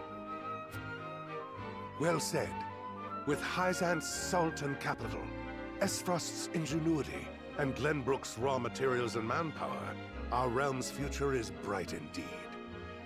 It is a partnership built on 3 pillars, each bearing equal weight. We owe a debt of gratitude for all who have supported this grand venture.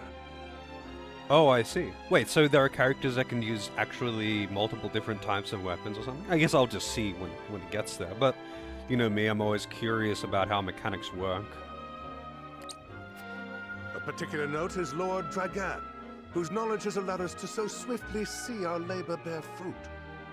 And House Wolfort, whose mediation has proved invaluable in forming this accord. May their deeds be forever remembered by history. Let us raise our cups and toast to their health and happiness. Huzzah! Huzzah! Huzzah! Lord Serenoa's smiling from ear to ear. Shame his parents couldn't be here to see this. Do not get too swept away in the moment, Eridor. We have a job to do here, and the day has only begun. Now that the formalities are done with, let the festivities begin. Step forward, Sir Maxwell.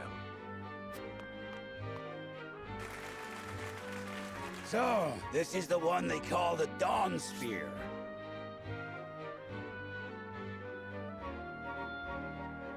The Saintly Seven are gonna be the main evil guys I'm dealing with, I'm sure.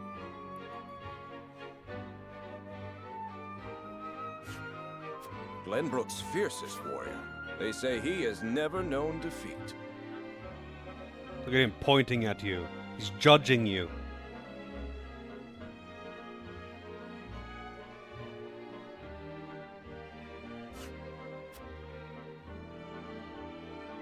I would take the measure of this man. That's the one in the profile that I wanted to see. I wanted to see what she looked like.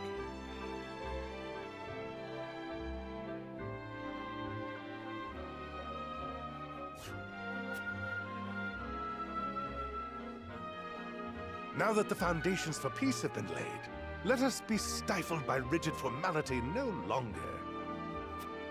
There is a tourney to be had, after all. A much more entertaining event than my endless speeches. Here, here, here! Here, here! Will any among you prove a match for our Sir Maxwell, the champion of our previous challenge? I very much look forward to finding out. Until then, help yourselves to our hospitality and our wine.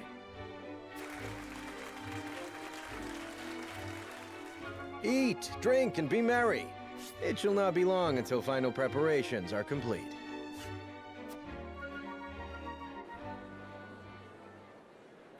I don't know when it's going to let me look at Maxwell's profile. Our time is nigh, Sarah Noah.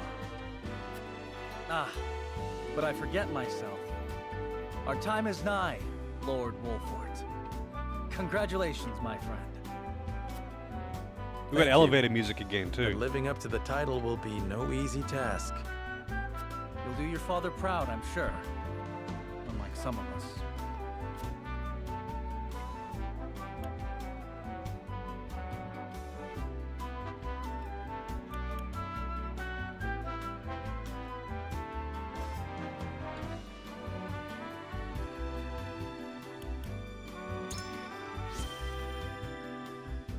Come.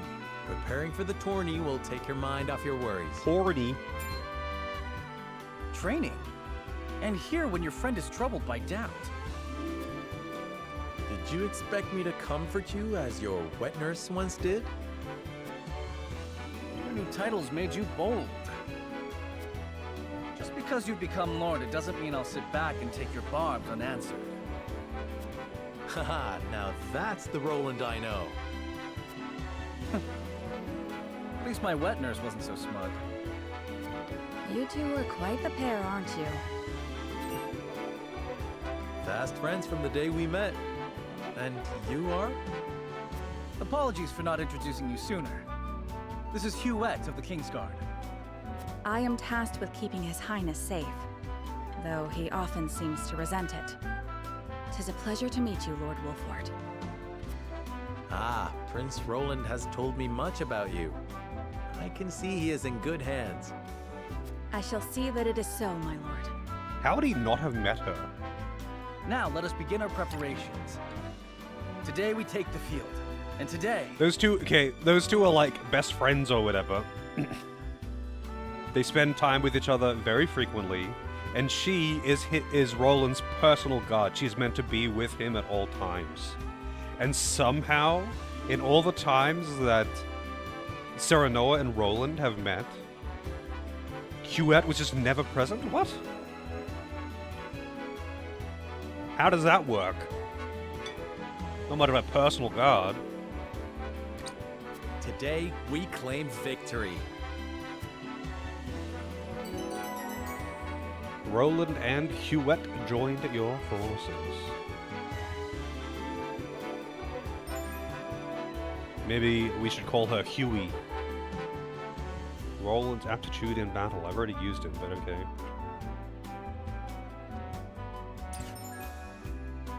Oh, finally got an archer.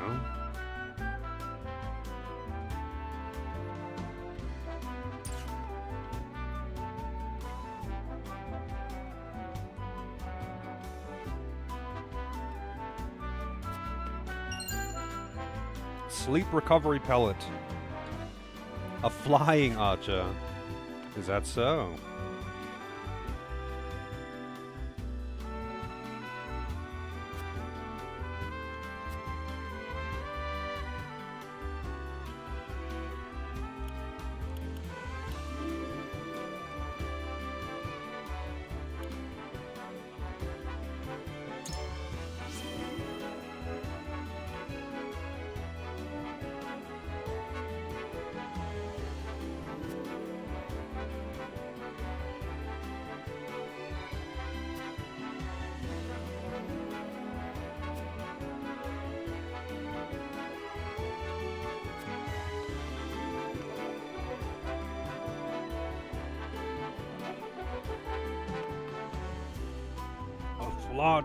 A flying archer, yep.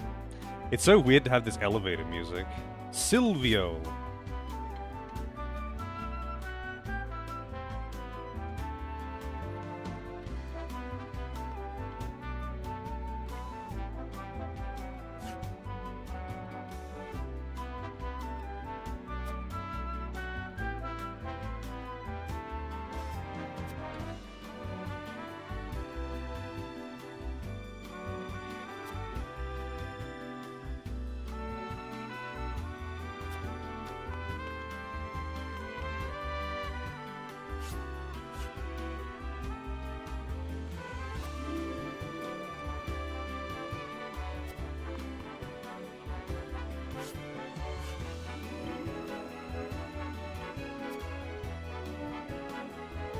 I find it weird that they don't have their portraits showing, like, on their speech bubbles or whatever. There's a lot of evil-looking characters.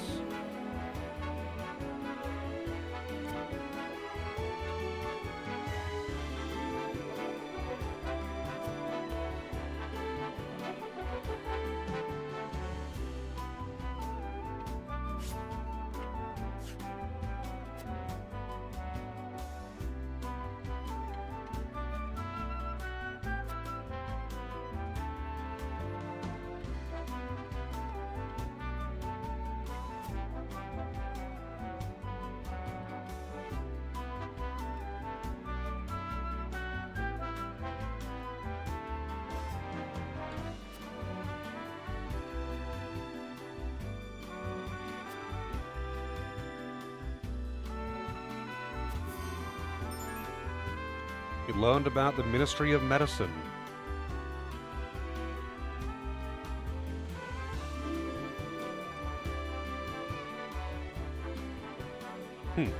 That's interesting.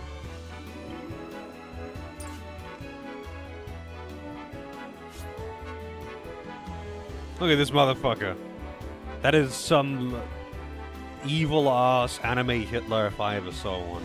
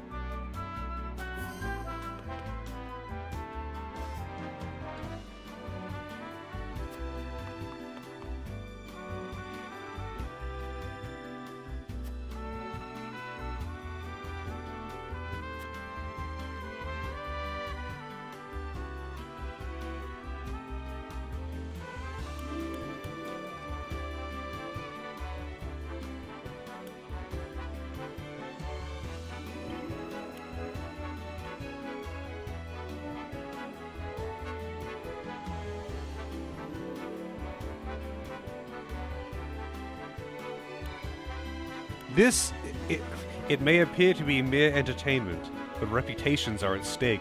If we show weakness, then it will be noted by all in attendance. That's the morality answer. What? That doesn't sound, well,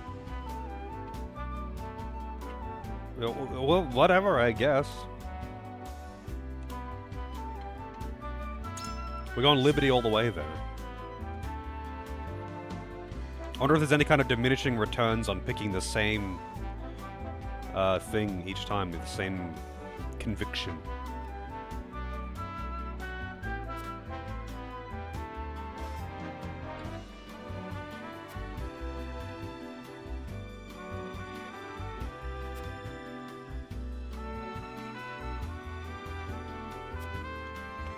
Treat this as seriously as war itself.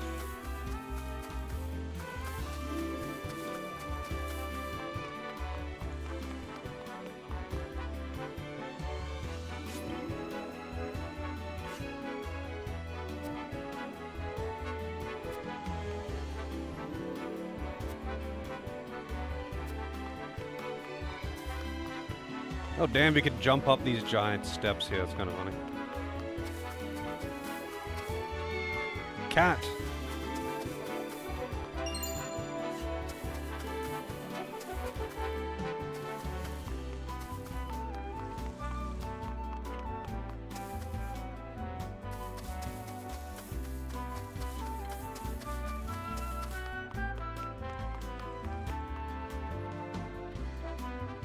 Bewitching dancer.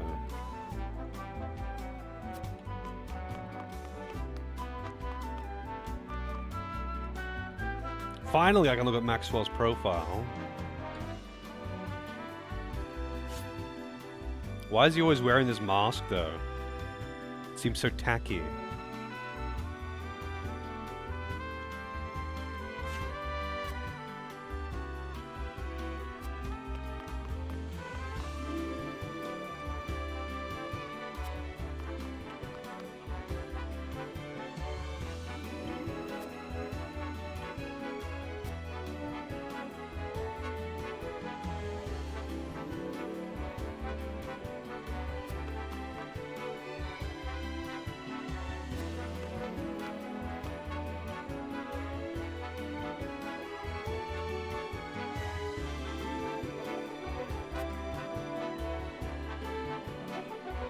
Hawk Riders.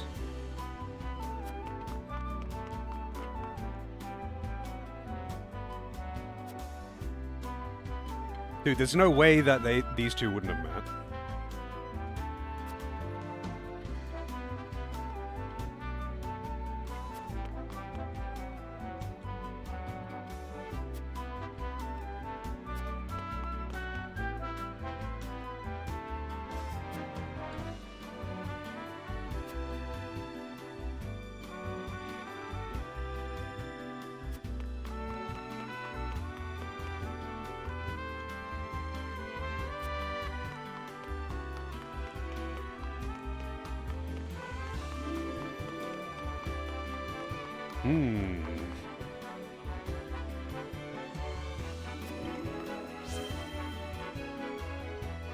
My convictions have been strengthened by just talking to people.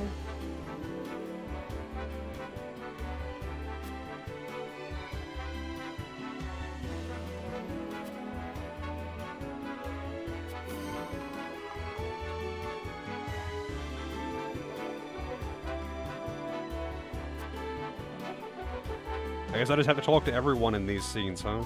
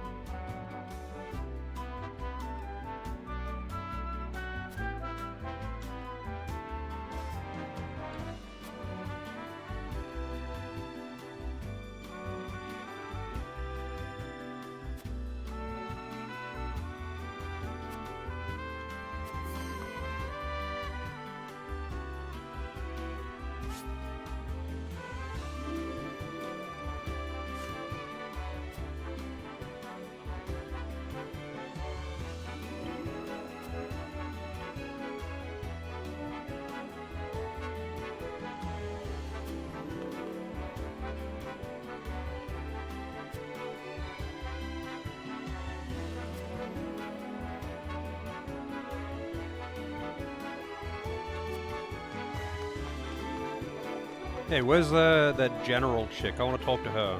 Oh, here she is. Avlora. I want her in my party.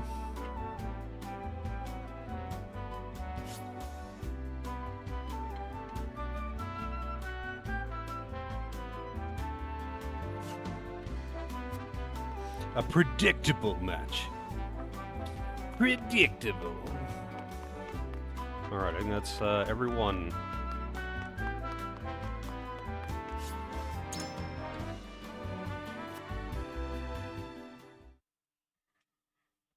Hey Nether, how's it going?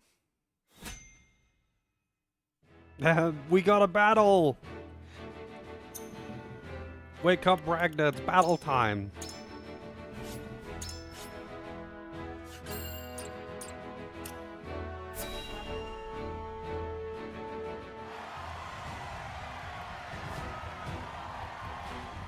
The combatants have arrived, and the stage has been set. Let us introduce the champions who will fight for the glory of their nations. Fighting for the honor of the Grand Duchy of Esfrost, General Avlora. Fighting for the honor of the Holy State of Hyzant, Minister Exham Marshal. Fighting for the honor of the Kingdom of Glenbrook, House Wolfort. And last but not least, the victor of our previous tourney, Sir Maxwell the Dawnspear! Hurrah! Hurrah! The Wolfort Lordling is here in his father's stead, I see. Lord Simon's heroics on the battlefield are the stuff of legend. A pity I couldn't match swords with him today. You will match swords with me. I promise to make it every bit as exhilarating as father would. You have his spirit, if nothing else. Indeed. I look forward to crossing swords with you. Still no triangles. Have assembled. Now, let the battles begin! I'm sure there's plenty of triangles around if you look at all the sprites. I shall announce our first pairing, as chosen by lots. Took 3 hours. Well, it took like Yeah, I suppose it would have taken it would be about 3 hours, although with my coffee break and just the fact that I've probably spent like well over half an hour just straight up talking and not going through the plot or moving around or advancing at all, I would say that's not too bad. Minister Exham and Lord Wolfort, make ready for combat! I would wager that as you get further into the game, fights are probably going to start getting pretty lengthy as well. Like,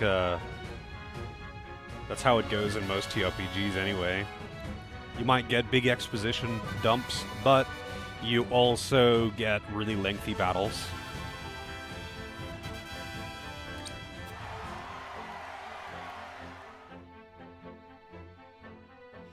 Revel in the glory of combat.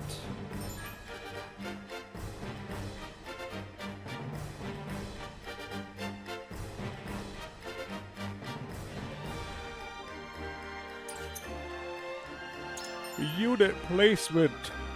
Ah.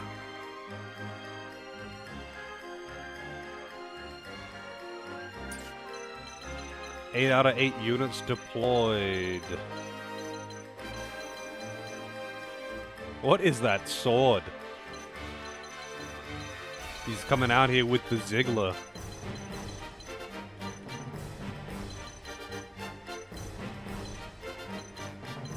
Oh, she's on a fucking bird. Nice.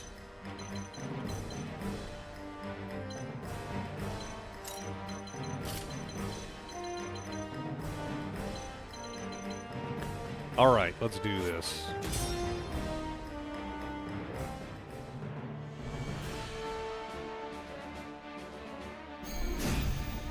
The battle begins. Why was the battle begins? Be gentle, my lords.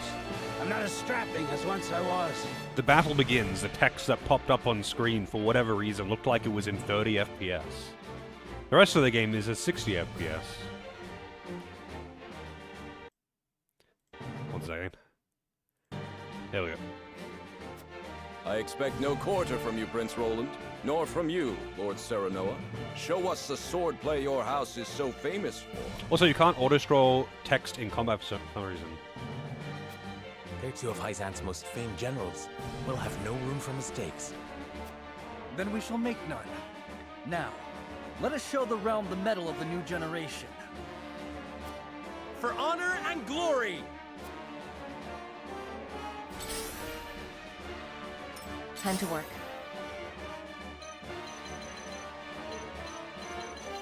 Oh, that's right. You're the double attack lady.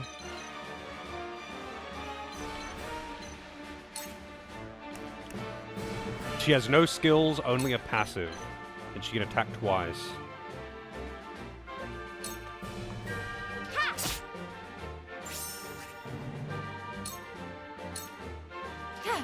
She can act twice, but she can't move twice.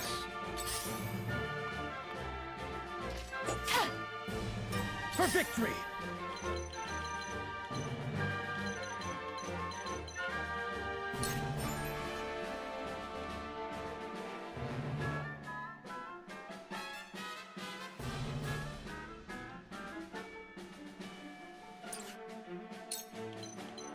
Oh, he's weak to spears. It's kind of seems kind of arbitrary, but okay. This is it! Shall we begin? Your lifeblood will paint my sword. Physical defense down. This battle is ours. Blinding arrow. What is her attack range with a bow? Obviously not that long. Range 2 to 4. Okay.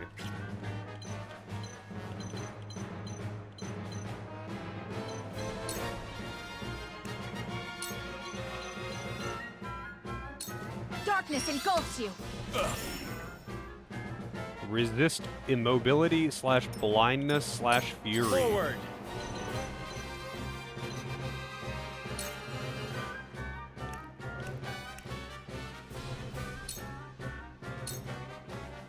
I'll make this quick. together.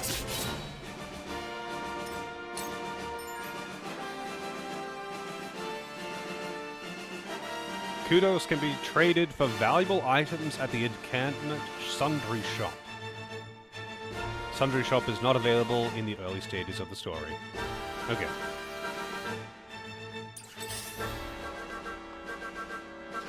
Impossible! Impossible! I see a path to victory.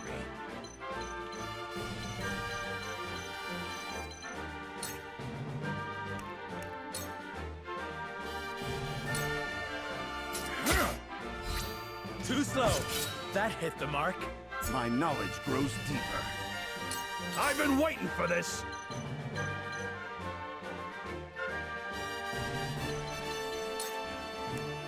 Provoke. Look to my shield. Ah. Right, you can't even taunt him.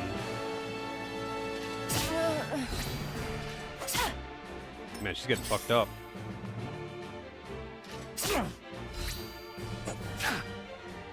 How shall I destroy you? Let me heal your wounds.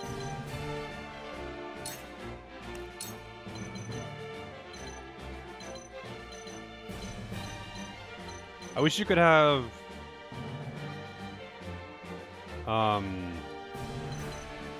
like persistent HP bars. There isn't a way to do that, right? Just have persistent HP bars above people's heads or something?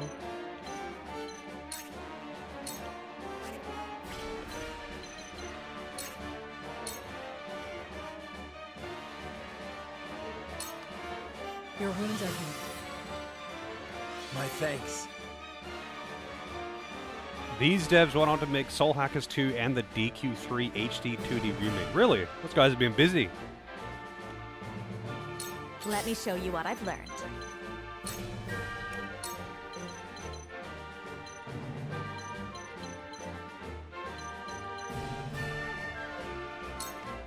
With the powers in me.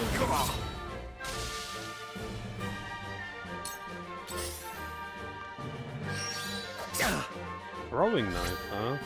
I'm a fool. I was prepared for this. Yes, you are a fool. You fool! Allow me a sound strike. Victory is Ah, he's within got reach. 1 HP left. I'm a fool. He's actually nearly dead. Charge! I probably should heal him. There was a turn order here. Oh, he's absolutely going to kill him if I don't heal up.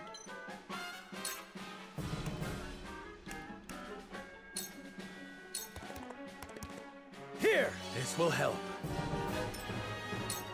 Realize the gulf between our skills. No, he's probably dead now too. Oh, he's alive. Take flight. Kind of.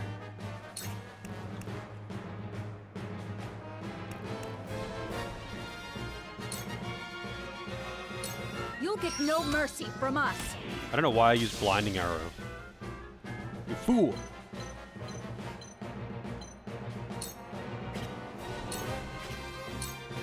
Forward.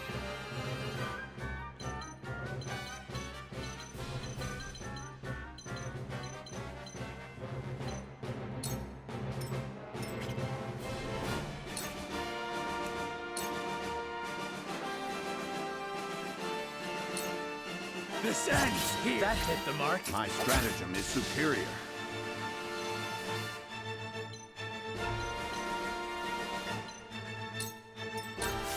There is no mercy on the battlefield.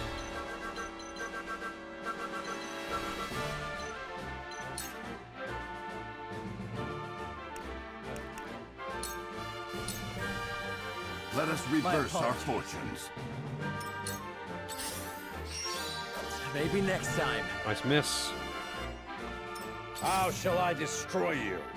Sweet. That is true, yeah. For this. I mean, they do the same thing in Final Fantasy Tactics, though, right? Everything gets a generic name, doesn't it? Actually, no, not everything gets a generic name in Tactics. In Final Fantasy Tactics, I mean. Tactics Ogre, yes. Final Fantasy Tactics, I think some things have generic names.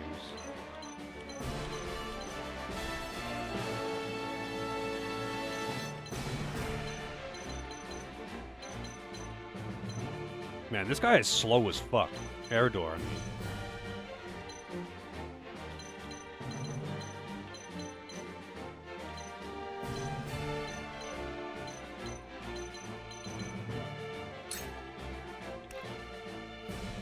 Raise movement.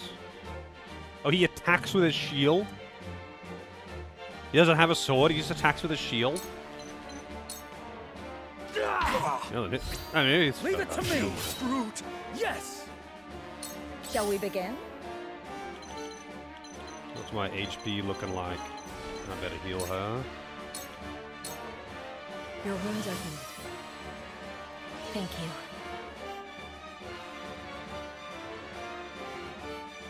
Ogre Battle and Tactics Ogre. Well, Ogre Battle hasn't got any recent iterations. The most recent Ogre Battle was Ogre Battle 64, right? Because they made Ogre Battle March of the Black Queen, Ogre Battle 64, Tactics Ogre, and then they like did the Tactics Ogre series. Tactics Ogre, Let Us Cling Together, Tactics Ogre, Night of Lotus, and there was another one that was like on some weird. It's a JP only game that was on some obscure fucking handheld as well. March of the Black Queen PS1. Oh, that's right, it got a port to PS1. But yeah, that's because they did a port for Tactics Ogre, Let Us Cling Together to PS1 as well. That's a long time ago, though. But yeah, they've been around for a long-ass time.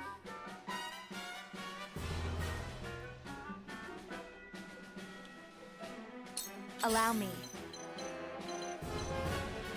They've been busy. I mean, that's interesting to know that people that worked on both Ogre Battle and Tactics Ogre worked on this game. That is interesting to know.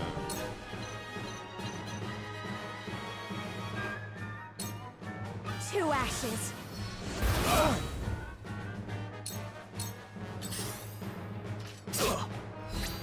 My aid is yours. Your orders?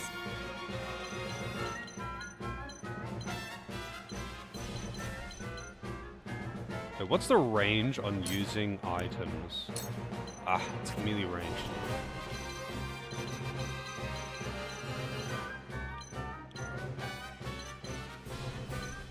What the fuck are these two doing over here?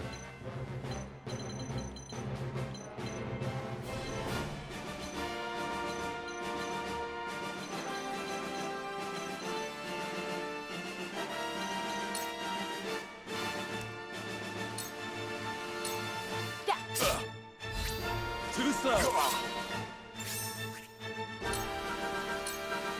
Allow me. You've left yourself open. So much experience. Learned throw poison. How annoying. Those two over there are just... Oh no, he's dead. Damn it. I underestimated them. Permadeath. Don't lose heart, Saranoa. Show them that the Wolforts never back down. The hunt is on.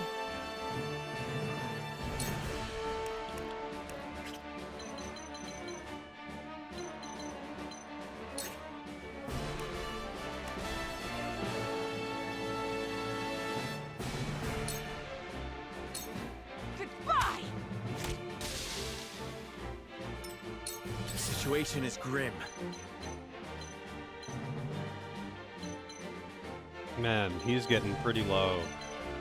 And I want to kill this guy. I also want to loot that shit.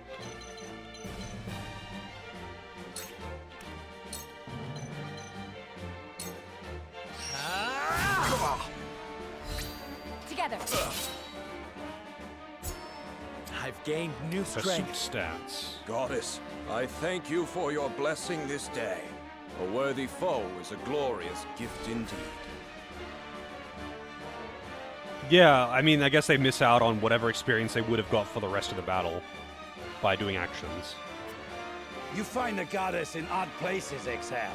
This trifling tourney will bring Hyzant neither riches nor glory. The goddess works in myriad ways, Minister Sorsley. You would do well to keep your eyes attuned.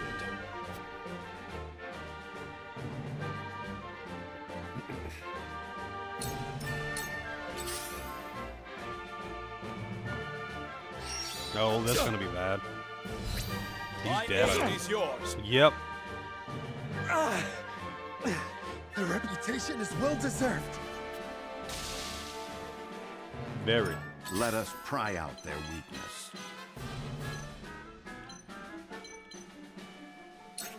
Forsooth. Just as I planned. Die already! I will end this.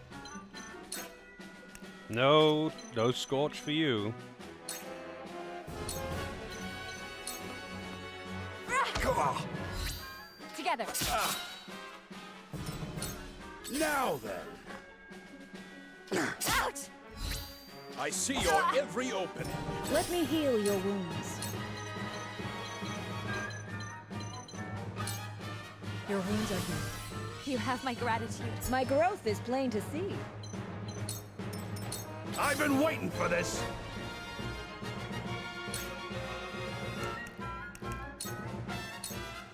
You're done! My stratagem is superior. I asked for no quarter. You did not disappoint. Perhaps one day we can fight as allies. Minister Sorceslay, I leave the rest in your capable hands. Exquisite spoils. My turn.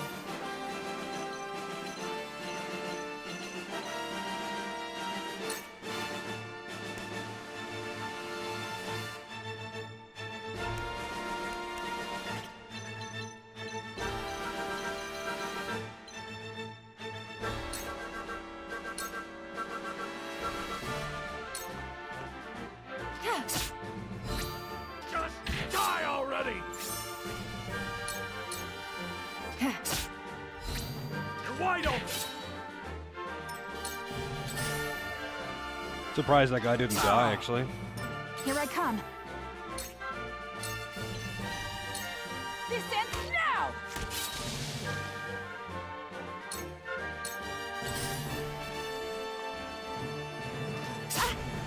He had the. I guess it's better. A pincer I can. attack is better than a crit, I guess.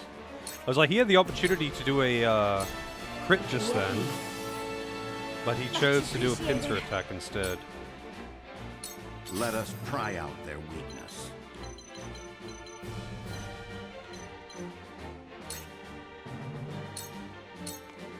Sloppy! One more.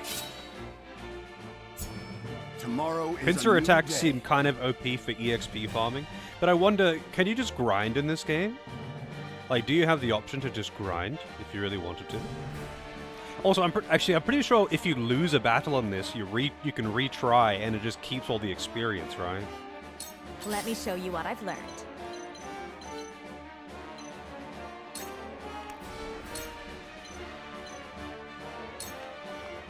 Two ashes.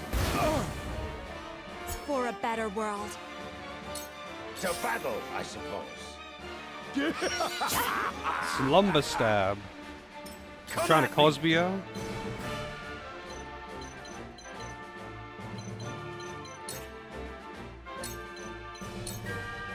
You're done!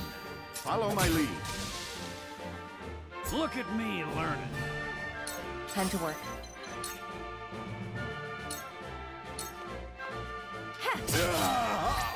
One more. Suffer. Victory is within One reach. more.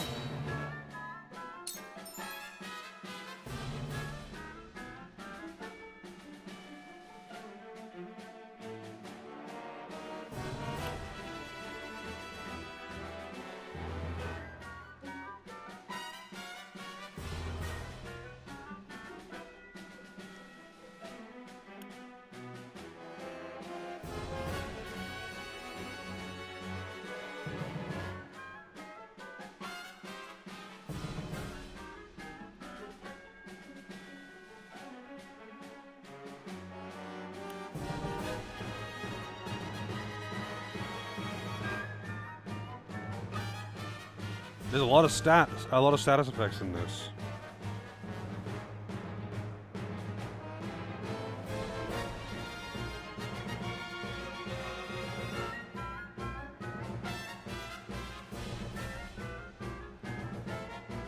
This battle is ours.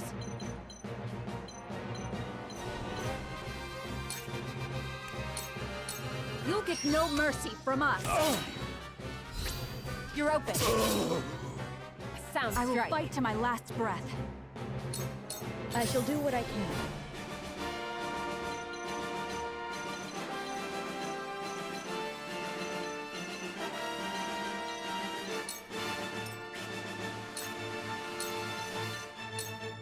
Allow me. Does this game have the diabetes status? It doesn't, unfortunately. There is no mercy on the battlefield.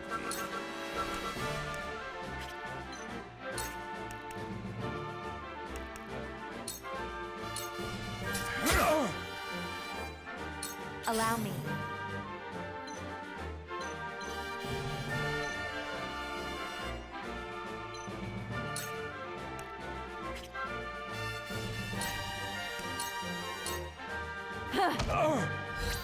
We win.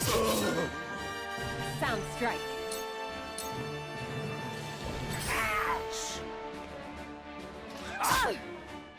Come at me!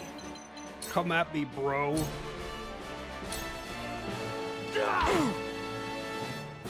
Your orders?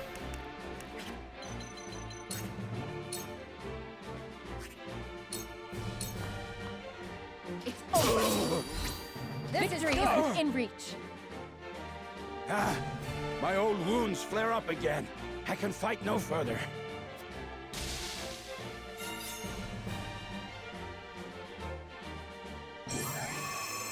Victory! Even though both of the main characters that I had here died. But oh well.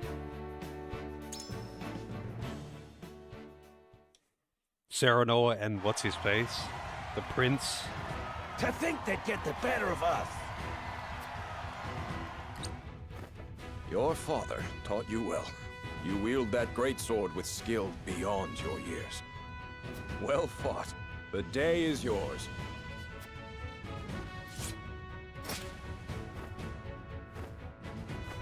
Roland.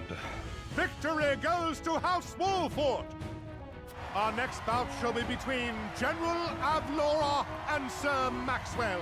May glory go to the victor.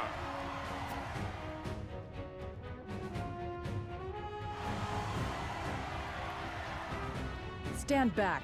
This one is mine. Very well. I accept your challenge.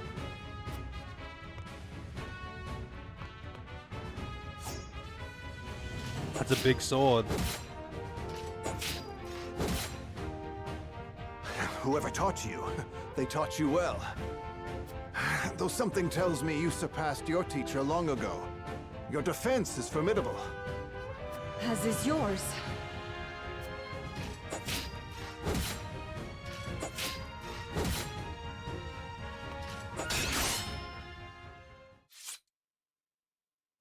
I yield. AIDS. Figuring out how to draw triangles? Yep. We're doing our best. We're triangling hard. Applying all the geometry to our strategy. Victory goes to Sir Maxwell!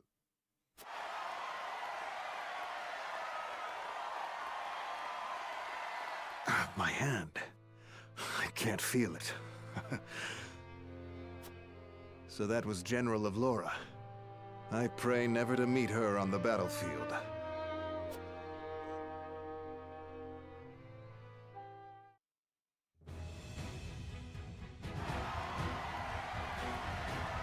There will be no quarter given today, young lord of House Wolfort.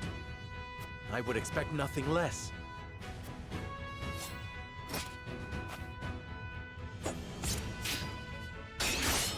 Wait, what? I don't have to do this fight?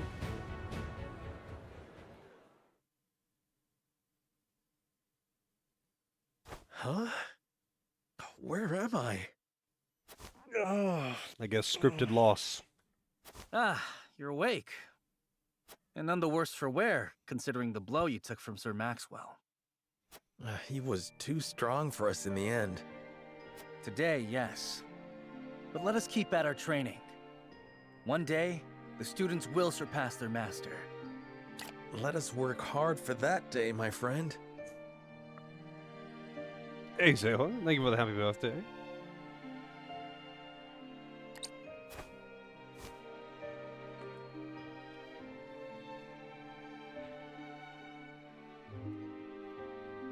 To arms, brave warriors. Oh, he's messaging me. 1 second. Oh.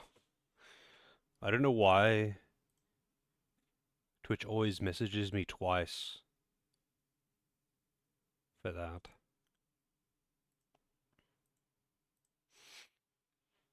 Also, 1 second. Let me open up.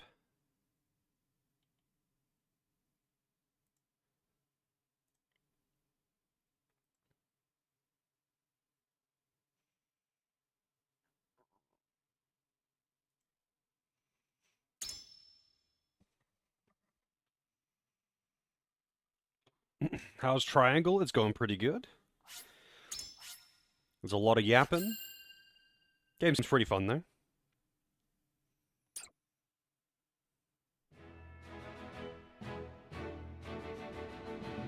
Serenoa and his stalwart allies prove their mettle against the realm's fiercest warriors before finally facing Sir Maxwell, victor of the previous tourney.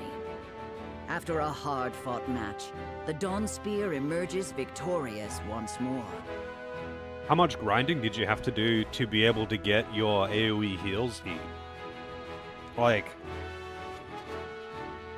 I couldn't tell. Like, I had a look at the speedrun to see the VOD, but like, it's all in Japanese, so I couldn't like read their skill names or something.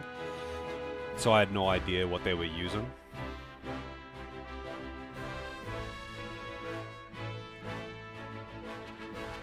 More of a yap fest than Octopath?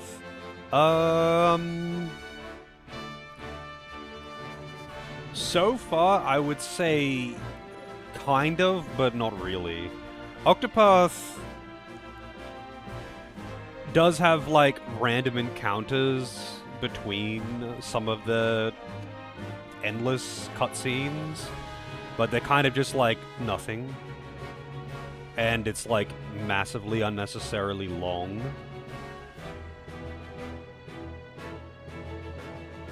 Whereas the battles in this have a bit more substance. So it's like, a battle in this will actually take quite a while.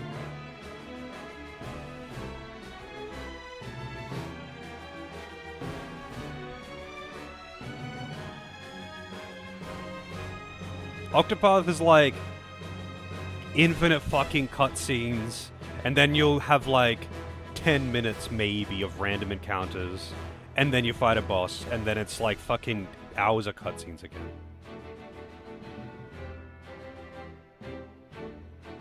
Octopath has got so much infinite cutscene, and the only thing to break it up really is the occasional random encounter. That being said though, if you're not doing the stories in Octopath, it's very gameplay heavy.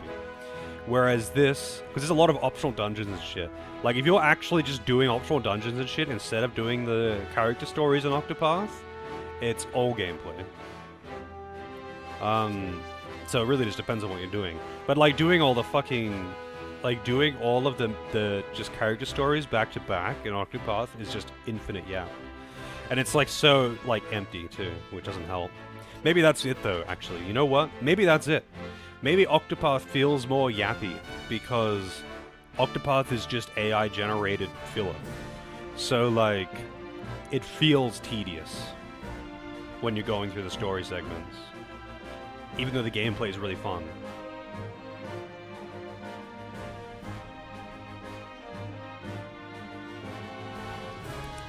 Hit 97.5 hours last night, about 50% cutscene. Which Persona are you playing again? Though beaten in the end, Serenoa's courageous display impresses itself upon all in attendance. Any doubts concerning House Wolfort's martial might are put to rest. Thus marks an end to the tourney and the festivities as a whole. 50%? With the spirit of harmony in their hearts, the delegates of each nation make preparations for their return voyages. Is Persona 5 actually more gameplay dense than Persona 4? Is that a thing? Because Persona 4 was insufferable.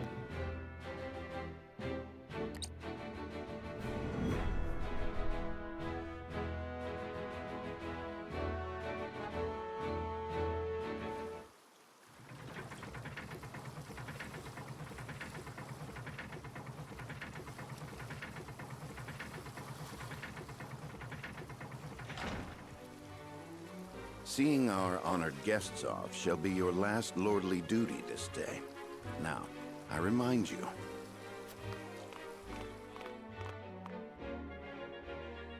It is not to be taken lightly. Worry not, Benedict. They shall be sent off with all the pomp they deserve. Why is he doing this? You take to your new role well, Lord Serenoa. Instead of the prince. As I must now the take king. to my own. Pray, visit me at the mines whenever you have the time.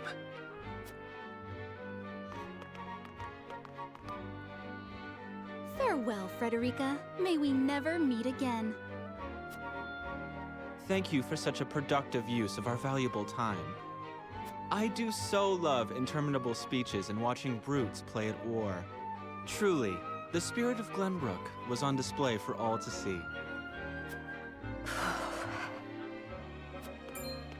Oh, but I should watch my tongue. Wouldn't want her to go whimpering to brother. Pay my fool cousin no mind. We have work to do. Work more important than any he could hope to be trusted with. I apologize for those two. This was a fruitful day for all in attendance. I am glad to hear you say so, General of Lura.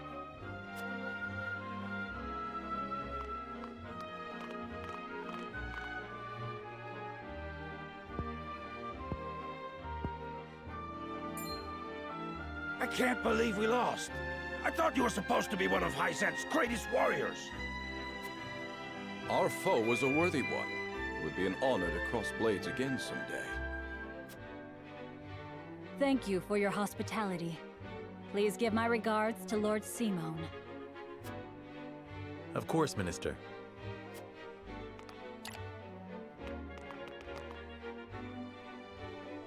It would seem everyone is gathered. Hey, Debuff, how's it going? It's finally happening. We're finally playing triangle strategy. You'll find your boats are laden with a bounty of Glenbrook's finest wares and victuals. King Regna asks that you eat and drink your fill, and toast to our three nations' newfound alliance. More of that swill you call wine? I suppose I could force myself to partake. Your king honors us with his generosity. We shall present these as offerings to the goddess of salt. The Hierophant, too, will no doubt be overjoyed.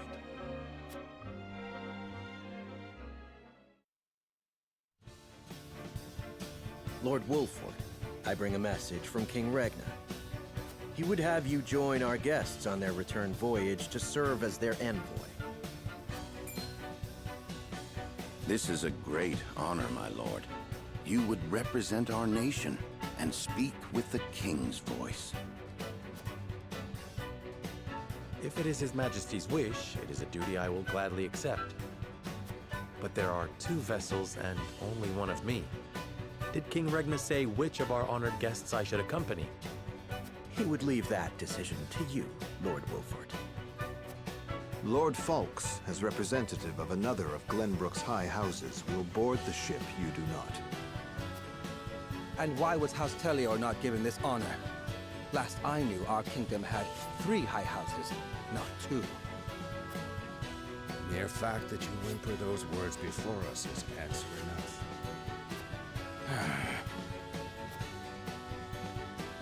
Good show at the tourney, Lord Serenoa. You truly are your father's son. The king has seen fit to leave this decision in your hands, and I shall not gainsay his wisdom. A lord must be worldly as well as wise. I trust you will conduct yourself as befits the lord of a high house. Thank you, Sir Maxwell, Lord Folks. The king has entrusted this decision to you, my lord. I suppose you have an idea as to why. He means to test my judgment. He is waiting to see which I choose and for what reason. Indeed. We are friendly with both nations now, so neither choice will earn his ire. That said, there is no telling how these relations may change going forward.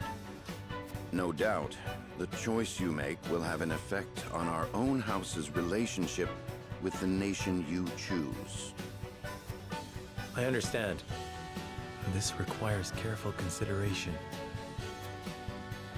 Benedict, gather the others.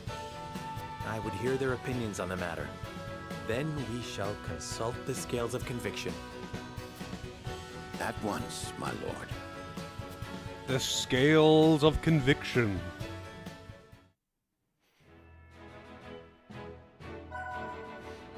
Tavern is now available at the encampment. Sundry shop is now available. I don't know what that icon means.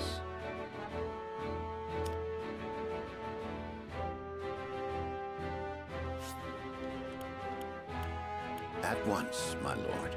Huh. I didn't realize you could replay the log.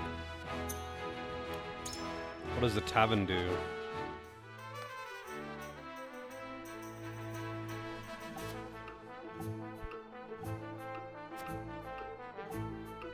Able to promote units' classes here. Exchange kudos for items and promote your allies.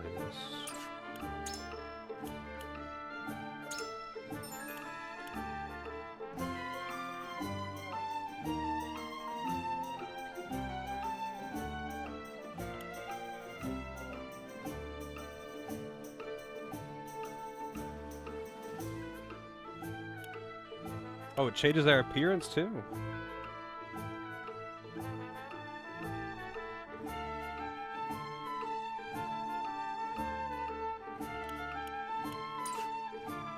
Medal of Bravery and level 10. Does it like reset their level when they get promoted? Like Fire Emblem?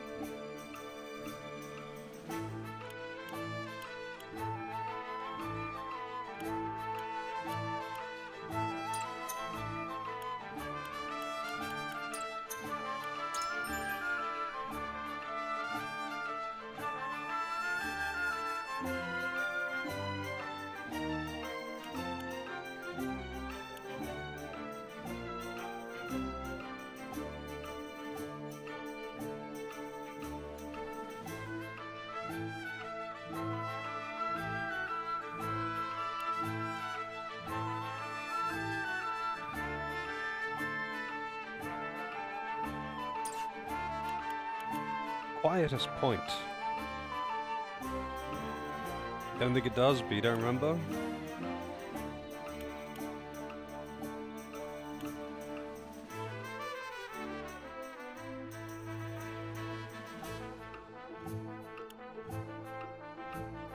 They keep their level? Hey Boomer, how's it going?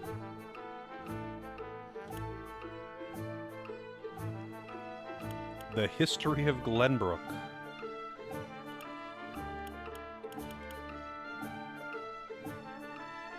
Is this just like lore items?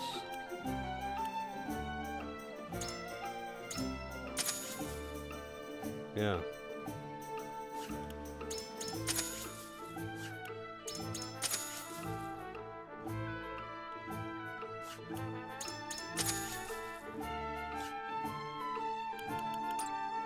Cool.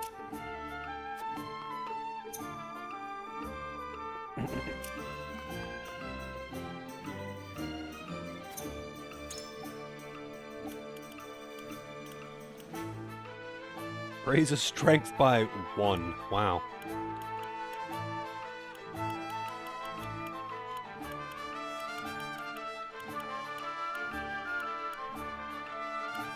10 HP is actually not insignificant at this point, because the characters haven't got very much. I suppose 1 strength isn't insignificant right now either.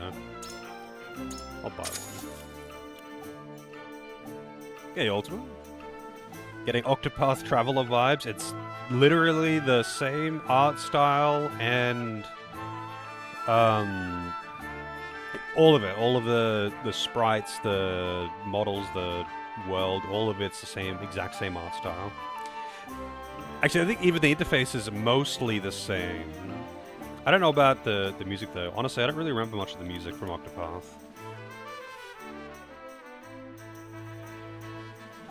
I've played Octopath 1 and 2 and Bravely Default 1 and 2. And I can say that I thoroughly enjoyed all of them.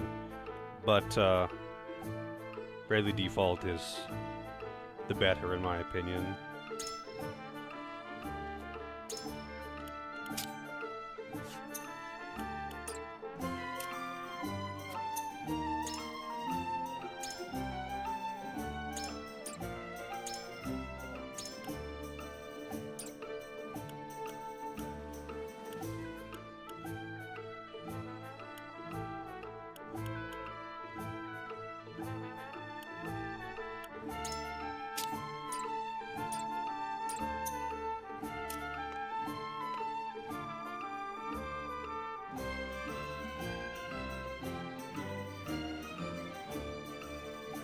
Yeah, Bravely Default 2 is pretty lengthy.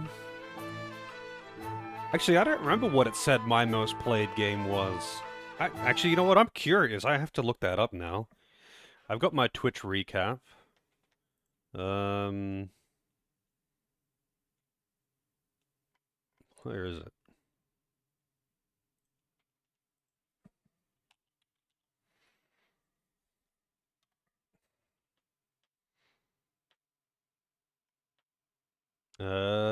Streamer, Twitch recap.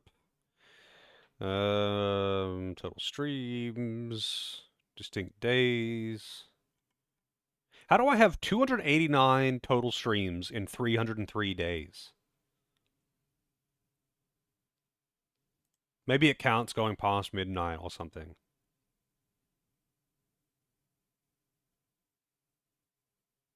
$104 I don't think it took me that long to beat Bravely Default 2. Actually, hang on, let me take a look. Let me open up my Steam. Bravely Default 2. I apparently spent 61.4 hours in that game. I did all the things too, though. I fought all the extra bosses, killed the dragon super boss and all that. I got 33 out of 50 achievements. I didn't bother getting all the achievements. I don't think I fucked around with the that like card minigame or whatever beyond getting the class. But hang on a second. Twitch recap. Top categories of the year. Retro, Assassin's Creed, Valhalla, God of War, Ragnarok, S75, Tales of Arise. Wait, where is it that it says what my most played game was? It might have been Assassin's Creed Valhalla. I don't know if that's like in order of the amount of hours spent or something. But retro, because I would have listed a handful of games under retro. Usually if I'm playing a game that has like, where the directory has like no following, or it's a very obscure title, I usually just put it under retro.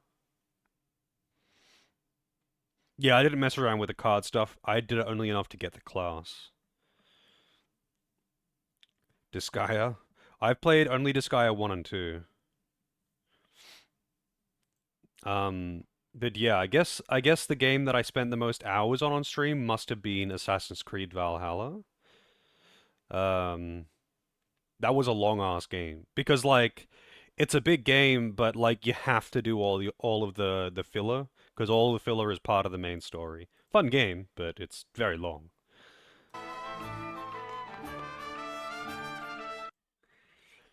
It's like, you know, like Witcher or something, but like usually in these open world games, the filler stuff is optional and the main story is actually fairly short.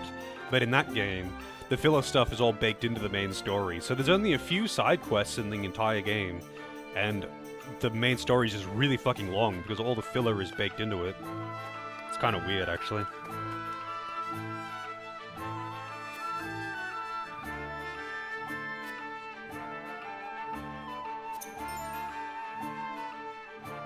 Engage in mental mock battles at the tavern. Each battle is different, so choose the one that best suits your aims. Also, replay story battles. Okay, so I guess you can grind here. 1 second, I'll be right back. Gotta check something.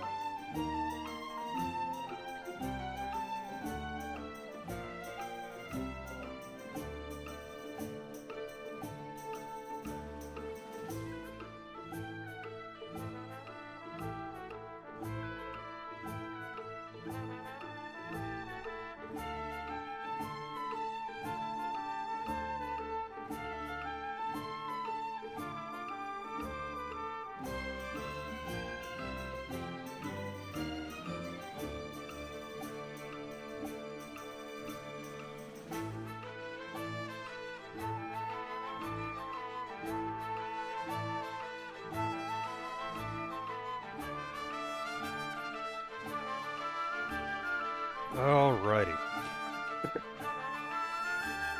I'm checking my triangles. Yeah. Oh, Horizon Forbidden West? Yeah, that was really fun. I played that one too. Thanks to Boomer. I played Zero Dawn, well, quite a while back now. But I played Zero Dawn off stream, and then Forbidden West was done as a request, and it was really fun. I quite enjoyed it. If you enjoyed Zero Dawn, then you would definitely enjoy Forbidden West. I can't say I'm a fan of the story in either of them. I think it's just okay. But the gameplay is so fun. I get absolutely absorbed in just exploring and doing all the things in those games. A little bit awkward on stream, though, because, like, I could so easily spend hours just collecting shinies and doing nothing.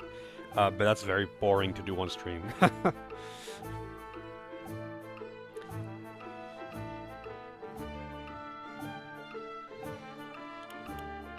Efficiency in melee combat will prove key to victory. Cut your teeth in this small arena before moving on to more advanced trials. Cut your teeth? Mental mock battles. Pincer attack. Alright, let's see what this basic training shit is.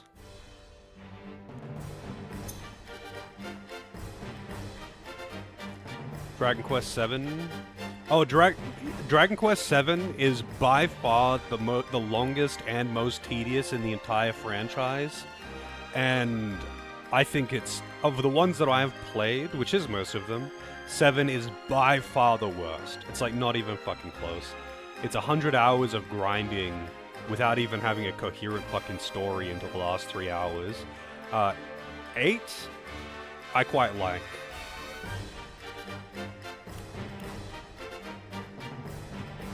Yes, 7 is just a mess. Don't even fucking unlock the class system in 7 until like 30-something hours into the game.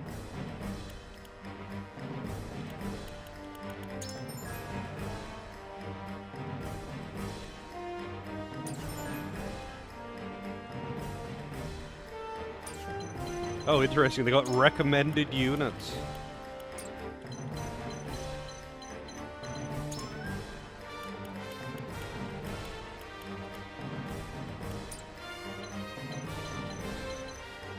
I don't know why it is arranged than the way it has here.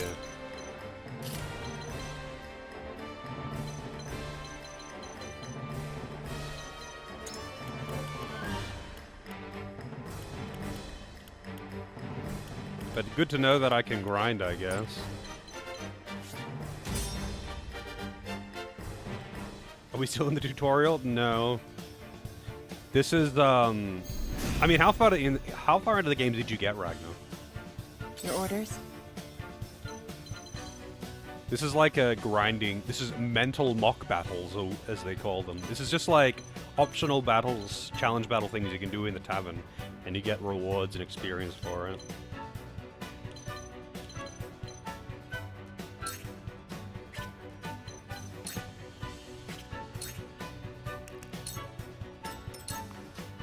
Charge!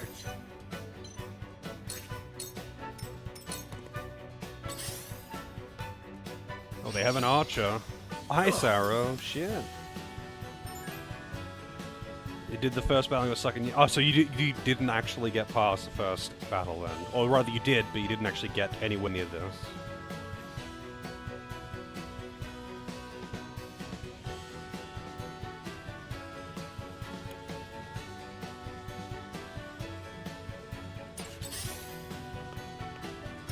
Forward!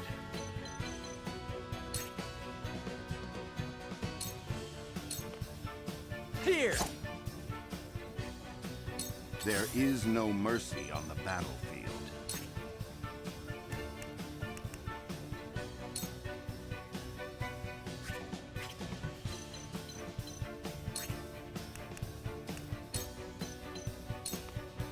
I have your back. Our victory is assured.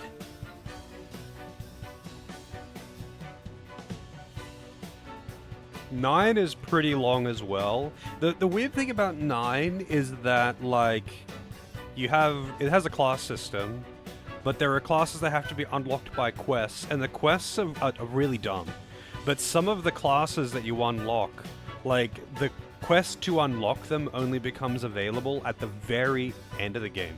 Like, for example, one of the classes in that game, the quest to unlock it becomes available in the second last dungeon, and it requires you to kill some enemies that only exist in the final dungeon.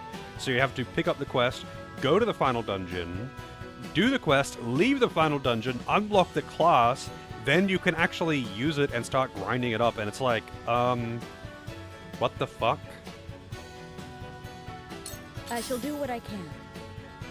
I just didn't use that class because of it. It's like, oh yeah, I would have used that. Maybe if it was available earlier than literally the end of the final dungeon.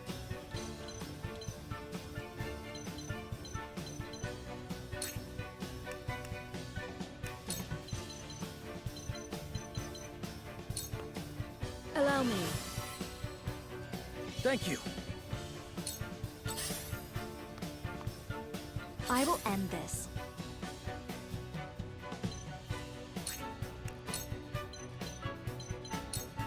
Please, heed my call.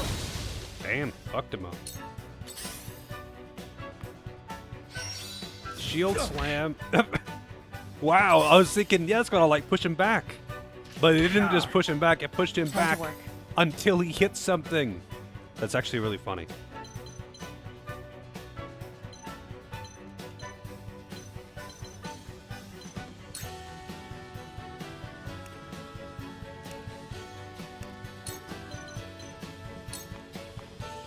This'll hurt.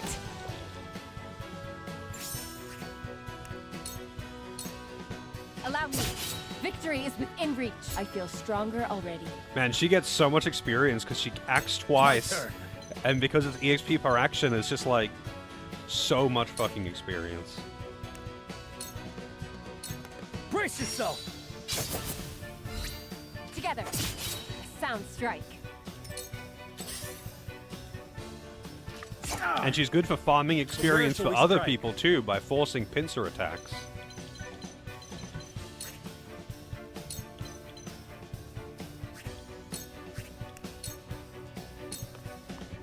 Wait your turn. That hit the mark.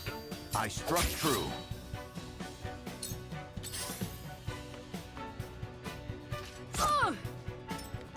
Wow, they actually hit quite hard just then. Your defense is weak. Allow me. Oh yeah, what is Pursuit Stance? Hang on. Pursuit Stance. Passive skill. Increases accuracy of and damage dealt by follow-up attacks. Okay. That's not bad. They're good.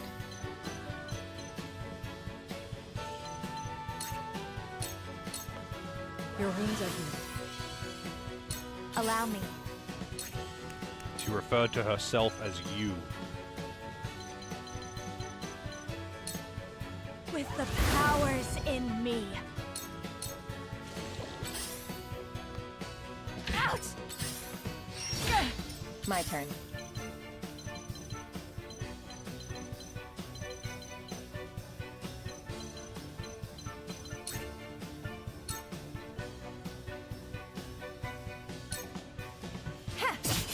Sound strike.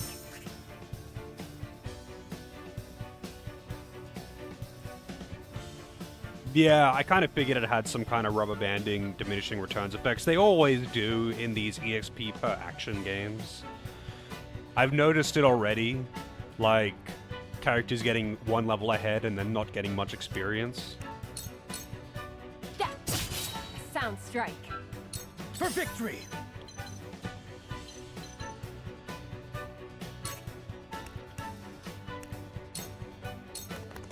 It ends here! For my kingdom! Defeat is not an option.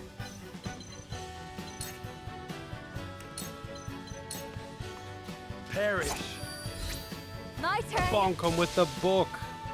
There's something satisfying about slapping an enemy with a book. Oh yeah, so these loot bag things, if you win the battle, do you automatically pick up any loot bags that are on the field? Because this is a thing in Tactics Ogre as well. It's actually in Final Fantasy Tactics as well. But in Tactics Ogre, it said they were gone in the tutorial. Okay. I didn't remember the specifics. I know it said that enemies could pick them up as well, but I didn't remember if it said they were gone at the end of battle. But yeah, in Tactics Ogre, anything left on the ground, like obviously enemies can take them and you can take them in the middle of battle, but if it's left on the ground and you win, you pick it all up. I will end this. Let me heal your wounds. Allow me. That's a bit unfortunate. My utmost thanks. With clear eyes, I move forward. For those in need. Time to work. This is the end. What if, like, the last enemy you kill drops it? What happens then? Like, the last enemy you kill is just a generic dude, and he drops some loot. I guess you just don't get it, and it laughs at you.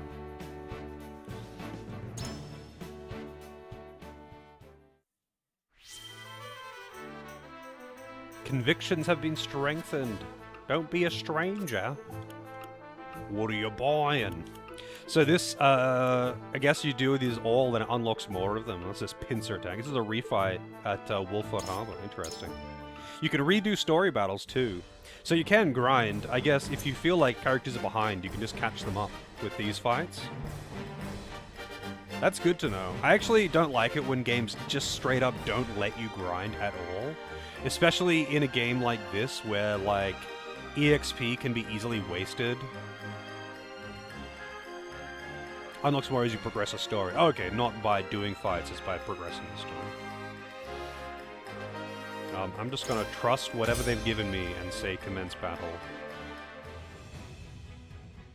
Oh, there's a bag on the field.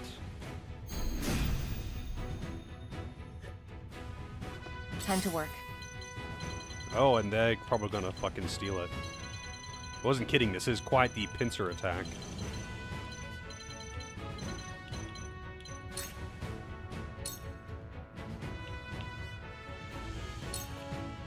Allow me.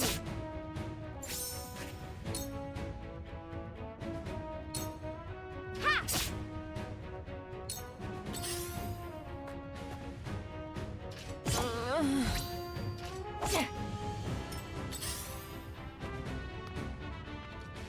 Bandit Bowman. No!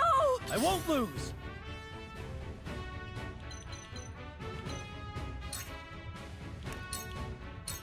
Brace yourself! Double thrust.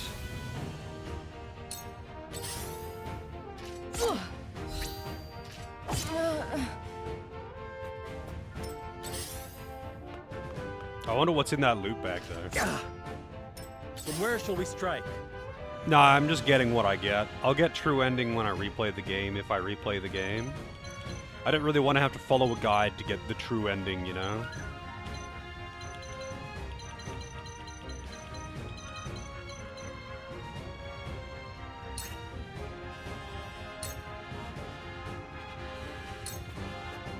On your guard. Together. Sound strike. I shall try my level best. Just as I planned. Now!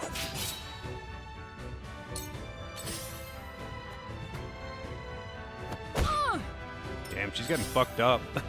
She's probably gonna... Actually, no, again, not getting attacked. Careful. Nice This miss. isn't good. She's gonna have to just heal herself. Be at ease. I didn't want to have to heal herself there, but whatever. I got curative items too.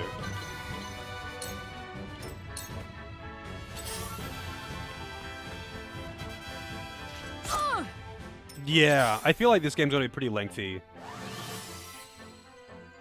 So, replaying it a whole bunch of times, the different endings might be a bit tedious. But we shall see.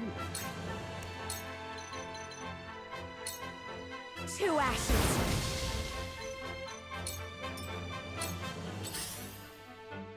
My lord! Your orders?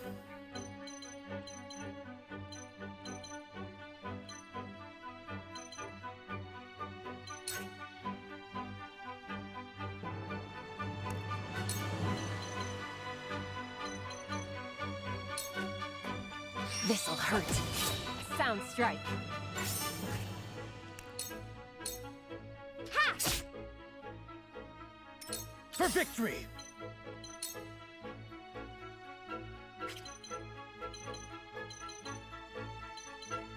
Well, I guess I'm stopping him from...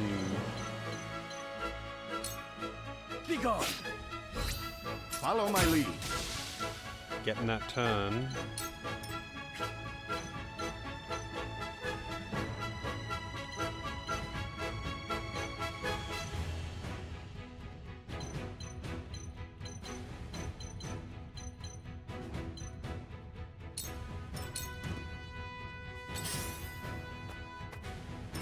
Where shall we strike? They don't seem to be trying to steal the loot bag.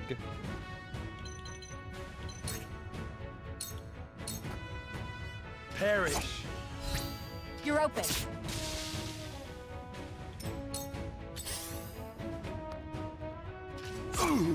But yeah, for me, when it comes to like multiple Let us try out multiple playthroughs required to get all the endings type thing, it's purely a matter of like how much I enjoy the game. Like, if I really enjoy the game, I'm happy to replay it. But like, if it's a slog fest, then I'm probably not replaying it. It is very heavy on cutscenes, yeah. I don't mind. It's like almost fully voiced, so it's actually super chill. I can just sit back and sip on my coffee, you know?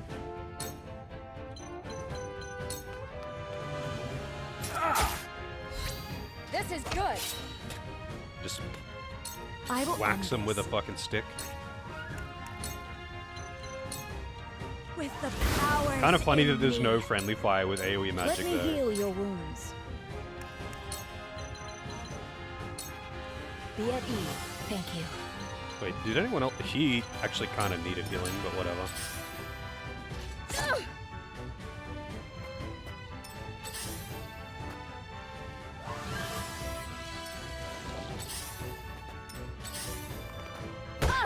Your orders? Man, leave her alone. Jesus Christ.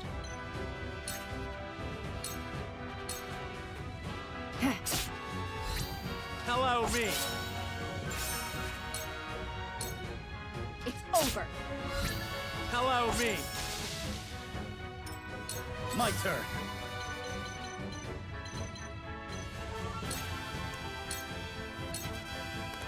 My lance strikes true. Did you see that? Your luck has run out. Yeah, that's a thing too. When like the alternate endings barely change anything at all. From where shall we strike?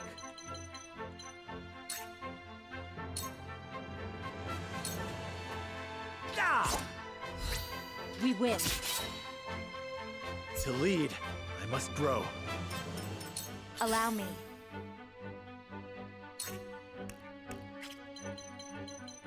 Wonder if she could kill with that. Nah. In fact, I guess she can just use...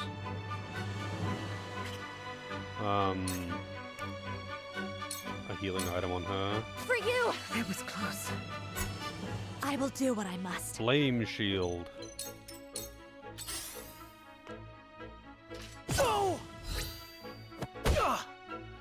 Let me heal your wounds. Like, some games, though, with, like, alternate endings, I just...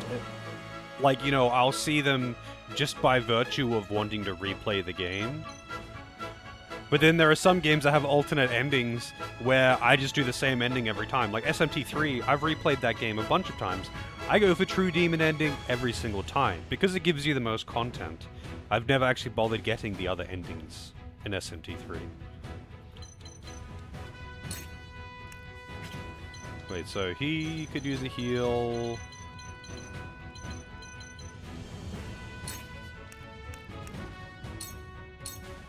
Allow me. This will be of great use.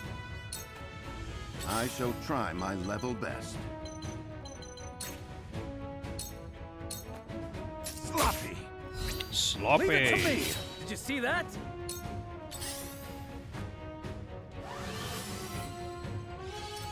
Stop healing! Oh, that guy's annoying.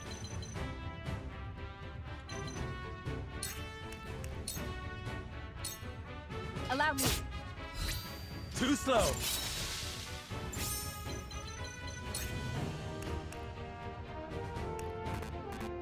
Wait, why can't I do a second action with her? I guess if you're ending turn on an item, it doesn't let you. Or maybe the elevation stops me from doing it. No! This won't be easy.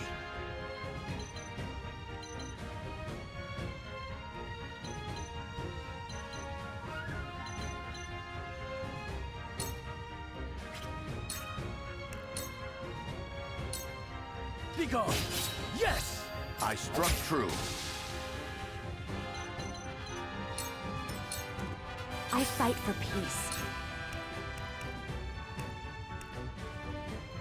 Raise an ally's fire resistance for 2 turns and gain the ability to counter fire attacks.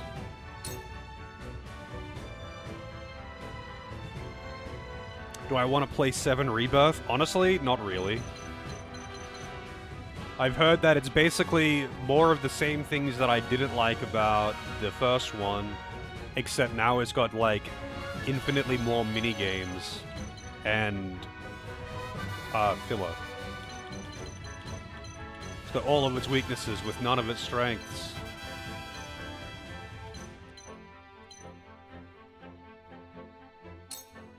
Two actions. Forward.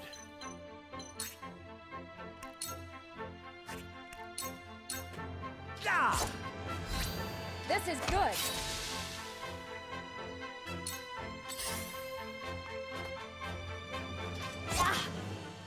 Let us pry out their weakness.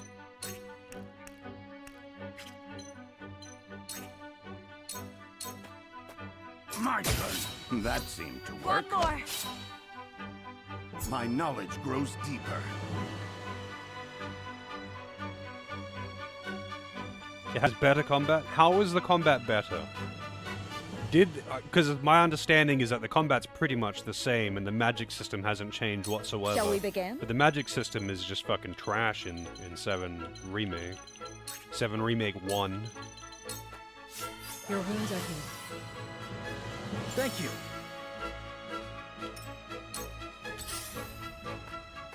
Combat's My way turn. better? How's it better? Like, what's better about it? You won't escape.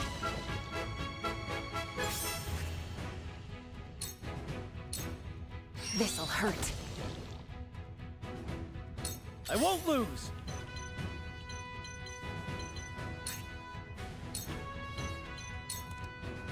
Be gone. Nice miss. I fight for peace. Oh, she doesn't have enough for Scorch. Gonna bonk him to death. Slap him with the book. Follow my lead. Is the magic system the same? For the honor of House Wolfort.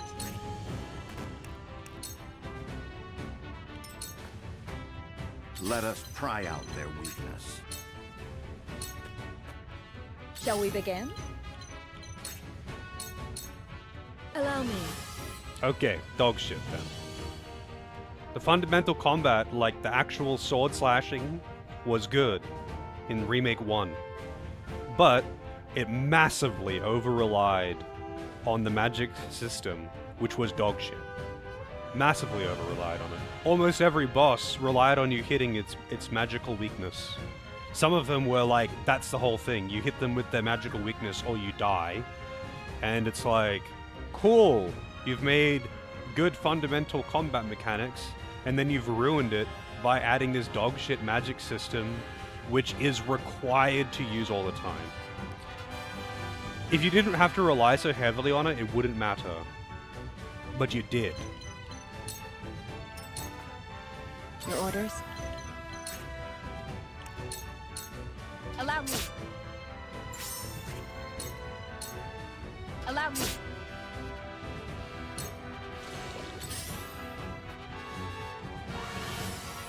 Man, this guy just wants me to EXP farm him, huh? For the honor of House Wolfort.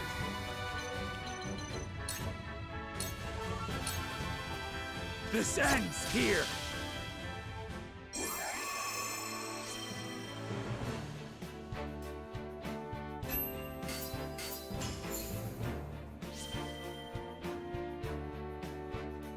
Convictions growing.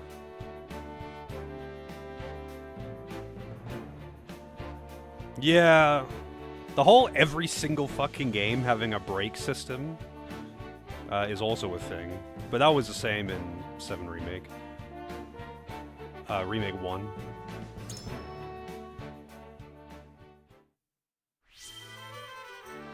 Conviction strengthened again! Alright, so I'm not gonna do these story refights. You actually get shit from doing these though. So I could use this to get another HP ring. We could farm HP rings. FF16 doesn't have magic? Yeah, it doesn't. Not really. FF16 combat was honestly more fun than... Like, okay, it was simple. It was pretty basic. But, like, it was fun. And that's all I care about. 7 Remake was like, okay, cool, the fundamentals are fun, but shame about the other shit. Whereas 16 didn't really, not that I can think of anyway, didn't really have anything that was just like, man, this one core mechanic is just so shit, it really ruins the experience. There wasn't really anything like that in 16.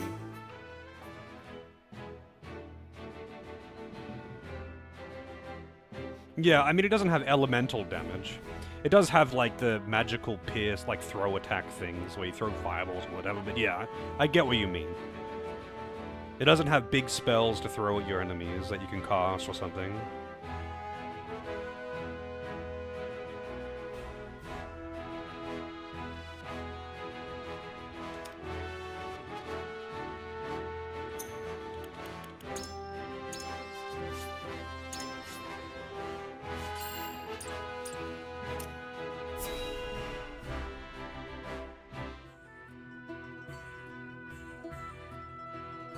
It seems your first test as Lord has come. 'Tis no small matter either. Indeed, but I needn't face it alone. I would ask each of you where you think we should go and why. Yeah, I can't say the story in 16 was fantastic. It was okay. It was as predictable as you could expect. And they, like, had some pretty big, question marks, you could say. But I didn't, like, hate the story or something. It just wasn't amazing. Like, I didn't think the story was trash, but it was just alright.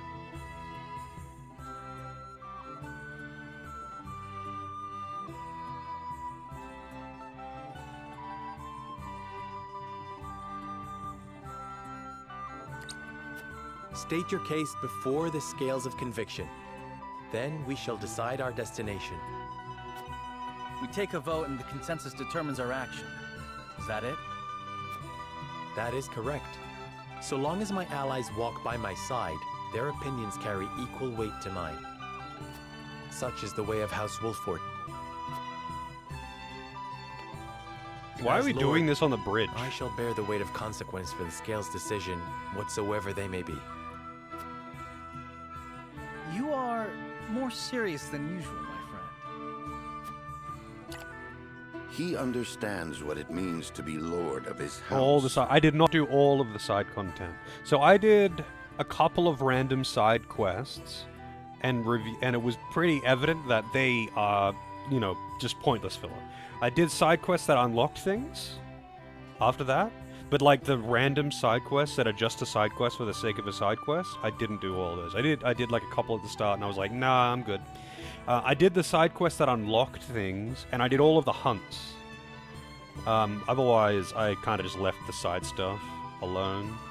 The game was fun, but I was not about to suffer through the... Can you help me find my cat?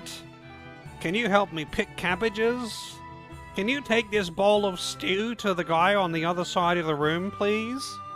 I didn't want to do that. Yeah, the hunts were really fun. I did quite enjoy doing the hunts. Especially some of those S ranks, where they're like tougher than the main story. Can you find the Moogle? There was some pretty dumb quests in that game. But yeah, I just decided, fuck this, I'm not touching these. Unless it's unlocking something.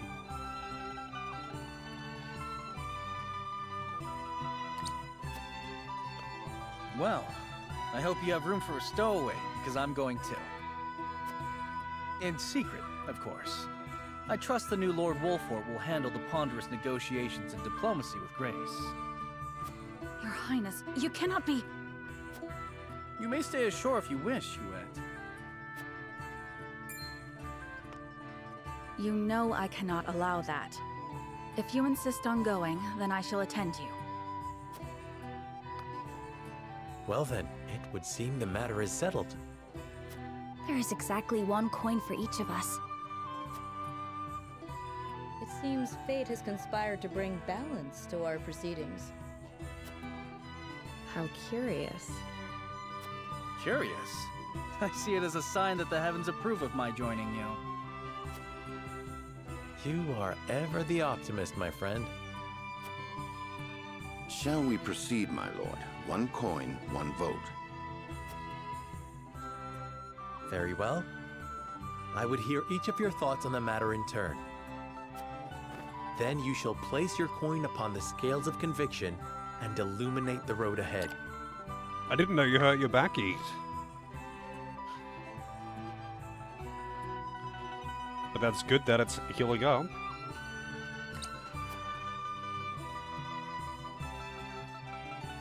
So this is the votes that people were talking about, huh?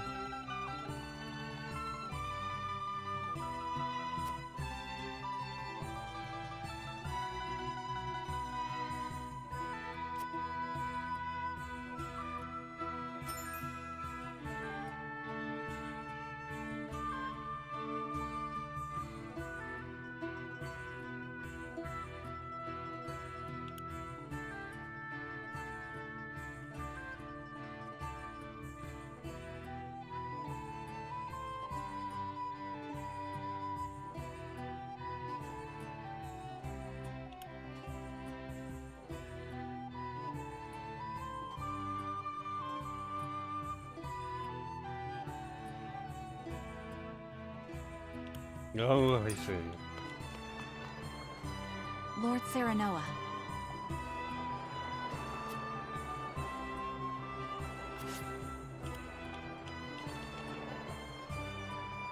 Wow, wait, this isn't giving me... an option here.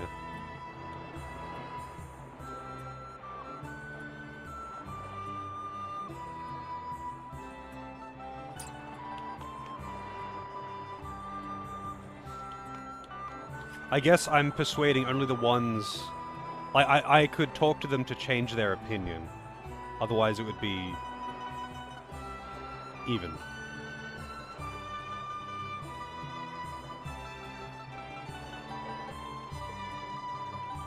Let the tutorials Lord flow. Serenoa. This one should listen to reason.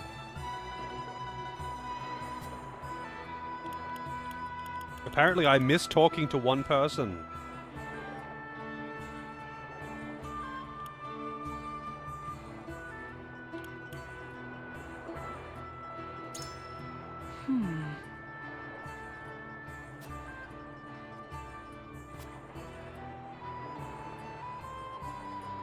Okay.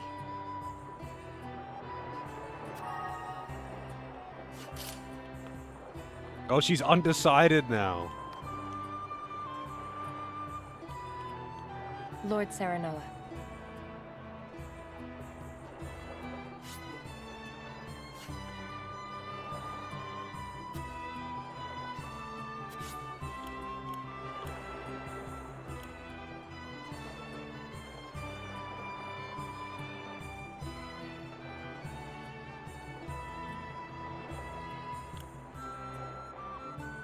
I mean, actually... Where do I want to go? Let's... I should probably think about that as well. I guess... I kinda do want to go to Esfrost. I just convinced someone to not want to go to Esfrost, funnily enough. Lord Serenoa. But I guess I just made her neutral.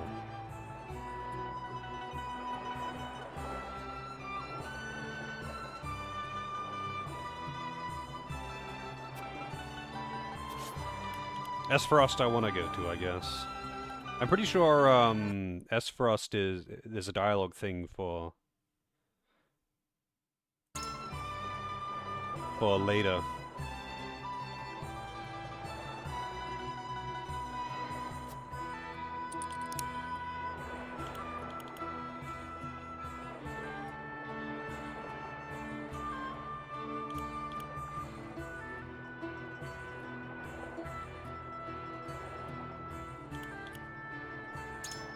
Indeed.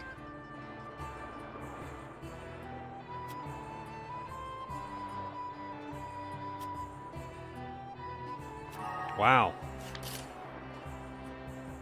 Still undecided, though. Serenoa.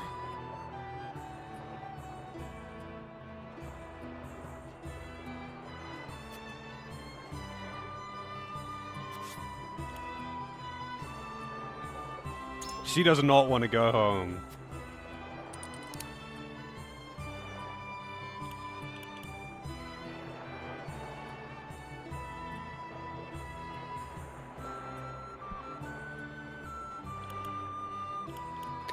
I'm inclined to think that this option, because it was unlocked by other dialogue, it's going to be the best choice here. No.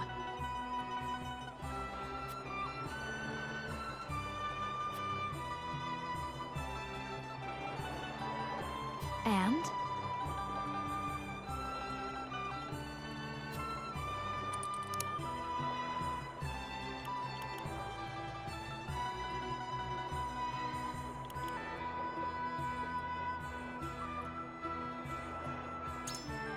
Surely.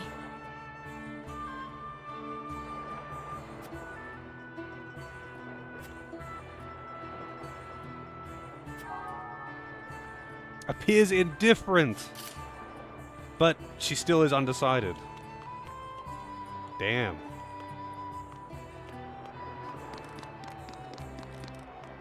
Huh. Why can I climb down here? There's nothing down here, but for some reason it lets me climb down here.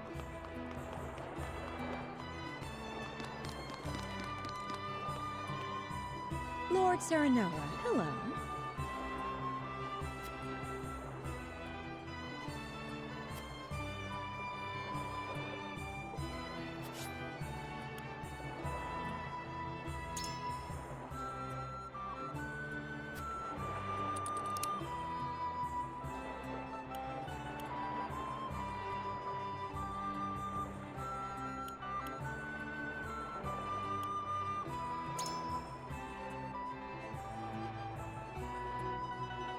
Indeed.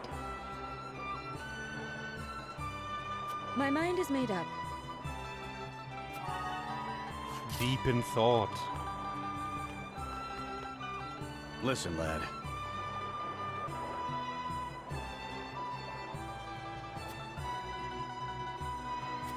Well, I don't need to persuade him. Or him. Lord Serenoa.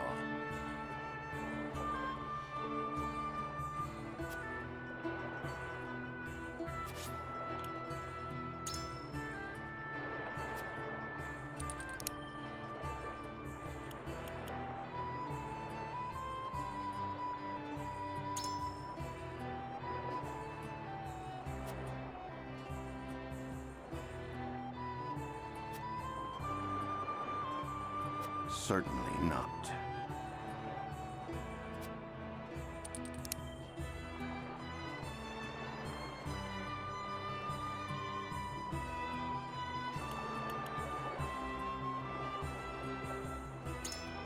Quite true. I am decided. Appears indifferent. Alright, end persuasion. Commence the voting.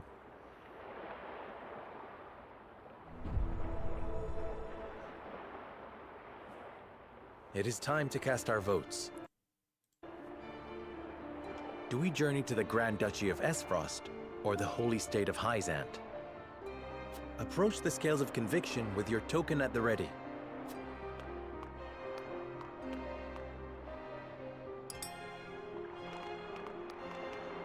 Forgive me, my lord.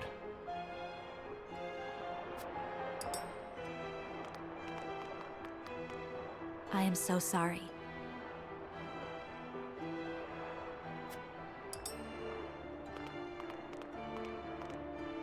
You aren't wrong, but God damn it. I have to reload. My apologies.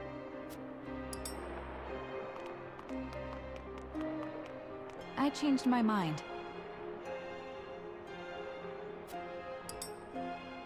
Is this actually random when they're undecided though?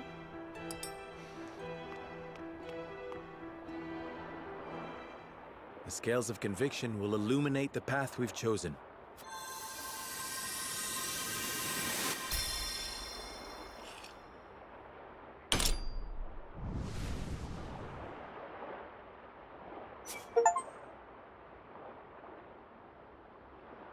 Successfully persuade an ally. I accidentally persuaded someone to go against me. But I guess I don't vote.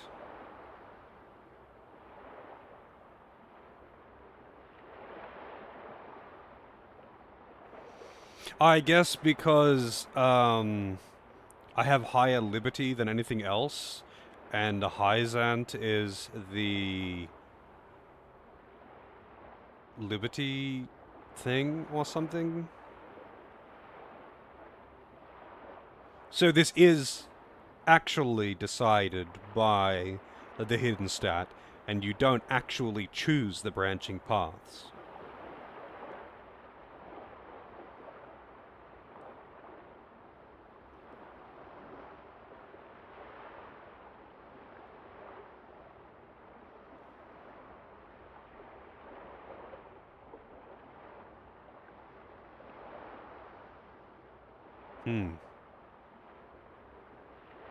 So, Like, how exactly... I guess I want to know exactly how the voting mechanics work. Like, it doesn't really matter which way we go, because I'm just getting whatever round. I don't care. I'm not trying to go for the true ending. But, like... I would like to know how it works. Because I'm guessing their choice is going to be influenced by the hidden conviction stat, which you don't know about at this point, like in your first playthrough. But on the wiki, they use green for morality, red for liberty, and yellow for utility. I'm guessing yellow is the neutral. But it makes sense that Hyzant would be the, oh, you're leaning liberty, you go to Hyzant, because it's the free country.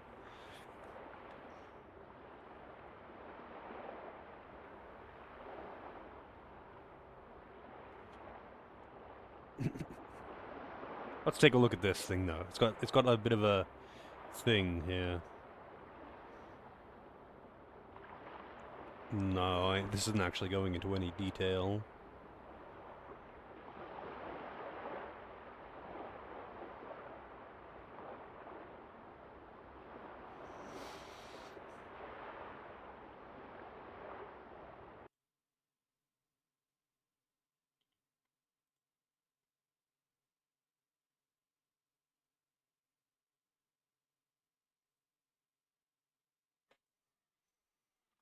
Let's see. Yeah, and the second playthrough lets you see what the stats are, but it doesn't let you, like, see what questions. I mean, I've got on the wiki here, when they ask you questions, it tells you, like, the wiki just has which one is which. But I'm actually curious. Let's see. I'm just curious if their votes are directly influenced by my hidden stat. So if I have high liberty, they are just going to vote Hyzant.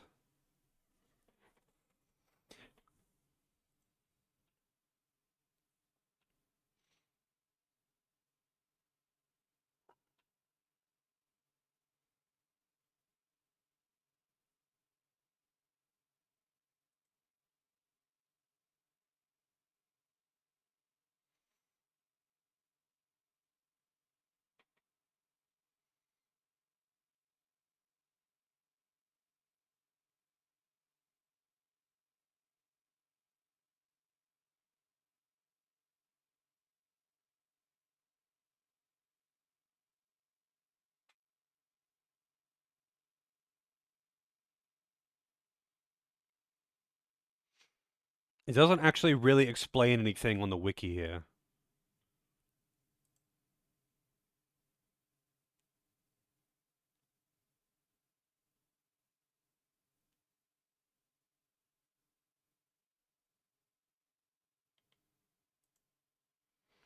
Honestly, it seems like a kind of silly system, but I think I might... Maybe if I understand it better, I won't think so.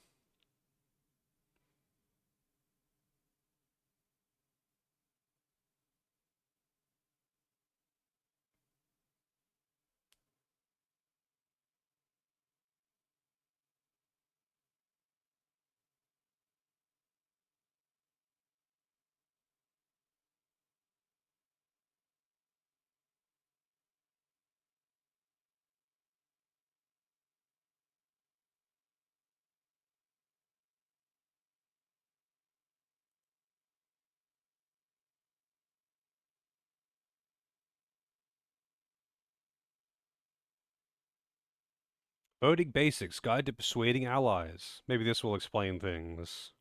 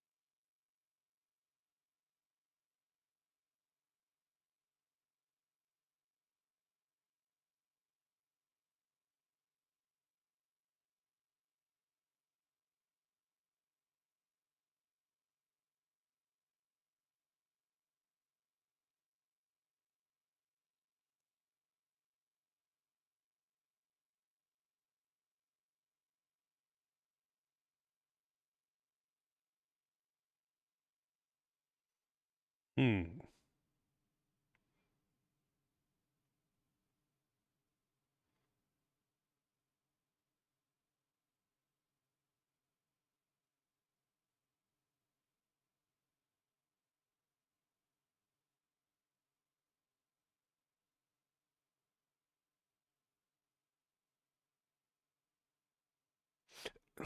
It actually recommends here to not go all into one conviction because it is actually RNG.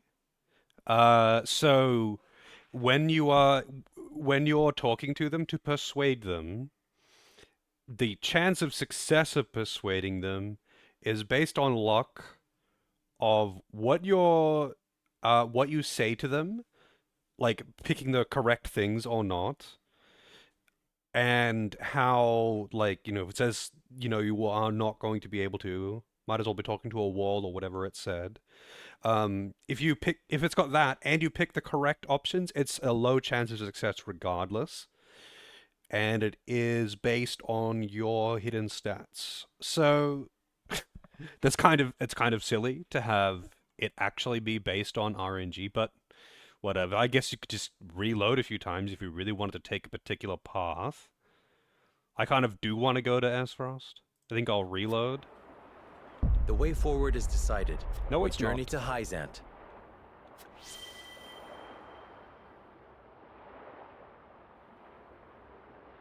When does the combat become more present? Good question. Hang on, I'm just gonna skip this until I can reload.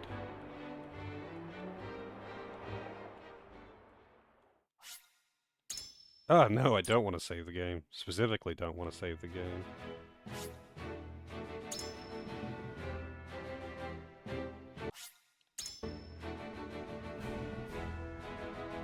We had some combat like 20 minutes ago.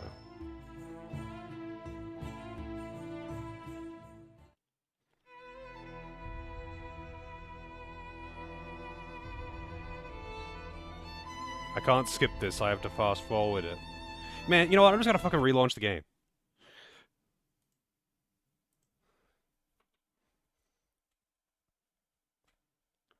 I'm gonna try one more time to get the thing that I want.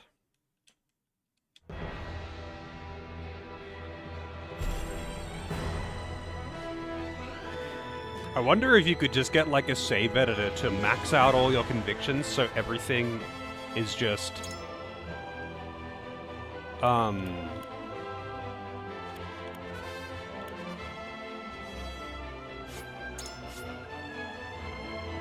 my quick save data. What is my quick save data? Whatever. I wonder if, like, if you just use a save editor, might not play a second playthrough. I mean, this system is whatever, though. If I was to do a second playthrough to get different endings, I would just simply use a guide. This kind of thing isn't going to stop me playing a game again. This is a kind of silly system, though. It's purely based on a hidden stat. Like, a hidden stat and RNG that determines the course of the story that just seems shit. But, considering that it's manipulatable and you can probably either mod it, like, there's probably a save editor. I would guess. And I reckon if you use a save editor to just set all your convictions to max, you would just have free reign to choose what you want to do.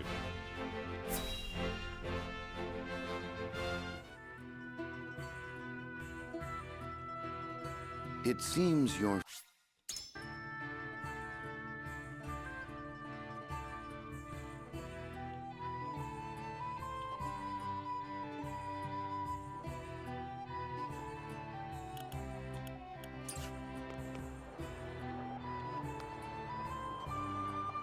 Lord Serenoa.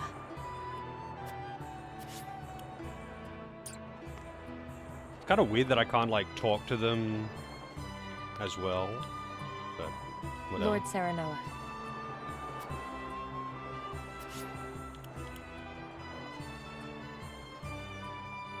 So this is, because it says I would have better luck talking to a stone wall, it means that even if I pick the correct answers, it's still going to be a low chance of success. just RNG.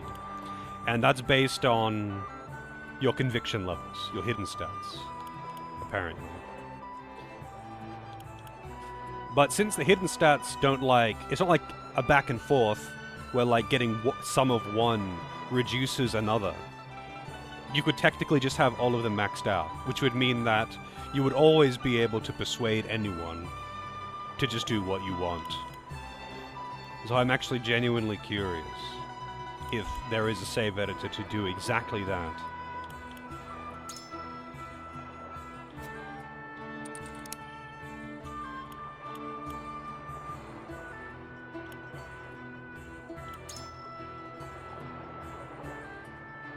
Then,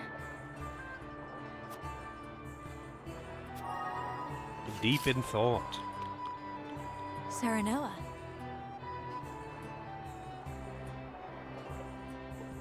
Yeah, I knew it also influenced recruits, but I don't know if that's like a chance of recruiting based on your convictions, or if they just have a requirement, like you need to have at least 100 freedom or whatever, liberty.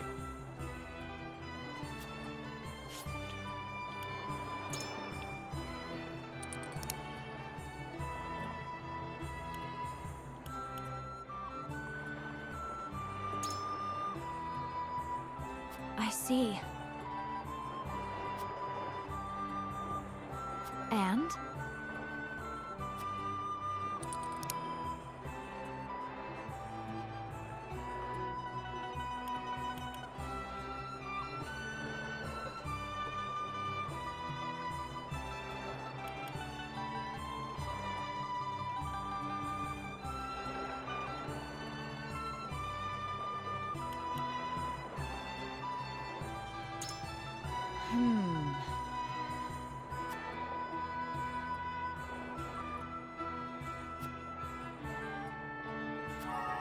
Deep in thought, didn't say indifferent this time.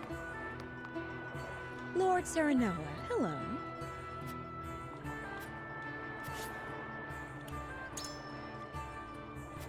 Stone wall.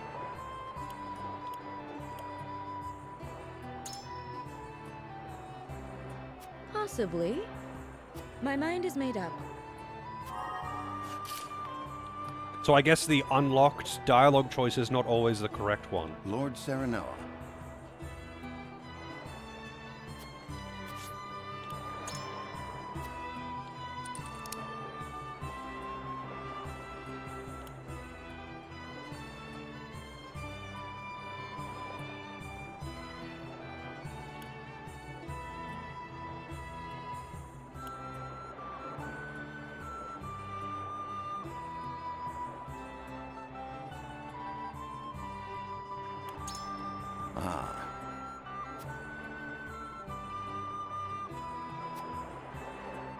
Certainly not.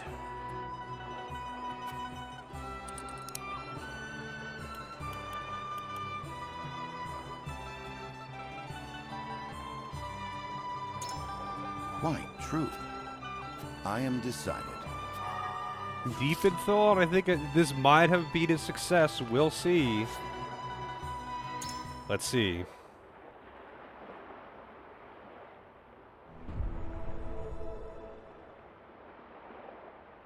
It is time to cast our votes.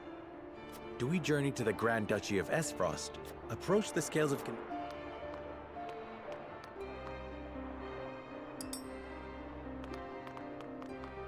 Forgive me, my lord.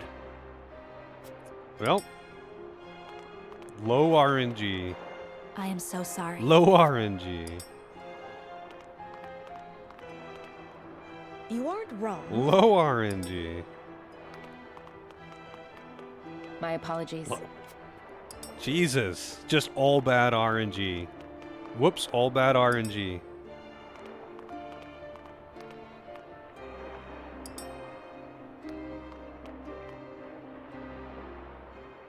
The scales of conviction will illuminate the path we've chosen. Even though I got the positive response from each one.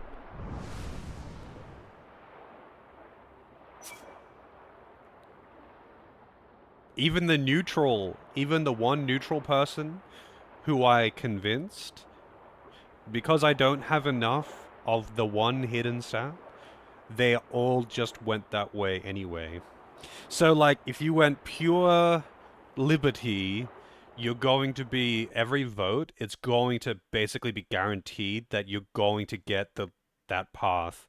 So you don't really choose. You don't really choose. Like, I think it was Vince said earlier, you don't actually choose.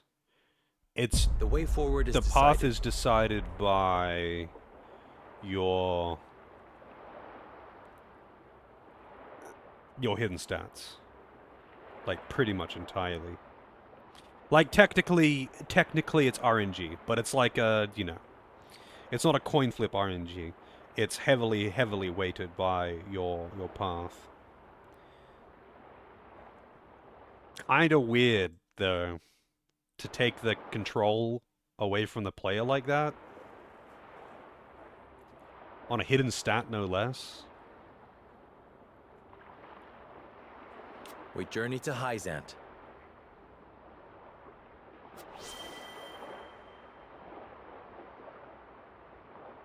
I guess we're going to Hyzant. Like, I wanted to go to Esfrost, but it doesn't actually matter.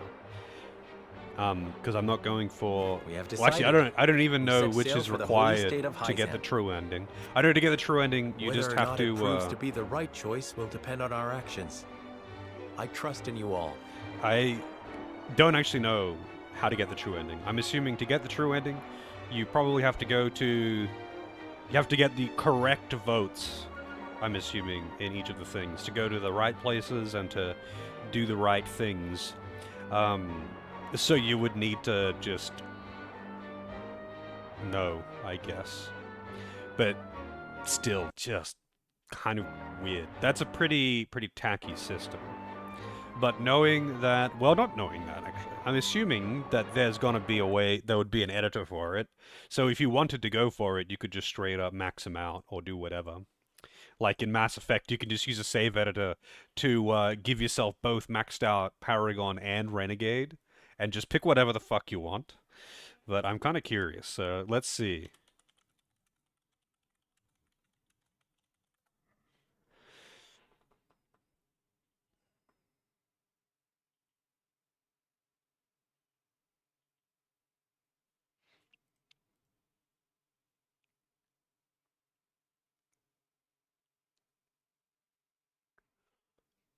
Modded save files.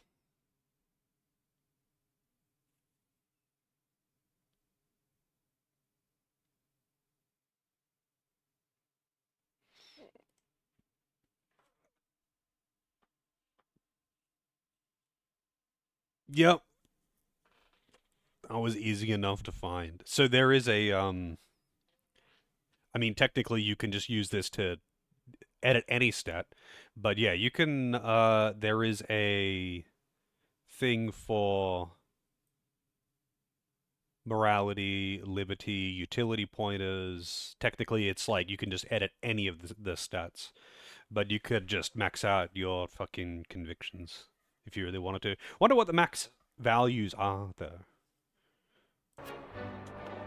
But I guess we're going to, We are ready to set sail, Lord Patriot. The true triangle strategy is to cheat. If you want to get the true ending, you just have to know, I guess. You just have to know which ones you need to max out. That is kind of silly, though, that the direction of the story is based on a hidden stat.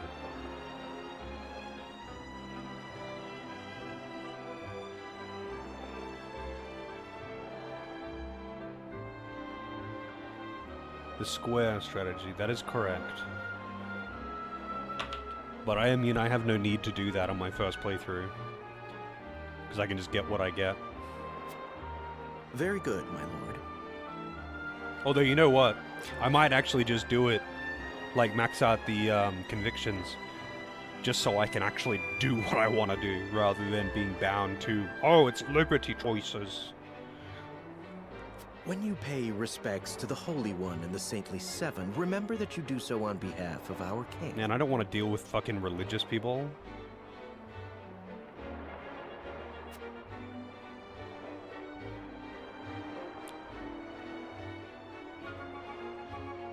Lord Serenoa, we are honored that you would choose to grace our nation with your presence.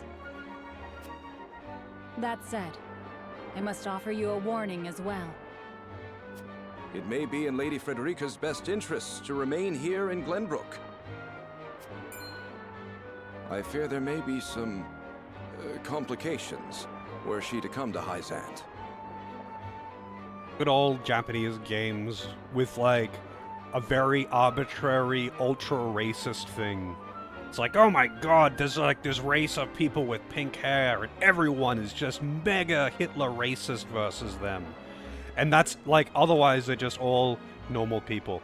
But then, as soon as the one thing is present, they turn into anime Hitler. Yeah, pink hair.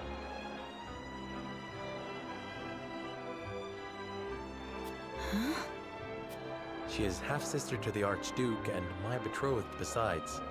What complications could there possibly be? None, if I had any say in it. However, the matter is more delicate than that. But hey man, Japan loves its racism. Your lady's hair would draw attention. Unfortunately, none of it favorable. My mother's hair. The pink locks of the Roselle. Mother once told me of how her people fled Hyzant. Then you know how the Roselle are viewed in our nation. How the Gospel of the Goddess regards them as sinners.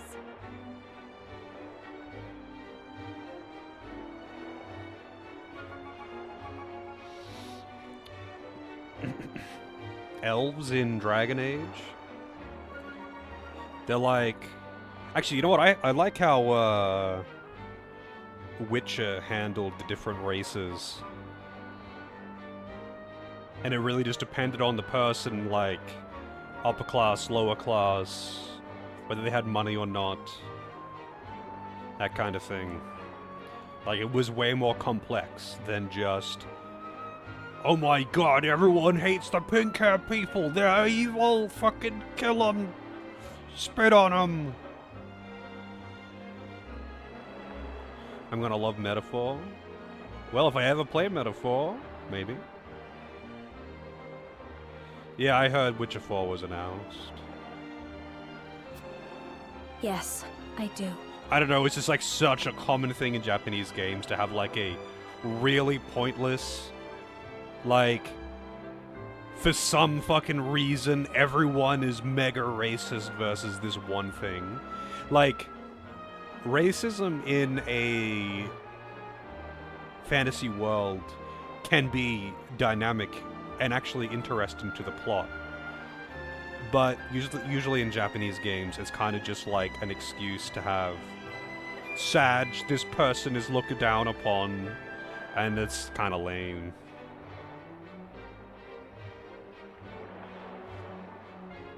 Yeah, Metaphor seems to have all of the social links persona stuff. Just not to the same degree, and apparently it's more interesting. But it's not in the queue anymore.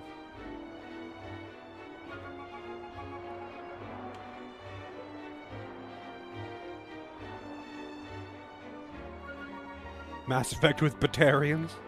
Well, not everyone was like that to the Batarians, though.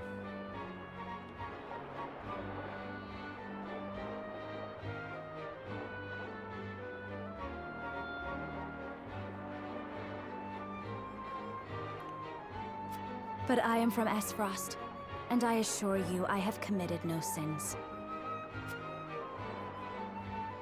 Of course, my lady. Very well then. I will do all in my power to see your visit is a pleasant one.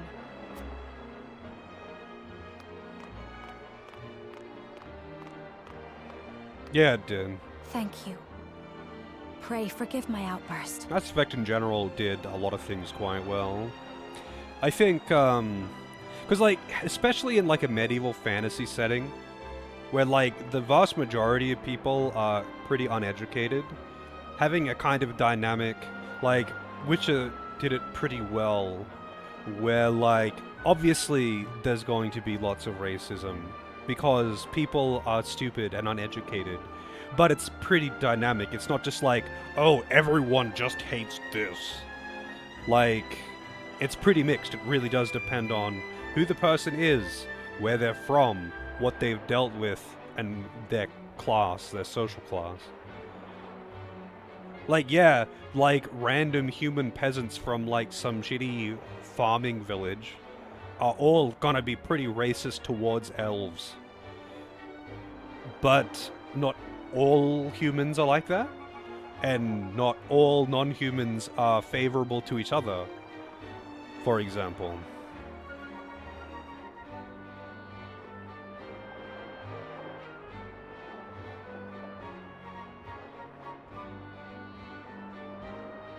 Oh, yeah. I mean, I am also a fan of that in general, Ozo. Anything that isn't just, oh, elves are the ancient, super magical people that have been around forever and super pompous and snobby and whatever. I too like anything other than that in elves. I think my favorite elves are probably the divinity elves. But the Witcher and Dragon Age elves are kind of in the same boat. How there are like different kinds of elves from different regions, and they're not just like some upper class snobs. They're kind of just normal people. In the case of Witcher, most elves that live in the city are pretty lower class and looked down upon by the upper class. It's kind of the same in Dragon Age. They're pretty much the same in Dragon Age as they are in Witcher. Yeah, it's just all of the shit copying fucking Lord of the Rings as always. I am a fan of non-Lord of the Rings elves. You've no need to apologize. Still, I must ask, are you certain? I must go. I would see with my own eyes. See where and how my mother and her people suffered. You wish Santa's elves were represented more? You want short stack elves? I could get on board with this.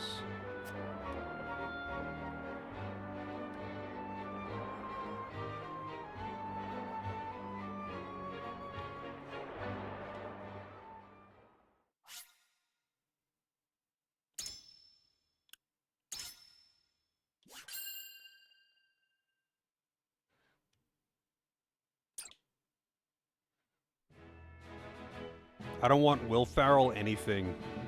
By order of King Regna, Serenoa escorts their esteemed guests back home, beyond the forest and over the mountains to a vast sand-swept land.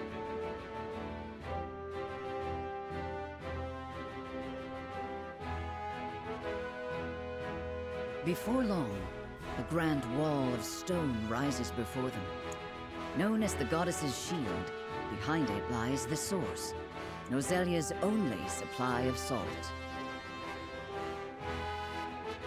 Upon the lake shores of the source towers a giant likeness of the goddess, ever watching over the flourishing city and the palace below. This is the holy state of Hyzant. The only source of salt in the whole world. I guess they don't have Overwatch and League of Legends in this universe. Yeah, I'm just not a fan of his kind of humor. He's just a comedian that does basically the definition of the kind of humor I dislike. And all of his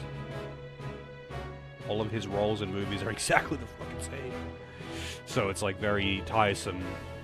But part of that is also just the fact that when I was in high school, he was immensely popular. All those movies that he was in were immensely popular. So I was very much just sick of hearing it because everyone loved that shit and would reference it and quote it all the time. And I'm like, dude, he plays the exact same fucking character in every single movie that he's in. Haha, it's an adult acting like a child and he's having temper tantrums and being silly. Wow.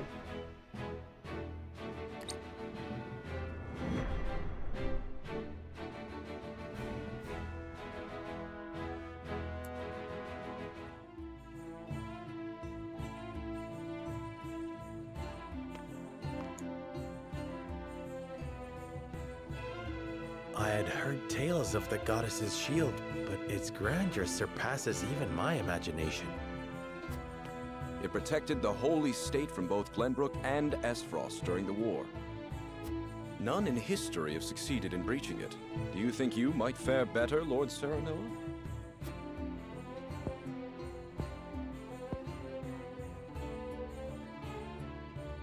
I think penetrating these walls would be nigh impossible. A most courteous answer. I should have expected as much.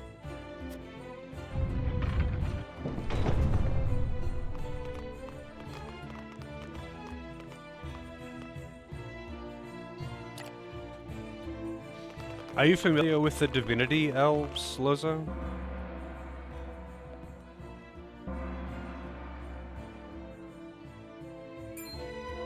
What's that sound?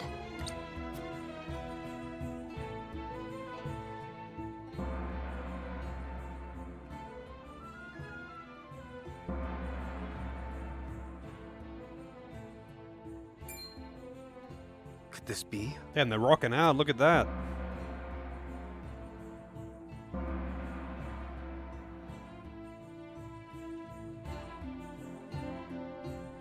Is this the hour of worship I've heard so much about? Religious people, yay! Indeed. Hyzantians offer their prayers up to the goddess's statue every day. They thank her for her blessing, for bestowing us with the source, from which all Norzalia's salt is harvested. To see every citizen pray is astonishing. Yeah, it's not just their appearance. So, appearance-wise, they are a little different. Their skin is all weird and gnarly. But, so, elves and divinity are cannibals, and they inherit... So, if they eat, like, someone's flesh, they get at least part of their memories. So, like... they ritualistically eat each other. Like, when someone dies, they, like, eat that person to keep their memories in the clan, I guess. And they can, like, eat or, like... they can even just, like, lick someone and get a bit of their memory. It's kind of weird. But when they, get older, they also can... not everyone does this, but they, like, turn into trees. As like a thing that more important elves do. They get turned into these sentient trees that they can communicate with. Yeah, it's kind of like it's kind of actually important in Divinity, especially in Divinity Original Sin 2. I don't think it's I don't think it's a thing in 1, because you can't be an elf. You can't have an elf in your party in 1.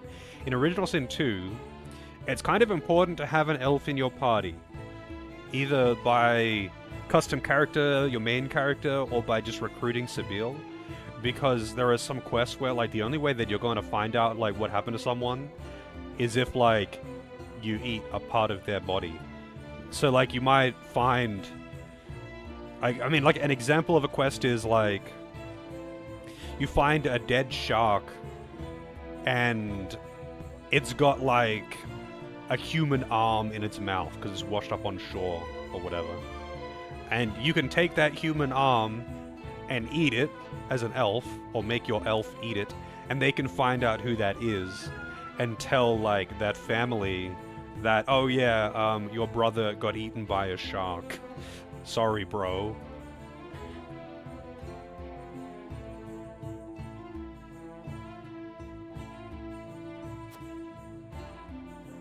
The goddess truly is at the center of all Hyzant, just as the stories say. But yeah, the elves in Divinity, not in Original Sin necessarily, but in Divinity in general, are pretty cool. Like, they're very I guess they don't like live in normal society for the most part, but like, yeah, the whole like eating flesh to get memories and turning into trees, sentient trees, when they get older is a pretty neat gimmick. And it's like the boat that you end up using in Original Sin 2 is made of those sentient trees. What do they call it? Something wood. It's like live wood or something. But like the boat is made of said trees, and it has its own like will and personality. But like the people who made it obviously cut down the sentient trees and forced them like to their will, like mentally broke these trees to make a boat that was essentially enslaved to them. It's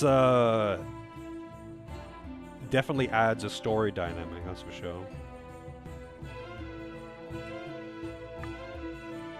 You would think someone would make an identify body spell? Yeah, probably.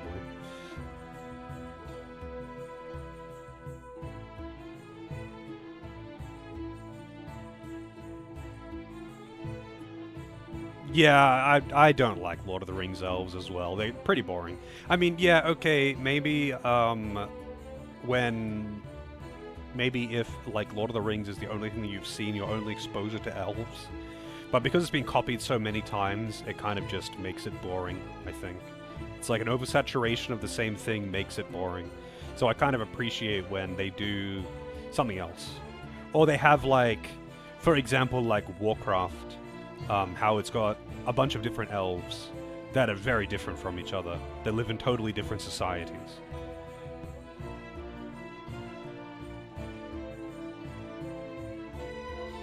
Also, that's a good Urshan emote. I do like that emote now. Urshan anything is good.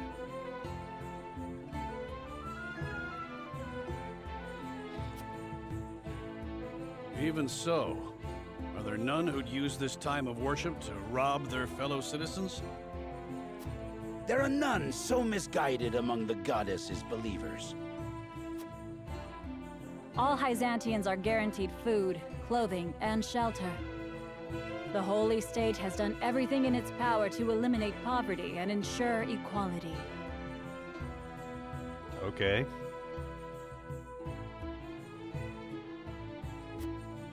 As a result, no one envies others or craves riches for selfish reasons.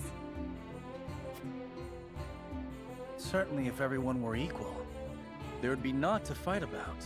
This sounds very dubious. But achieving absolute equality is impossible. The words of an unbeliever. The goddess showers her blessings fairly upon all who follow her teachings. She seems to shower some people a little more than others, though.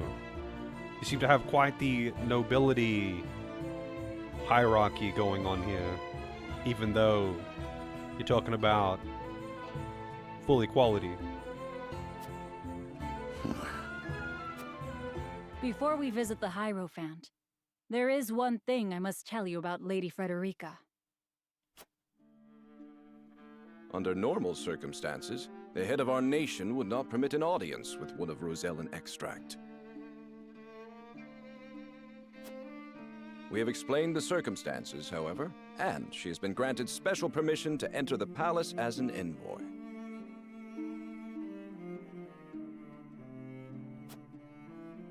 That said, we would ask that Lady Frederica remain silent before the Holy One. Silent? Why? I reiterate that typically, she would not be so much as allowed to attend. We ask for your understanding of our creed. You mean to treat one of Glenbrook's delegates as if she weren't even there? Prince Roland, you are here in secret. It would not do for you to gainsay another nation's religious creed. have no objections. My apologies. You needn't apologize. Let us do what we came here for. We appreciate your understanding. Now then, let us show you to the palace.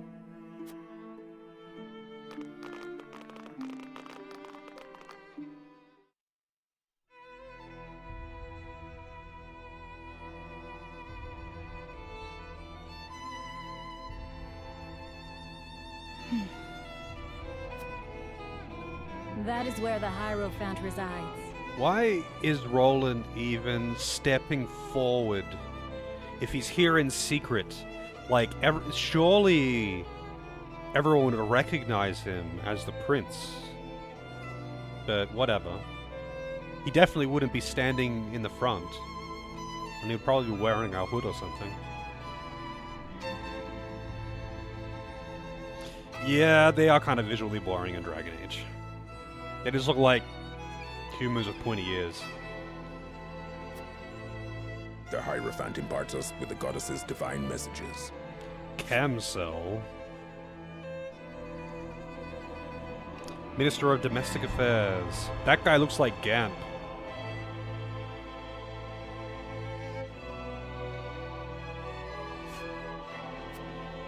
None are allowed to look upon the Holy One's face. None save Minister Edor, who conveys their divine words to us. Pardon our intrusion. Lord Serenoa Wolfort of Glenbrook has escorted us home on behalf of King Regna.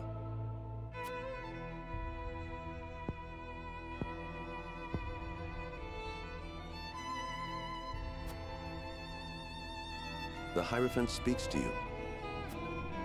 Serenoa Wolfort, we thank you for your gracious gesture. We are overjoyed and humbled that you have chosen to grace our nation with your presence. I am unworthy of such high praise, but honored nonetheless. House Wolfort and Hyzant have shared a deep bond ever since the Sultan War. On behalf of the Saintly Seven, it is my wish that our friendship will be as strong as it was with your Lord Father.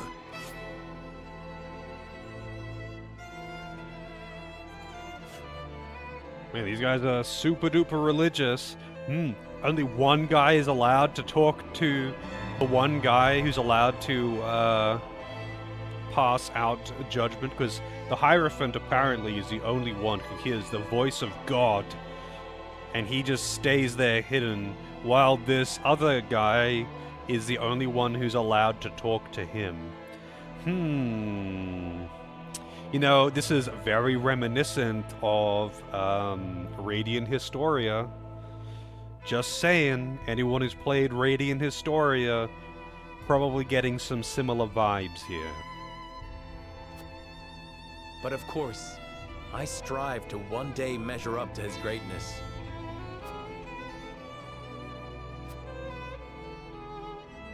You will also, in time, succeed Lord Simon as advisor to the mining venture, I hear. The Hierophant would hear your true thoughts on the endeavor. That was probably a choice thing. Better open up the... We're going full liberty.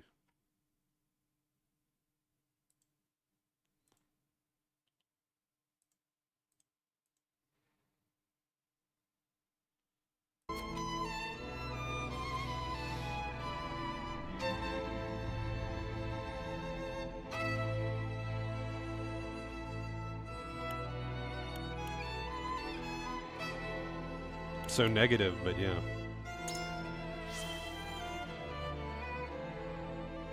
I fear the intentions of the three nations are not aligned.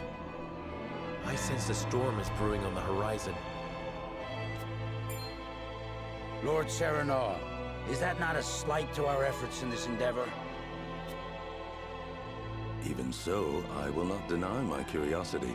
Pray, tell us more. While we may indeed be working together, our motives differ. There's no disputing that. But we must accept that reality and join hands if we truly wish to enrich our nations. I see. So you believe in freedom and competition. However, in such a world, only the strong will thrive and the weak will weep. Even so. Lord Serenoa, the Holy One wishes for peace and equality across all Norzelia. It is our hope that you will trust in the Holy State's good intentions. Of course. The goddess always watches over those who believe in her. May you all receive her divine protection. I apologize for visiting you in secret, but there is something I must ask you. I have heard that the people of Hyzanth live in equality. They say the goddess showers blessings upon those who follow her teachings. But is that the only reason? Oh, a studious one you are, Prince Roland. King Regna has raised you well. Of course, the goddess's teachings are at the core of the equality our citizens enjoy. But there are many measures taken by the Holy State to ensure the happiness of our people. Minister Lila's Ministry of Medicine, which dedicates itself to the study of preserving life, is another example of this. The results of their research have allowed many people to overcome illness and injury and live long, healthy lives. Fascinating. I would like to hear more about Hyzanth's medical discoveries. I see we managed to pique your interest. Minister Lila, I leave our guests in your capable hands. Pray, show them around the ministry and let them admire Hyzanth's pursuit of life and magic. So who is the seventh of the seven? Like, the Hierophant, I'm assuming, is not one of the seven. But there was only 6 dudes there, and they're the other... They're all the Holy Seven guys, but who's the 7th one? He wasn't there. Unless the Hierophant is the 7th one, but I'm assuming the Hierophant is outside of this. Because he doesn't talk to anyone, he only talks to the one guy. Oh, we got a optional cutscene.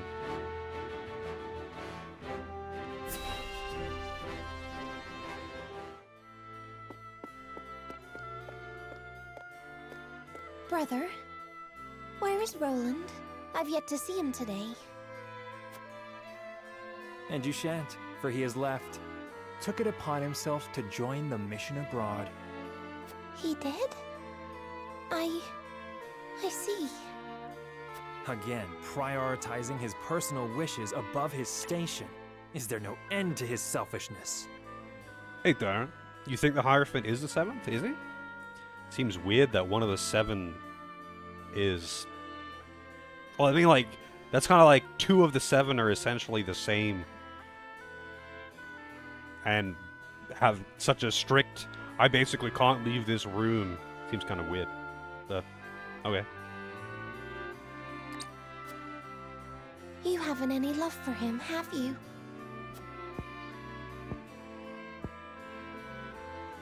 Love. I would rather think of him as little as humanly possible. How can you say that? He's family.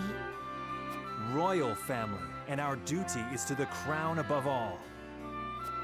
Do not look to Roland for inspiration if you wish to carry yourself in a manner befitting your station, dear Cordelia.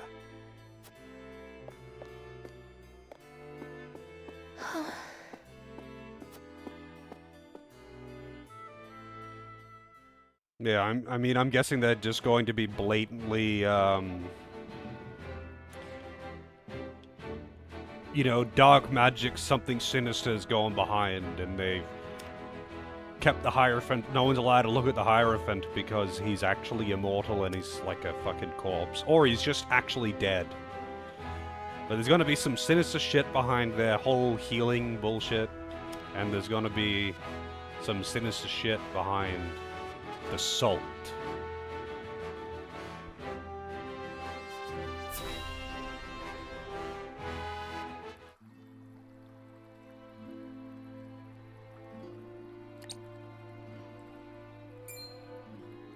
Look, a Rosellan.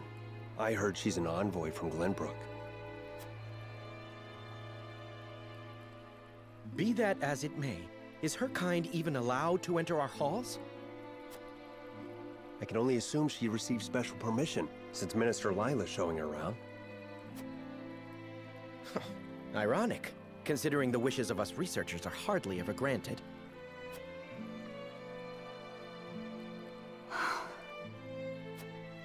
I hope they actually elaborate on the just pointless racism What a thing. splendid facility you have here. I can see why your nation excels in the medical arts. Normally, only ministry Pink staff are hair. allowed in. Having outsiders view our work is unprecedented. We cannot thank you enough for your generosity. If I heard correctly, it sounds like you are researching life itself. That we are. In order to cure illnesses and injuries, we must set our sights high. Even illnesses deemed uncurable in other nations? There is no miracle panacea in this world, but we like to think nothing is impossible. Wonderful.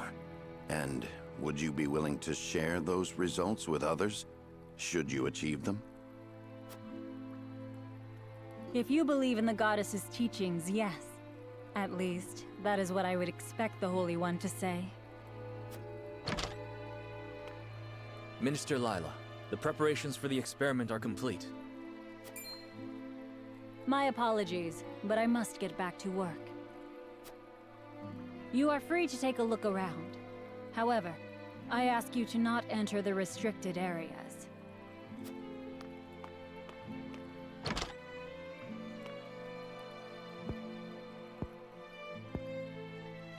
Of course, nothing is free in the Ministry, nor anywhere in Hyzant. And of course, when people are forced to adhere to teachings, there are some who will resist. Who might you be? Just a researcher, nothing more. What was his problem?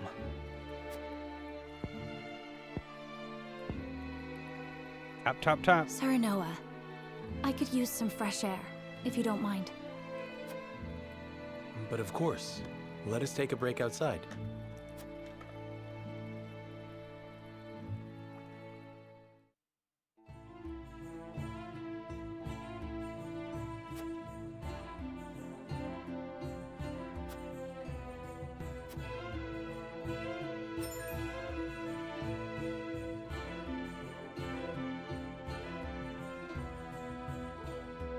Huh.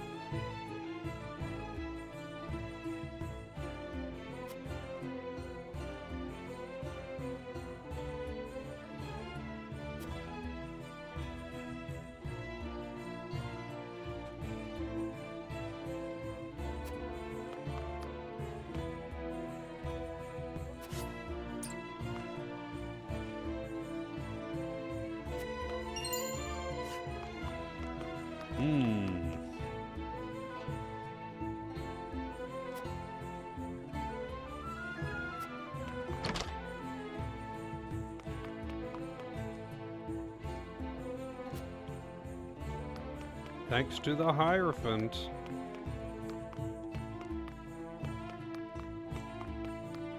They are totally sacrificing people to do their healing shit. Whatever their healing shit is, they're sacrificing people for it.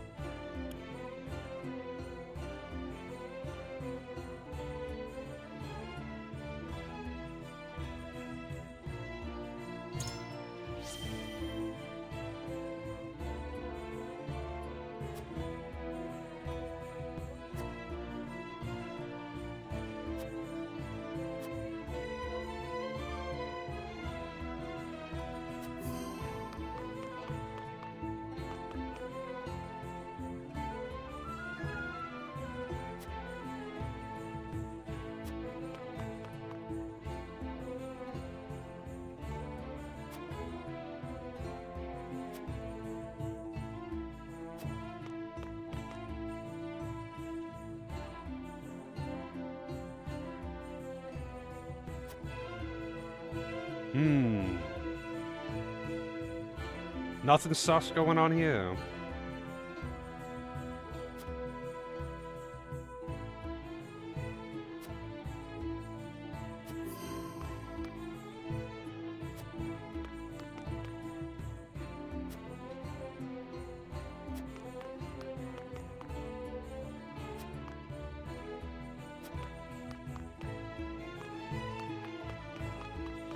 Everything is fine. No weird religious indoctrination and sacrifice going on here.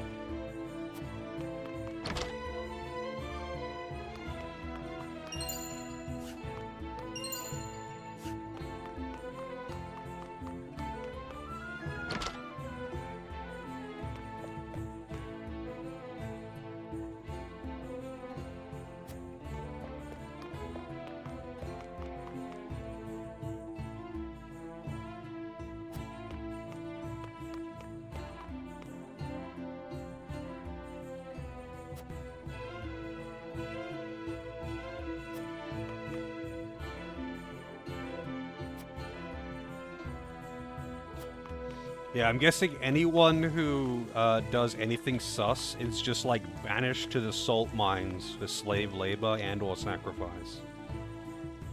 That's my guess.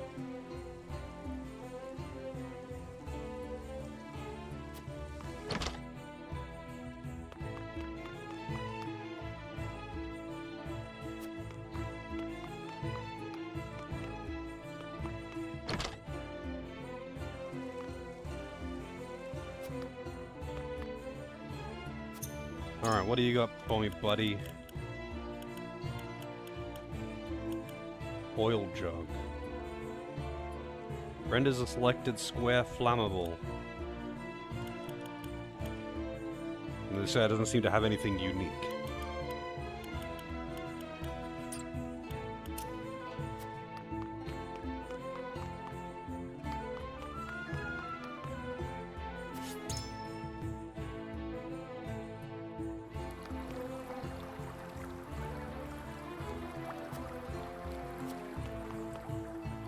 That's actually a good point.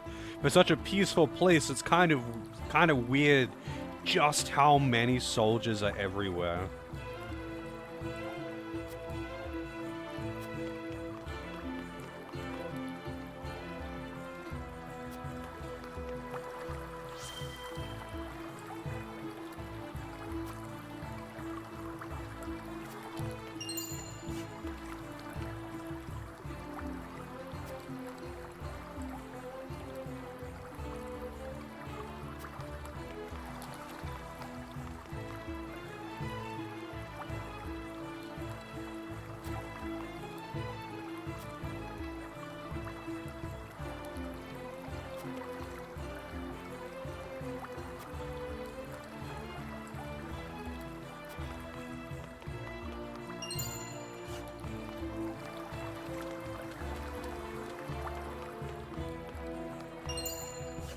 Ice amulet.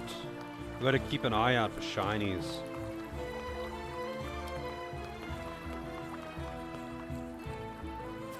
I think that's everything.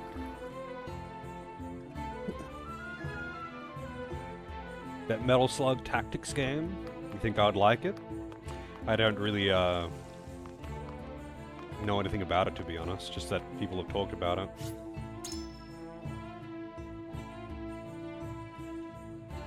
Yeah, I heard about that, Golden.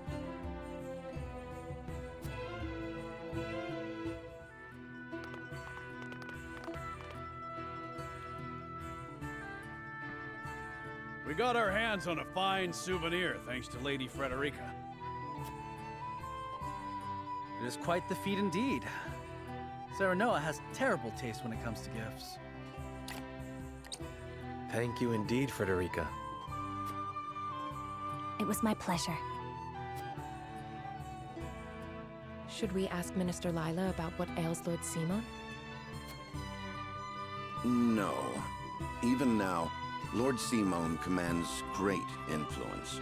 We cannot let others know about his condition. I understand. Not even our allies can know of our weaknesses, lest they use them against us. Indeed.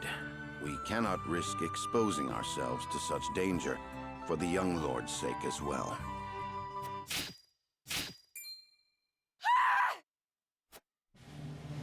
What was that? It appears there is a stir around the Ministry. I shall investigate. New Ninja Gaiden game looks good.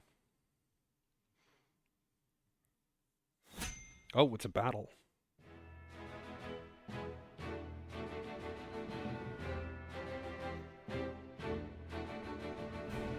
Oh, is it going to be a 2D one?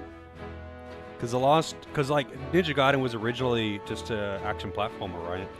But they made the more modern ones that were on the PS3 and 360 were hack and slash games, kind of like Devil May Cry or whatever. And I played that one on the PS3. Actually, I played on the 360 and then on the PS3. But I've never played the old 2D ones. So the new one's gonna be action platformer again, or is it gonna be like a Metroidvania? If it's by the Blasphemous devs. Blasphemous is really fucking good too. 1 and 2 are both really fun. Do I want to do this battle right now? Because it's already quite late and probably be a long battle. And I'm running on like 3 hours of sleep, so I'm pretty tired. I think I might just do that battle next time.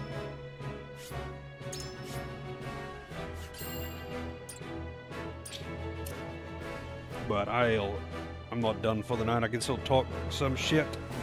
My mouth feeling better. Oh, I just took the plate out. It needs to be adjusted. But I will just not wear it while I'm streaming, at least for a couple days. On next Friday, I can have it adjusted a little. But yeah, it's pretty uncomfortable. Yeah, that is correct, Fox. One of my... I have a couple baby teeth, or... still. And one of them fell out. Well, would have been like... I guess like 2 months ago or something. Like it was quite a while ago. So I got a plate for it. But it doesn't quite fit properly. It needs some adjustment. But I'll be getting that fixed probably on Friday. I have an appointment for that. But yeah, I had it in earlier, and it's just it's uncomfortable and difficult to talk while I'm wearing it. So I'm going to try and wear it like as much as I can, just at least for a few days while not streaming, because feels awkward talking with it. It's like when I had braces, like after I had braces when I was a teenager, I had a retainer afterwards once they removed my braces. And for a while, I found it really difficult to talk while wearing the retainer. But, you know, after a while, I just got used to it. And it felt like it wasn't even there. So I imagine it'll be the same with this plate, but obviously I don't want to be dealing with talking being uncomfortable while I'm streaming. Oh, really? Yeah, my teeth and my jaw are all kinds of weird and fucked, but I got braces when I was in high school, and that helped. But I still have a few baby teeth. It's a wonder they didn't. I mean, I take reasonably good care of my teeth. Like, so my teeth are mostly fine, and I managed to keep those baby teeth for a long time, but it was just a matter of time. Like, they're baby teeth, they're basically just sitting there. So it was just a matter of time. And must have bitten down too hard on something and it just kind of came loose and fell out. But it's not the only one that I have, so it's inevitably going to happen to the other ones too. But that's fine. Like, I can just add another tooth to the plate, apparently. But yeah, it's not exactly comfortable because it doesn't quite fit. It feels like it's not flush, I guess, and a little bit loose.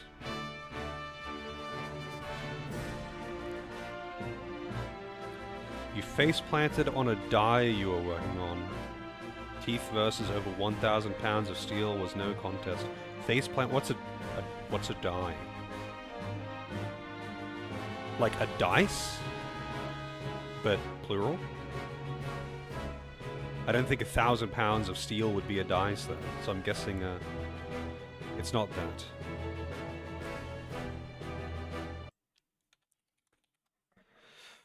Oh, okay. Okay. Don't mind me.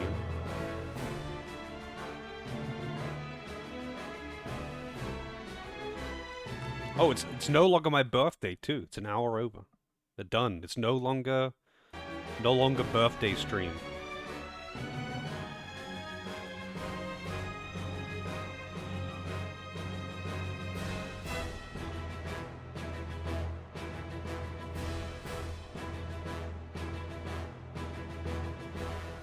That's pretty rough. That can't have felt good. But you know what's just speaking of face planting, when I was a kid, I face planted from the top of a table onto pavement. Just pavement.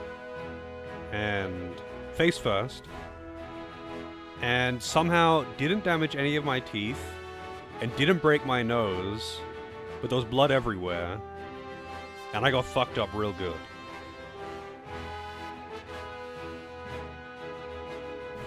Don't know how the fuck I didn't break anything.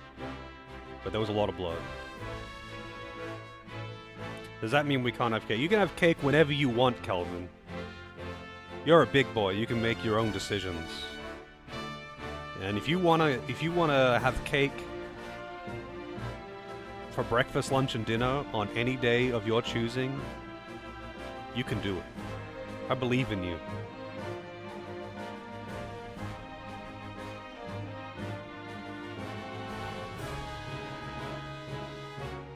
That kind of felt good, Losa.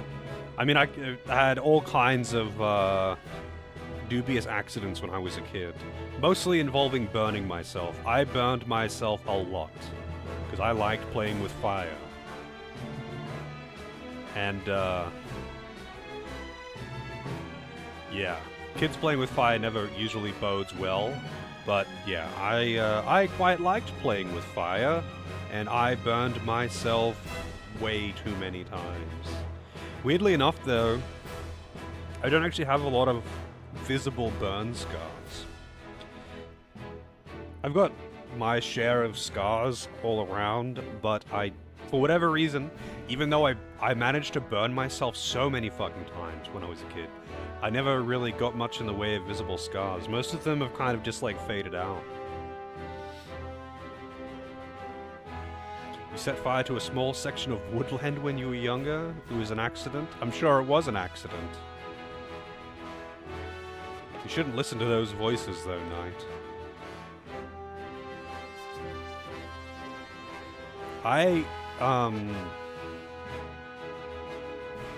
You take lasagna as your cake? Well, lasagna is just spaghetti cake. I'm kind of the same way, though. Like,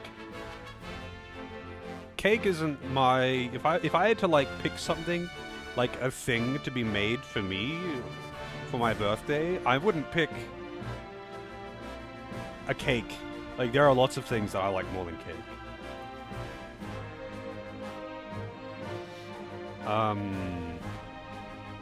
But yeah, I kind of agree. But I'd still happily take cake. I do quite enjoy cake, especially cheesecake. But yeah, if I had to pick something, I would. There are lots of things that I like more than cake.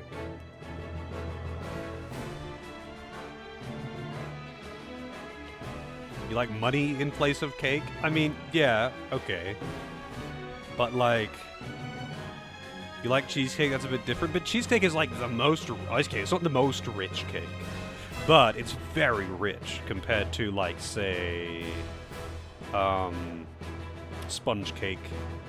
Unless you've got some crazy icing on it. Cheesecake is like super dense and rich. Or at least most cheesecake is.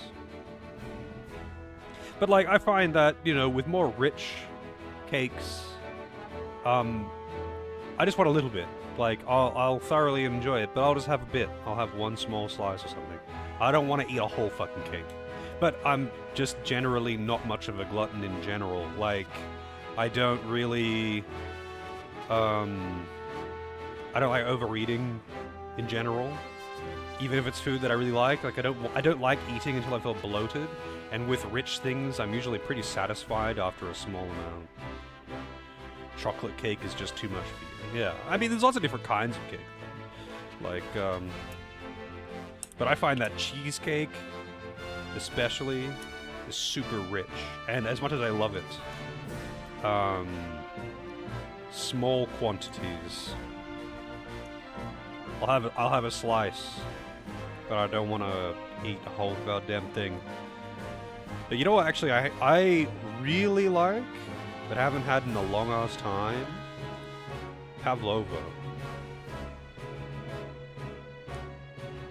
Pavlova's great, but, yeah, I haven't had that one in years. I don't even remember the last time I would have had pavlova. Got these cheesecakes, man. You know how, I mean, cheesecakes are normally made with cream cheese, but have you had cheesecake made with anything other than cream, any other kind of cheese?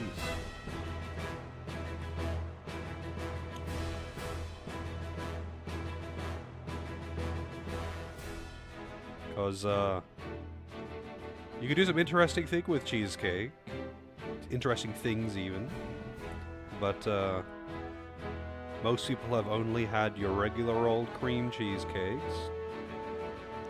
Pineapple upside down cake is pretty good. I mean, what is it called?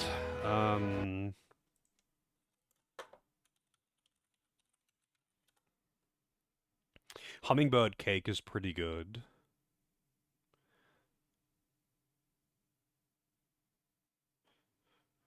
What other?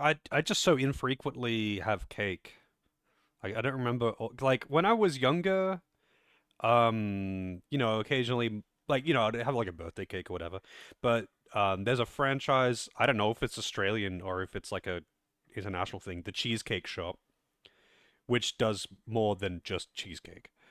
They sell all kinds of cakes, and, every now and again my mother would get, like, some kind of cake from there, and I've had all kinds, but there was a few that I did like in particular. Hummingbird cake in general was really nice. So, well, that was her favorite, so it was the one she got the most.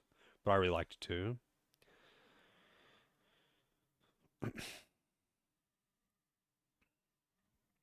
Red velvet cake. Which is a red velvet again? Red velvet cake, traditionally a red, crimson, or scarlet colored layer cake layered with ermine icing or cream cheese icing. I don't know what ermine is. Traditional recipes do not use food coloring, with the red color possibly due to non-Dutched anthocyanin rich cocoa. Okay then.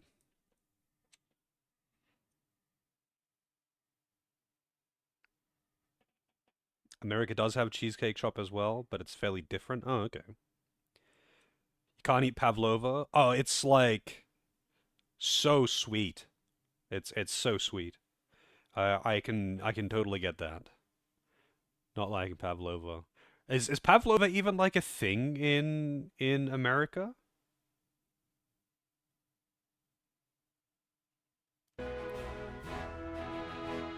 Like, do you guys, is that something that you can get over there, or would you have to make it?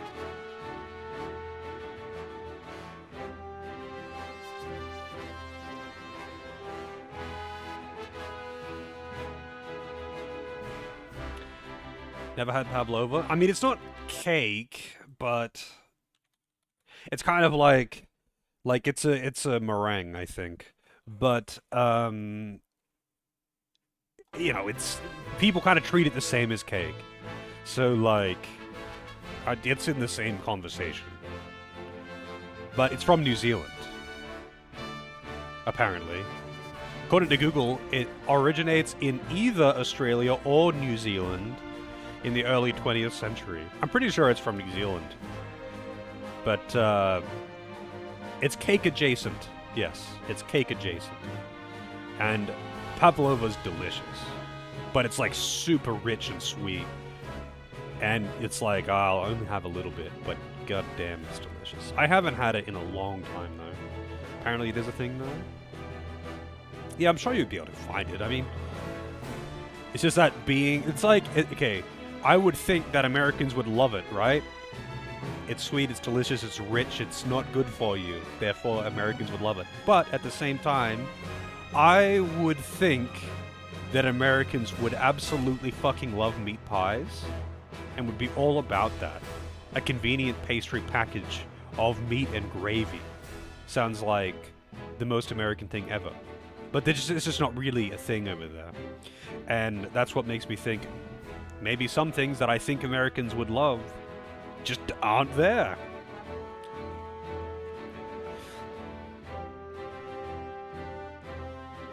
All about steak and kidney pie when you're in Australia. I mean, shepherd's pie is a type of meat pie, but that's a bit, it's a bit different to what I'm talking about. It's kind of, I mean, so you would know a shepherd's pie as something resembling a pot pie, right, AJ? Because some people make it where it's straight up just like there's not even any pastry involved. But like a meat pie is pretty much like a pastry bowl. Shepherd's pie is fucking great. It's a pastry bowl with a meat and gravy filling with a pastry top. It's a savory pastry, savory flaky pastry, as opposed to the dessert pastries that you usually use for pies in America. Shepherd's pie is great. Shepherd's pie is, over here anyway, pastry bowl, meat and gravy filling. Traditionally, I think it's lamb, obviously, hence the name Shepherd's. And then it has mashed potato over the top instead of flaky pastry on the top.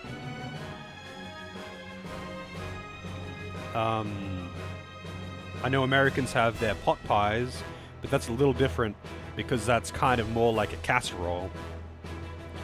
I mean, I can get a picture of a, let's see, meat pie. Let's bring this up on stream. What has Google Images got for me? Let's bring this up on stream.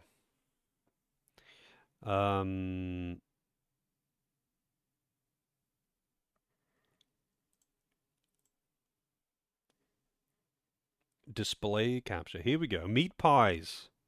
We got meat pies. This is what I'm talking about when I say meat pie. Chunky beef, pastry package, this kind of thing. And I can live off of this stuff.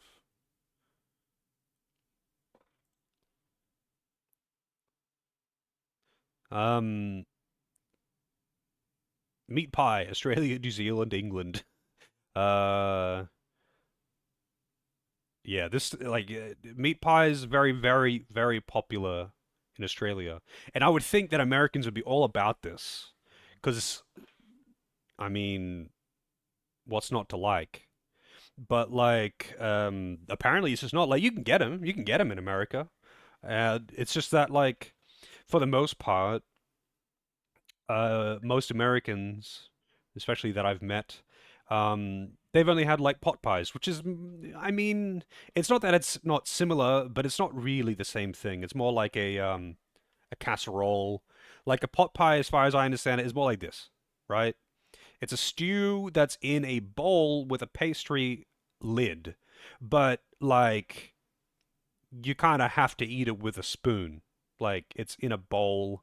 and it's more stew than it is meat and gravy. Whereas you look at this, or this, I mean, this is a shitty pie by the looks, to be honest. This is like really thick gravy with chunky meat in it, and like you can cut it open and it doesn't spill out. It's something you pick up and eat with your hands.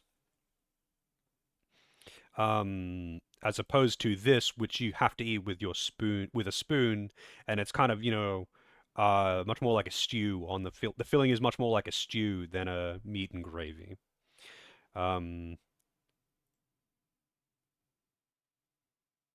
Yeah, apparently this kind of thing, like you can get it in the US, it's just hard to find. You got to find a place. Yeah, like this is where was it? This is a pot pie. And that's a thing in America. Although not that popular as far as I know. Like chicken pot pie is a thing. I don't know how popular it is.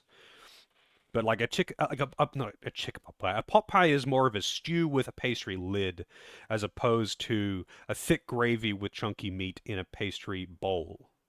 It's a minor distinction, I know, but like, it kind of does make a very big difference to the taste, consistency, and all that kind of stuff. I know it's funny, actually, there's a few Americans that I've met over the years who I've talked to about meat pies, because I mean, like, you have to understand that meat pies are really common here. Like, they're everywhere. You would never have to, if you're living in any kind of town or city, you could probably get a meat pie without having to walk more than 15 minutes. Walk, that is. Because any shopping center, any kind of like strip mall shopping center, any kind of like hub of shops is going to have a bakery or a convenience store or something, and they always have pies. If you find a bakery that doesn't have pies in Australia, I want to know where it is. Like, they're just everywhere. Always at least 50 meters away from a meat pie here in the UK, yeah. It's kind of the same here. Bakeries are everywhere. Every cafe is going to have pies. Every bakery is going to have pies. Every, like, random convenience store is probably going to have pies. And, like, they're just everywhere. You can't avoid them. And it's just not how it is in the US, obviously. But because they're just like such a standard thing here. If you go to like a sporting event, it's like hot dogs for Americans at sporting events. That's like a staple thing, right? If you go to a baseball game, you can get a hot dog. You can get a meat pie at any sporting event here. You can get a hot dog at any sporting event here too. But like meat pies are just it's our hot dogs, I guess. You're hungry now? I'm actually really hungry too. Because I didn't eat before stream. But, yeah, I just find it, like, kind of weird that these aren't, like, popular in the US. It seems like such an American thing to want, like, a conveniently handheld package of meat and gravy. But I guess it just didn't take off. Just didn't take off over there. And, like, if you say pie over here, the immediate response is people think you're talking about this. And if you say pie in America, the immediate response is that you're talking about fruit pie, like apple pie or something. You'd have to specify meat pie. And then you'd probably have to specify further this, because otherwise they might think you're talking about a pot pie in America. Over here, if you were talking about a fruit pie, you would have to specify.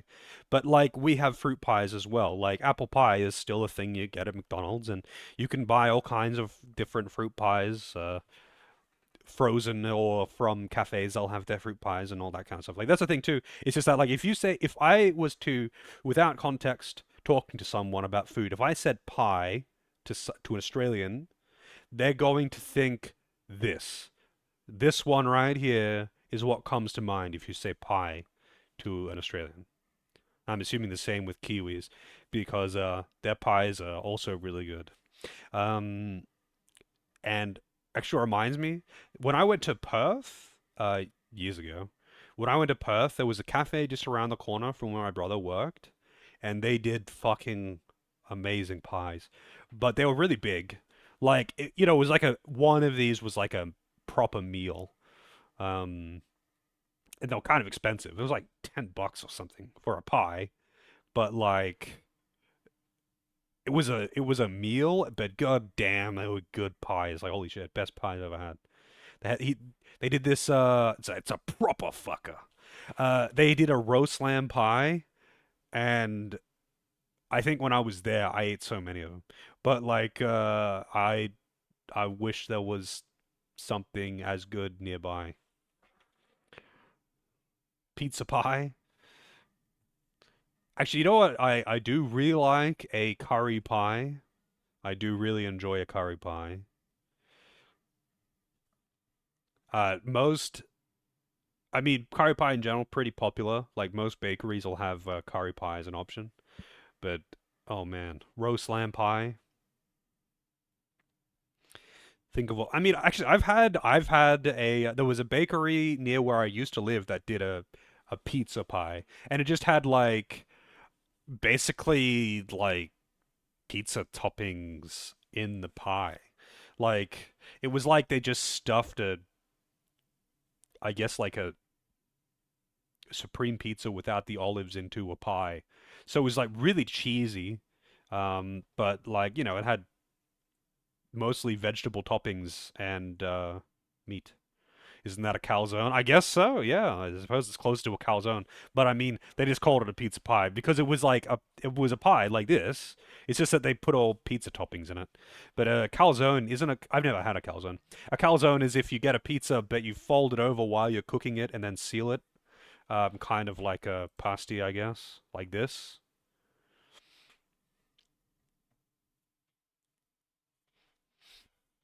I've never had a calzone. Chicago-style pizza is like a fucking casserole from what I've seen.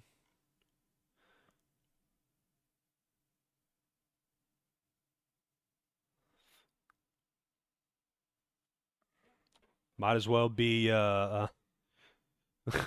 might as well be, like, you gotta eat it, you can't eat that shit. You can't just, like, cut a slice of that and pick it up and eat it. You gotta eat that with a spoon.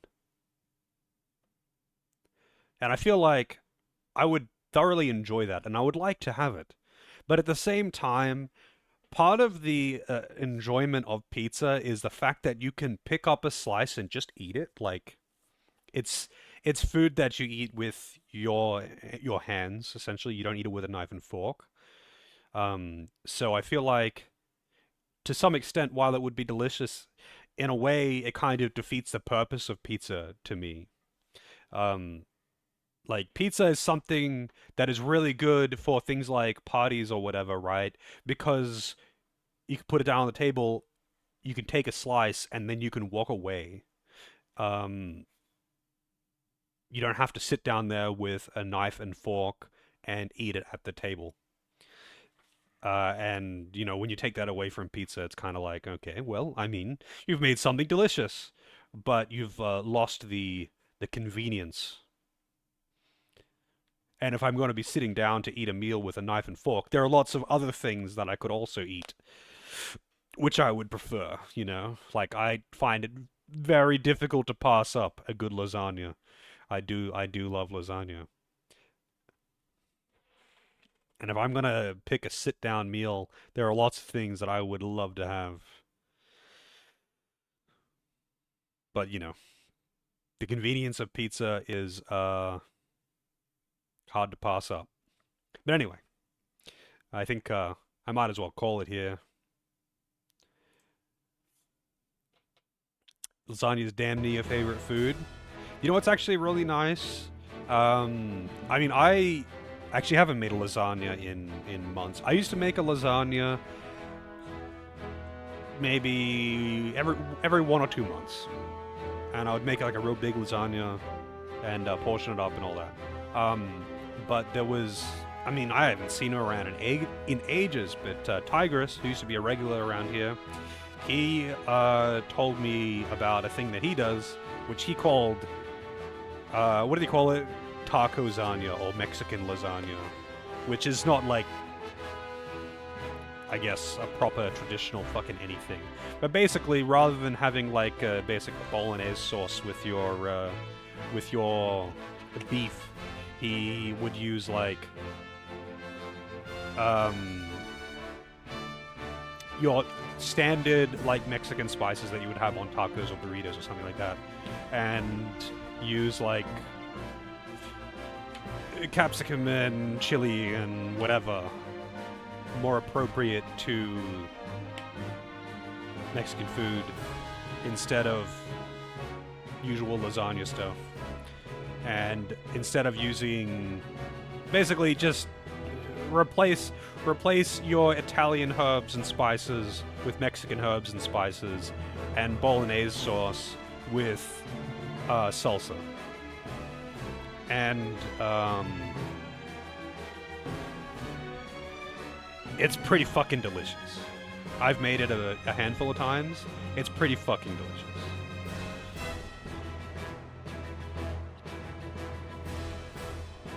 It's funny though, because I mean, I'm sure you could get something like that in Mexico, right? But like, it's just like swapping, it's just like making a lasagna but swapping out the spices and sauce. But I wonder like how someone who normally eats Mexican food would react to something like that. That weird mix of Italian and Mexican, which I imagine is not a common crossover. But yeah, that's just delicious. I had that because Tigris recommended it, because we were talking about food, and then I convinced my brother to try it, and my mother to try it as well. And, well, my mother isn't big on spicy food, and I like spicy stuff, so when I made it, it was kind of spicy. But my brother really liked it. And you know what? I gotta make another one. I have to make another one now.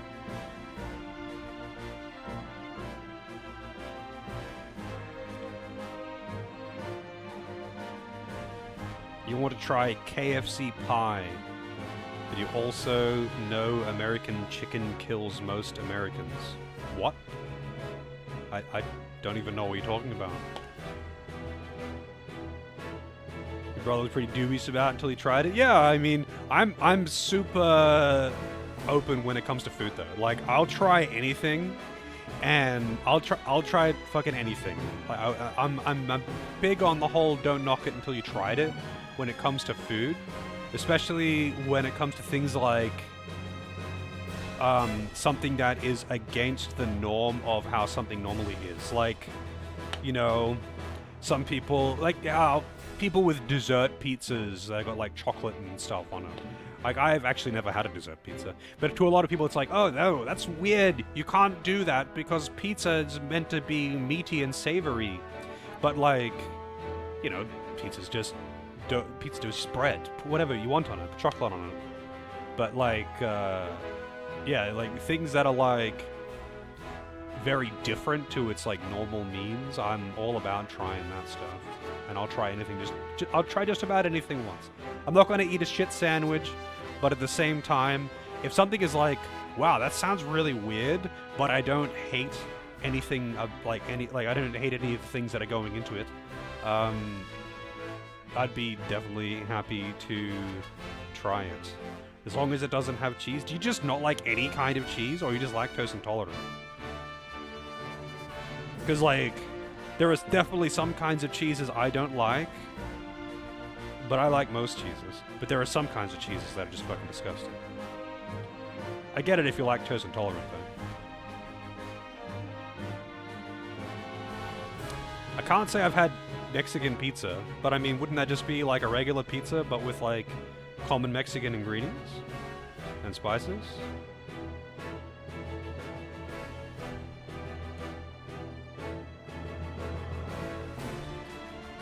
I don't know. There's a pizza place near me that has one of the items on the menu is Mexican pizza, it says, but it's just like, you know, has common Mexican ingredients on it, but otherwise it's just pizza. As long as it doesn't have cheese on the dessert pizza. Oh, yeah. I mean, I wouldn't want to put a layer of cheese on something that I'm putting fruit and chocolate on, you know? It's like a pretty common thing here, though. I've never had it, but like every other pizza place will have their dessert pizza. And it'll be like, oh, you can have like a pizza with like, it'll have like a chocolate-based sauce, and then you can have like strawberries or bananas or whatever you want on it, and icing sugar. And it's just like, that's the basic idea. I've never had it. It sounds delicious, honestly. But it's, I mean, pizza is just fucking bread. Put whatever you want on it. Anything that goes well with bread is gonna taste fine on a pizza base.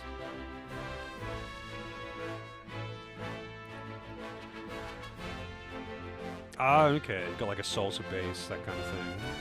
I mean, that sounds pretty good. I would definitely be all about that. I do love Mexican food.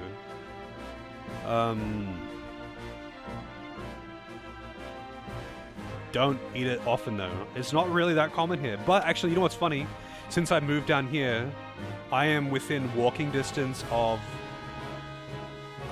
Mexican restaurant, Guzman and Gomez, and which is a franchise that you can get takeaway from, but you can also eat in, as far as I know. I've been there once. It was pretty good. And also a Taco Bell, which, you know, obviously is not really exactly traditional Mexican food. But there is a Taco Bell within walking distance of me, too. Yeah, Guzman and Gomez is pretty good. Have I tried chorizo on pizza? Oh, yeah. You could get chorizo on fucking anything here. And, like, basically anything that has, like, any kind of meat lovers kind of pizza is probably going to have chorizo on it. Over here, anyway. Chorizo is good. You know what's really good on pizza, and is a very Australian thing? Actually, I won't. Can anyone guess what I'm about to say? Because I bet a few of you can. Pie angle strategy. It did.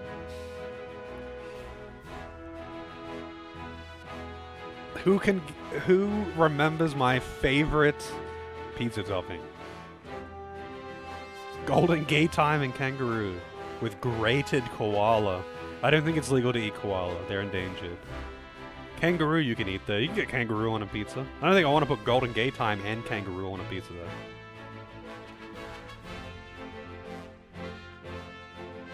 It's a very Australian thing. And we put it on everything, apparently. Or just about anything, anyway. If you can put it on it, we'll put it on it. Not Vegemite. But it's my favorite. It's my, well, not my favorite pizza topping, but it's like one of my favorite. No, it's egg, bacon and egg pizza. Really, putting egg, like chucking a fried egg onto something, is like apparently a super Australian thing. I only learned that somewhat recently. I thought it was just a thing. No. Apparently Australians do that.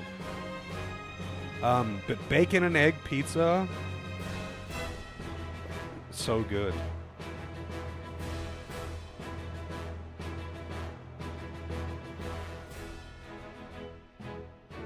But like putting an egg on a burger, every time. If I make burgers at home, I'm putting an egg on that burger every time. Eggs are delicious. But people get weirded out when you say egg on pizza all the time. Like, people get weirded out by it all the time, especially Americans. But, like, Americans love eggs, and it's a savory thing, and they combine bacon and eggs all the time, but, like, when you say bacon and egg pizza, a lot of people just get weirded out.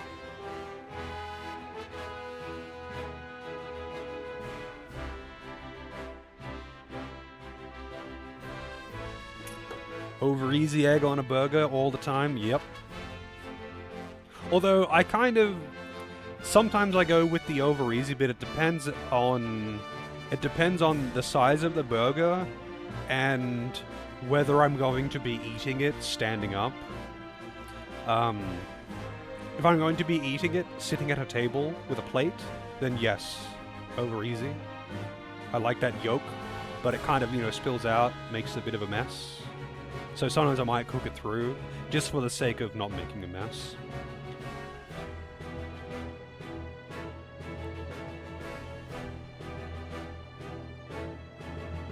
Yeah, it does.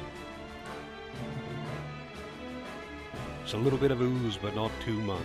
Yeah, I mean, generally speaking, I like my eggs to have a bit of a runny yolk. But, you know, like, if you're putting it on a sandwich, it can be kind of inconvenient if it's going to, like, explode out the side and make a mess. That's what I mean. You can't really, there are limits. There are limits. But if I'm, like, just having, if I'm just, like, having eggs, just in general, like, on a plate with anything, bacon and eggs, whatever, doesn't matter. I would absolutely... Actually, I like them sunny side up, if anything. Because I like to be able to dip whatever else I've got there in the egg. 203 pounds. I don't know what that is in rest of the world units. 185. I have no point of reference here. I don't know what the conversion is.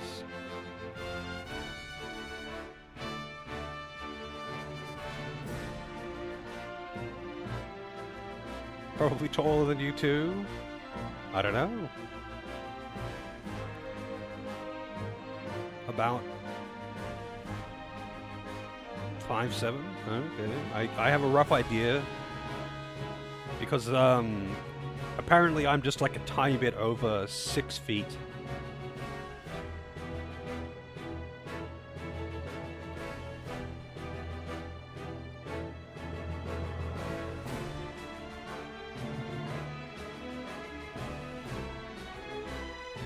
...185 centimeters. I think I haven't weighed myself in a while. I've actually lost weight since coming down here, but I think I'm around 90 kilos? I think maybe a little under. Not exactly in amazing shape, but nothing too crazy.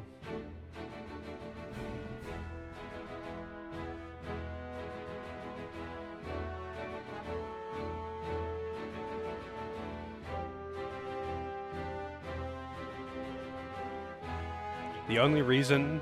It's funny, because I actually have a pretty healthy diet, and I don't overeat or anything, but I also just don't exercise.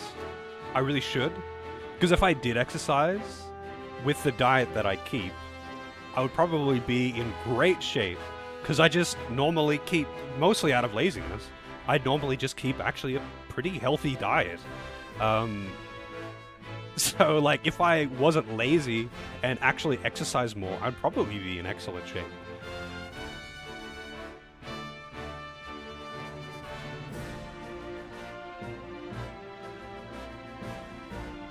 I see.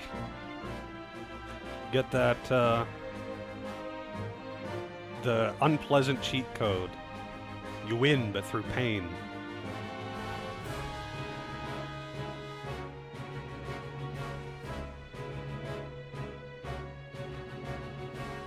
But, I mean, I think I've been sitting here talking shit for long enough. I think I might as well call it for the night. I already saved, like, ages ago, but whatever.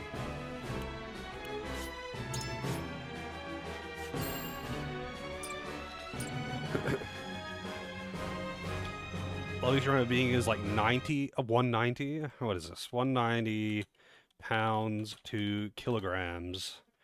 86.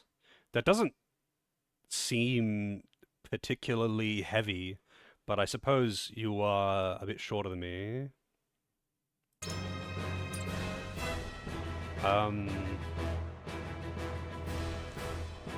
But yeah, I mean, diet goes a very long way to... Oh, I gotta turn off the display capture. It's giving that double up effect on the on the screen.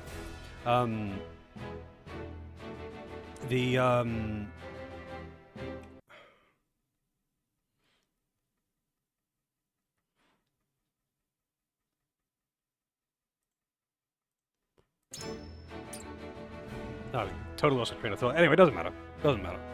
I'm not going to get on another tangent because I'm just going to call it. I'm hungry as fuck. I'm quite tired. But I'm not going to be streaming tomorrow. I'm going to be doing birthday stuff, birthday celebration stuff, so I'm just going to be out for the afternoon/evening. But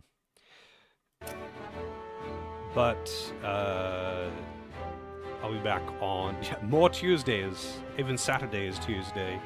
But yeah, I'll be back on Monday, on Sunday. I'll be back on Sunday to continue with this. Eat some birthday cake. Maybe we'll get cake. I don't know. We're probably just gonna like find somewhere to eat, have a few drinks maybe. I don't know. I haven't really we haven't put too much planning into it. Just meeting up with my brother and seeing what happens. Go cottaging. I don't even know what that is. But have a good one and all that good stuff. Thank you very much for all of the subs and all of that good shit. There was a lot of subs dropped today. I appreciate the birthday subs. It means a lot. But thanks for watching, hanging out, all that good stuff. Hopefully see you all next time.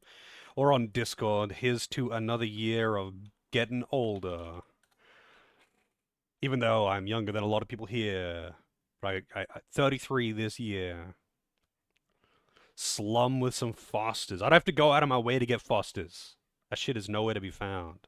But have a good night, day, morning, evening, whatever is appropriate to your time zone. And hopefully see you all next time. But until then, stay yapping, I guess.